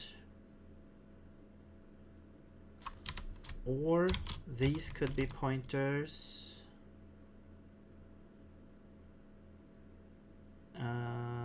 Anything that refers to an expression potentially maybe should be a pointer instead, or maybe everything should be a pointer.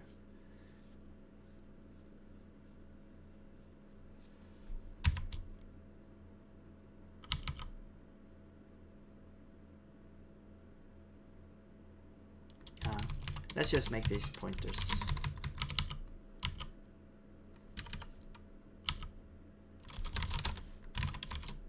And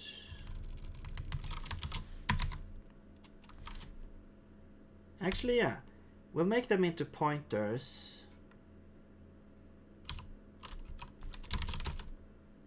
And then this expression should return a pointer, actually. Yeah, return a pointer to an expression. Because just to make it more easy to deal with. So we're already, that should already be working now. Cool. Yeah. So any expression will be a pointer. There we go. What else do you have in the goodie bag for me here? Access unit field, pointer y field, struct is active. Oh, yeah. So deferred, you need to get, you need a pointer. There we go. Okay. Member function expected 2 arguments, found 1. You want a type. And the type is an expression. Actually, it's a pointer expression. There we go. Okay, what else? Expected A is the expression found struct. Oh. Where is this? 182. Hang on. Oh yeah, okay. This is not an expression yet. So we have to make this into an expression. I'll just make a map function up here to add expression. And the input is going to be this weird tuple here, where we get one expression, then a string expression and a character. Okay, so expression, string, expression, and a character, and the output is an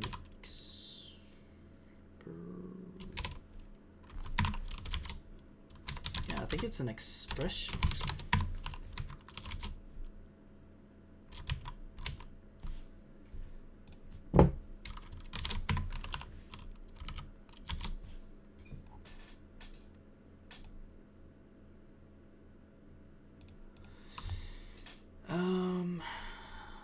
Add expression. This should, the result should be an expression.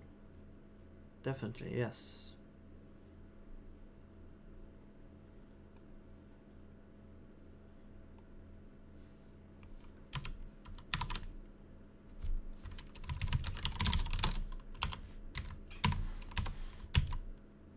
But that means we need like an allocator context and stuff when building AST as well now.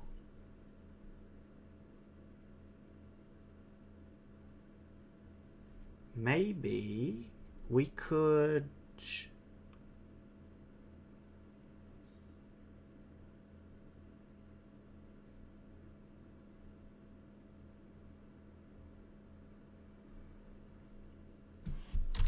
okay, let's do it down here instead. I'm just gonna try this out here. So we'll do all this, right? Now we do map and we need a function there.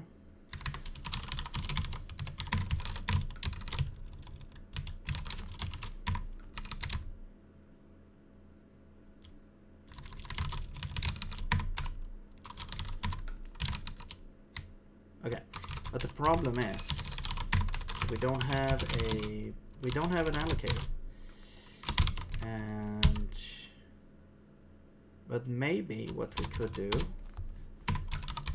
if we map, okay, actually, yeah, no, let's go back here. Let's do this again. Go back. We'll go back here, but we don't return a pointer. what we do is we return an actual thing, literal. What? No, this is add. Left is input 0. Right is input 2. There we go. Now, the idea is that we would introduce a new primitive, monadic primitive, where you allocate the thing that you're given to make it into a pointer. Haha. So let's just squeeze it in somewhere here. Where should, yeah, I'm just gonna add it somewhere. It's gonna be one of the main things. So allocate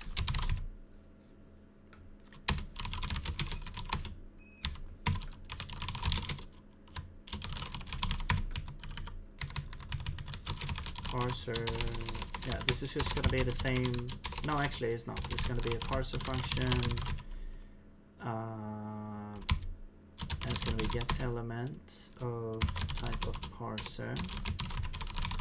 But it's also going to be a pointer to that.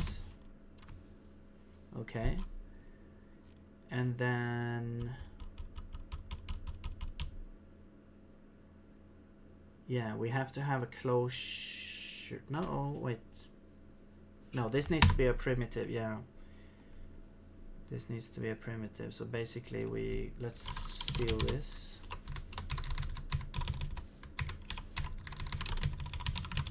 And we don't need to check this. We don't have a function. This one is, let's do like t. This is going to be a star t. And this just copies the parser, puts it there. This is allocate. What we're doing down here is we are, I mean, actually we could use bind. Yeah, we could just use bind, actually, yeah. So it's not a primitive. Haha. Okay, cool. Let's return bind. Yes. Whoops. Bind function returns pass function star t. And we get the input, which is t, and also we pass, what do we pass in the context? Yeah, the parser context.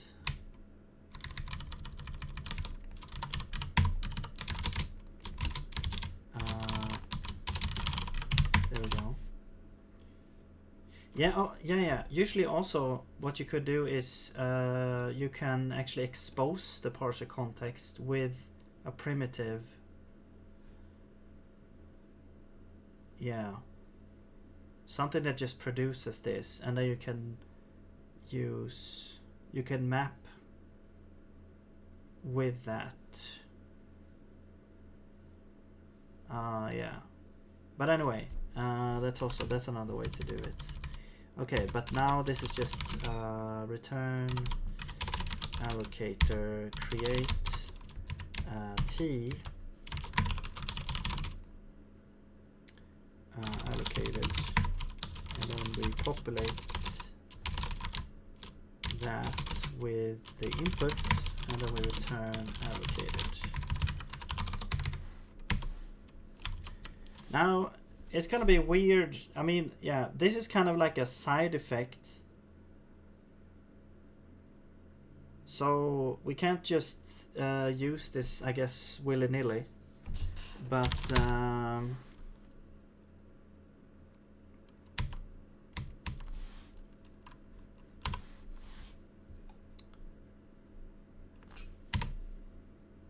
Okay, well, we still have like issues in other places. So now we have allocate.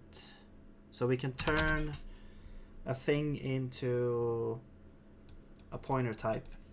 So add expression will basically just allocate this now. So now this should be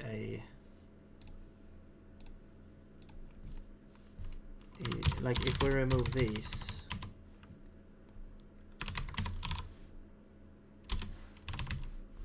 hang on,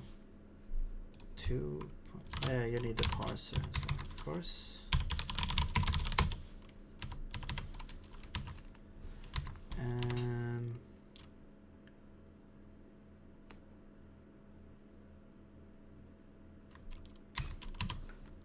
Okay, hang on.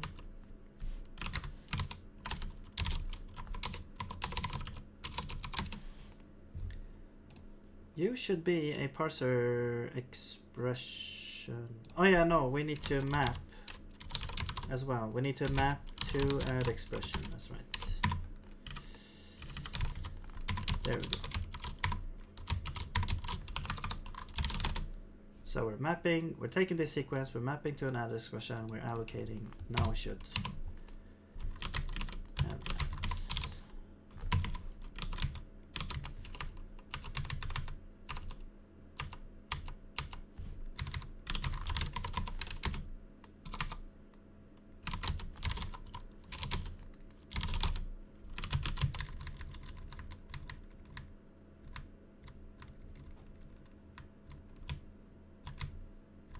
No field name. Wait. 0 in expression. Type of add expression. Oh, I see. Okay, yeah. So now this one is wrong because we need. So now we need to update this. So I think the add statement actually. This could be like an expression or an assignment. So I think we'll change this now. This can be an expression. There we go. And now you don't need to map this. You actually just need to call to node or to statement actually.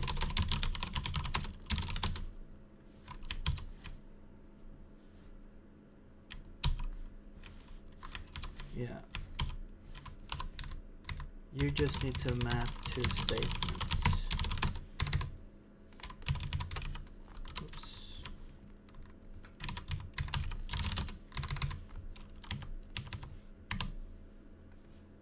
Okay. Expected main ist expression found something else. Right. So where are we? 179.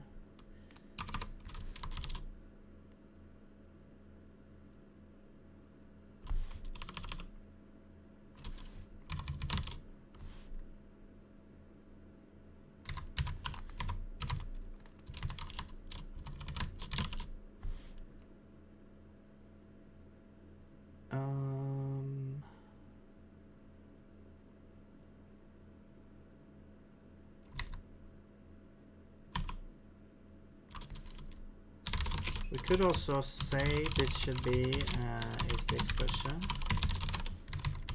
Is there an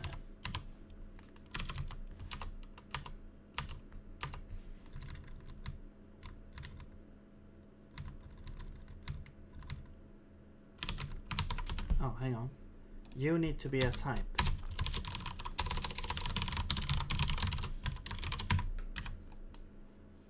Was it? Oh, I see. I never used this function before. Okay. So this should be NB. There we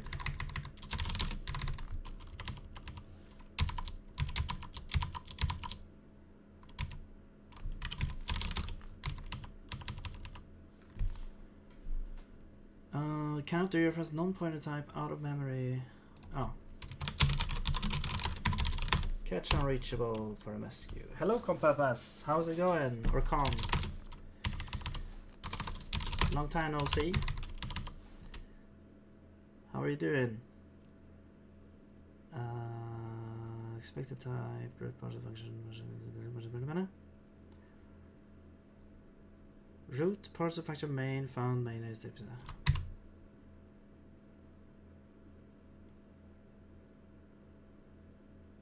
Oh yeah, I'm just using. Okay, now okay, this is interesting now because now we just need a. Now we need pure.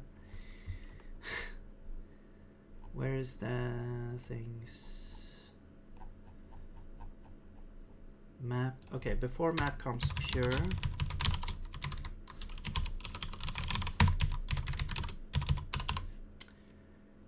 And we don't actually. This is kind of a nice function. We don't need a parser. We only need a value.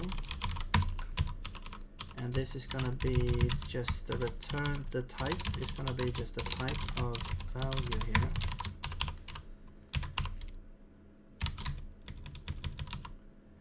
And we have, and the closure, we need to store this value in the closure.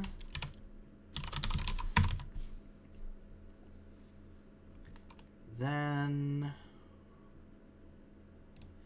oh yeah, school, that's right.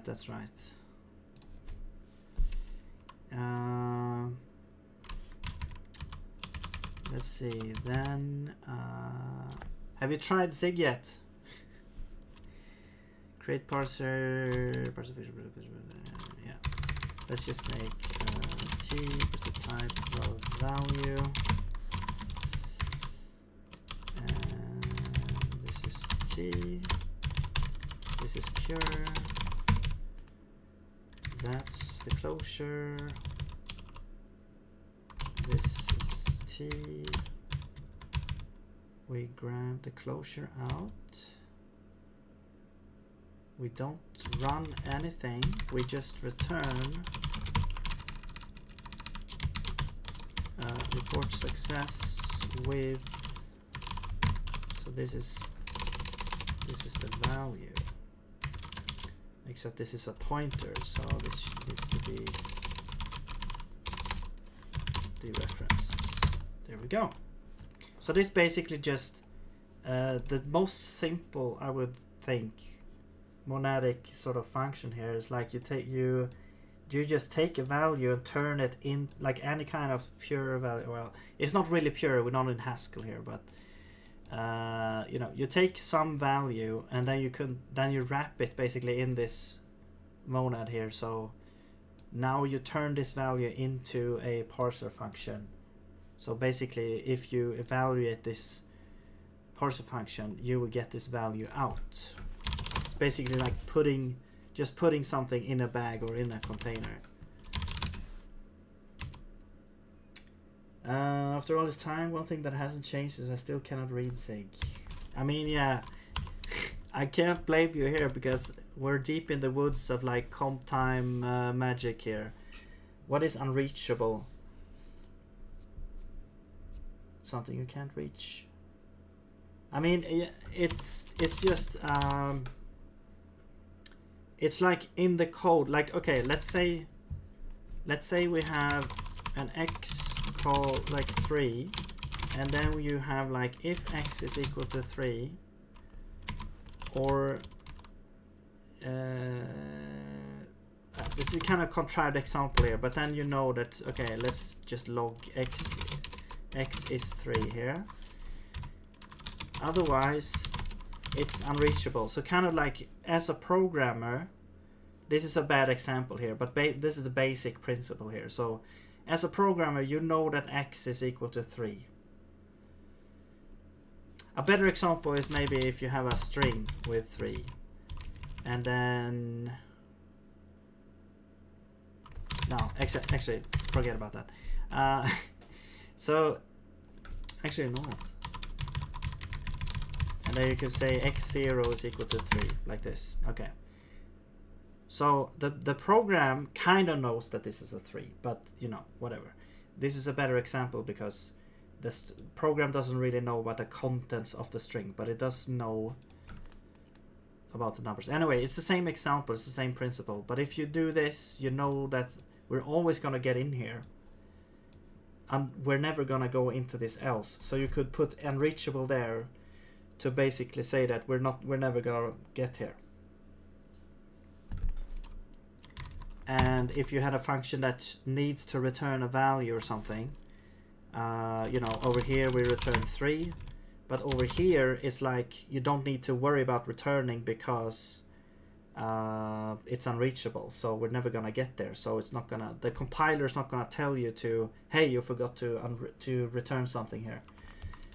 So that's kind of how it can be used. I don't have an example of a very good, I don't have a very good example here, but it's the basic principle of it there.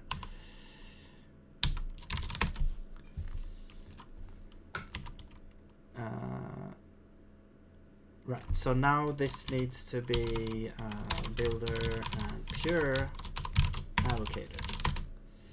Now we can return this. Now it asked for a parser function, but it found just something else. So now we wrap this in a parser function with pure to make it work. Okay, so Con, am I mixing your two favorite things, functional programming and Zig?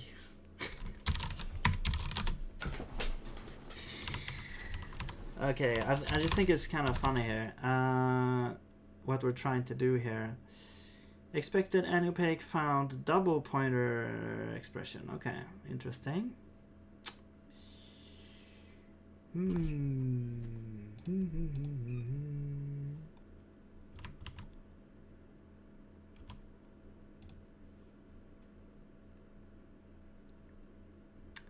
Hang on, this is a pure.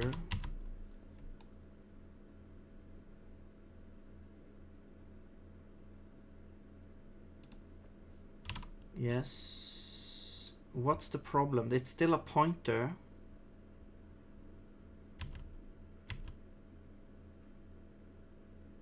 Why is that a problem?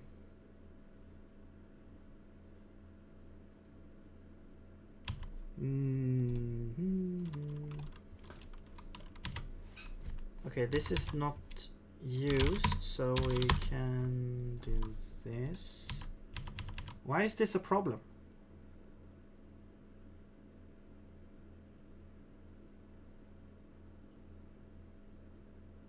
What the hell? Speaking of parsers, I'm writing a program which runs Boolean logic right in a file, and I just entered the parser part.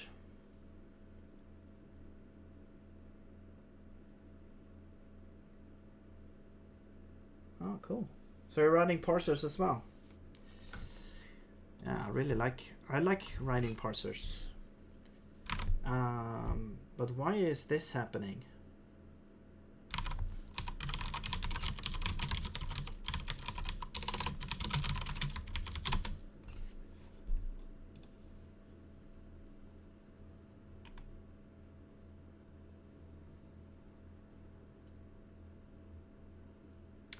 You despise writing parsers? All right. Well, I guess I can understand your point of view. What's why is it so bad?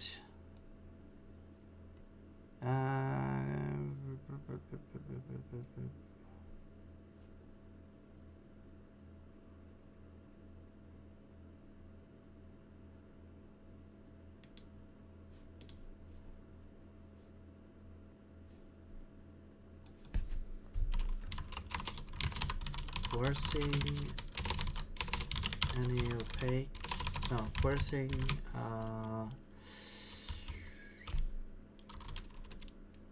double pointer to any opaque.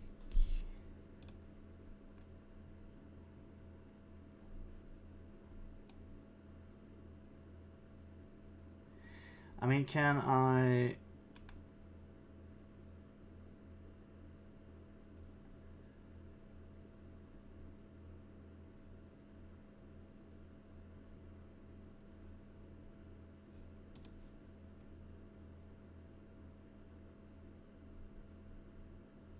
Okay, I found something here.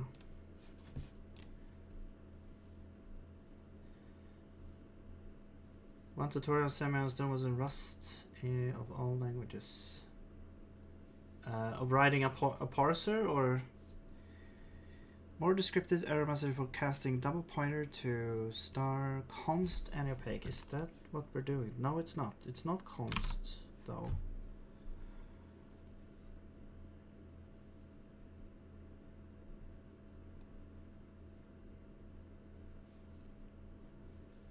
Actually, just not being implicit, it would be very helpful to point out can perform this cast. Okay, can I just do a pointer cast, or don't implicit cast double pointer to any opaque?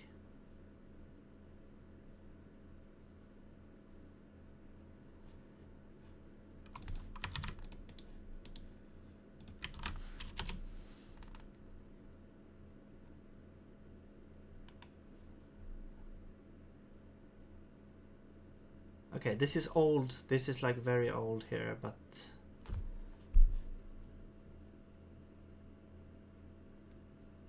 okay, I guess it's like a safety feature, maybe that maybe it's like, okay, did you know that it was a double pointer or something? Can you just do a pointer cast?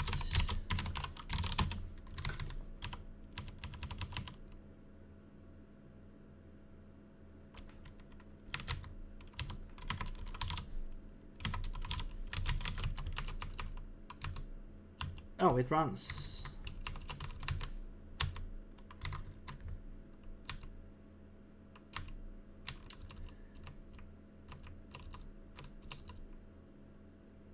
Okay, I think we're in an infinite loop, maybe. Okay, maybe we should have like a maximum eval thing.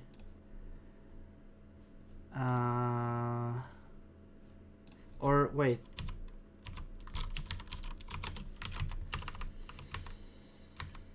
It probably ran out of error memory or something.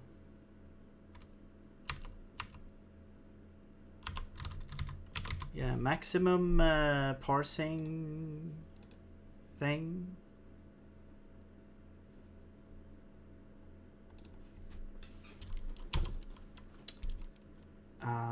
Parse.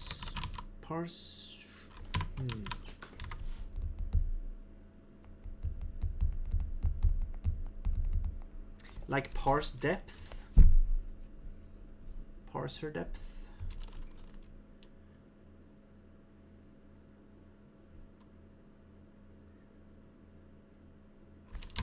Well, whatever. It is exiting, so I won't bother with that right now.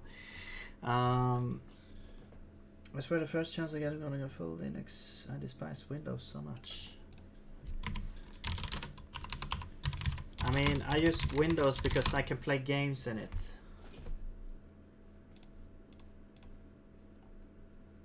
You can use Windows. You can use Linux in. You can go like half Linux while using the same that I do here, WSL. I mean, it's not the same as having like the full, you know, graphical user interface, operating system and stuff, but I use it for like development. So, but okay, so it's like an infinite loop. And where is that happening? It was in the first line. So we only want to read an add expression.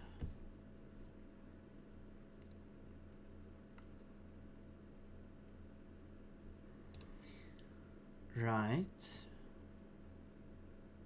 Which should fail here. Oh, I see. We're going back in expression to read an add expression. I see. Huh. How do you prevent this?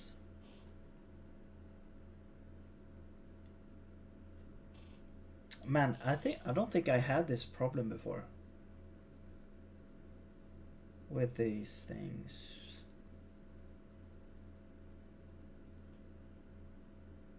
this has to come up. Yeah, it makes sense. Like, of course. But maybe this is not the same thing.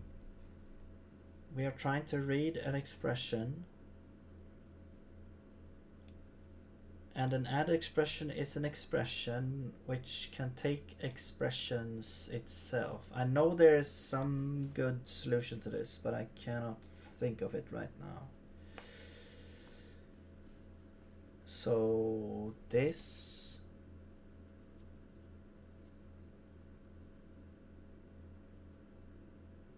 maybe we will ban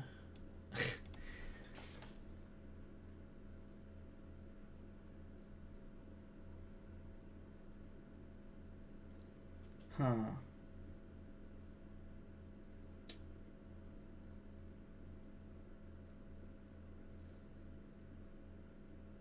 I mean, it's kind of like, okay, so this expression should be all expressions except itself, like add expression, maybe. I don't know.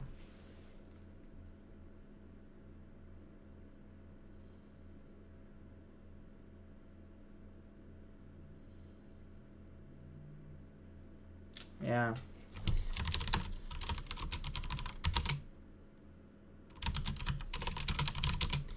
So this is like a like infinite recursive call to expression.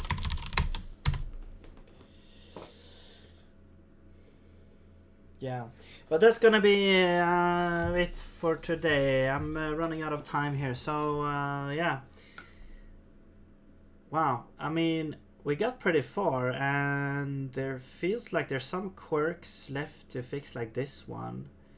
But then we could have a pretty powerful parser, and you know, continue to expand on this. And once you have the AST as well, we can turn this into any other thing. So we can, you know, we're evaluating it here using Zig's runtime, but we could also produce, you know, whatever, Zig code or something else to build our own like program language using this. And then we can also change this, the source of the code to read in files. So we can read in a file when we can add like diagnostics to use the errors that you get from the compiler to show in the editor, and also like syntax highlighting and stuff. But yeah, cool. So anyway, that's gonna be it for this time. So yeah, have a nice whatever that is where you are, and I'll see you later. Bye bye.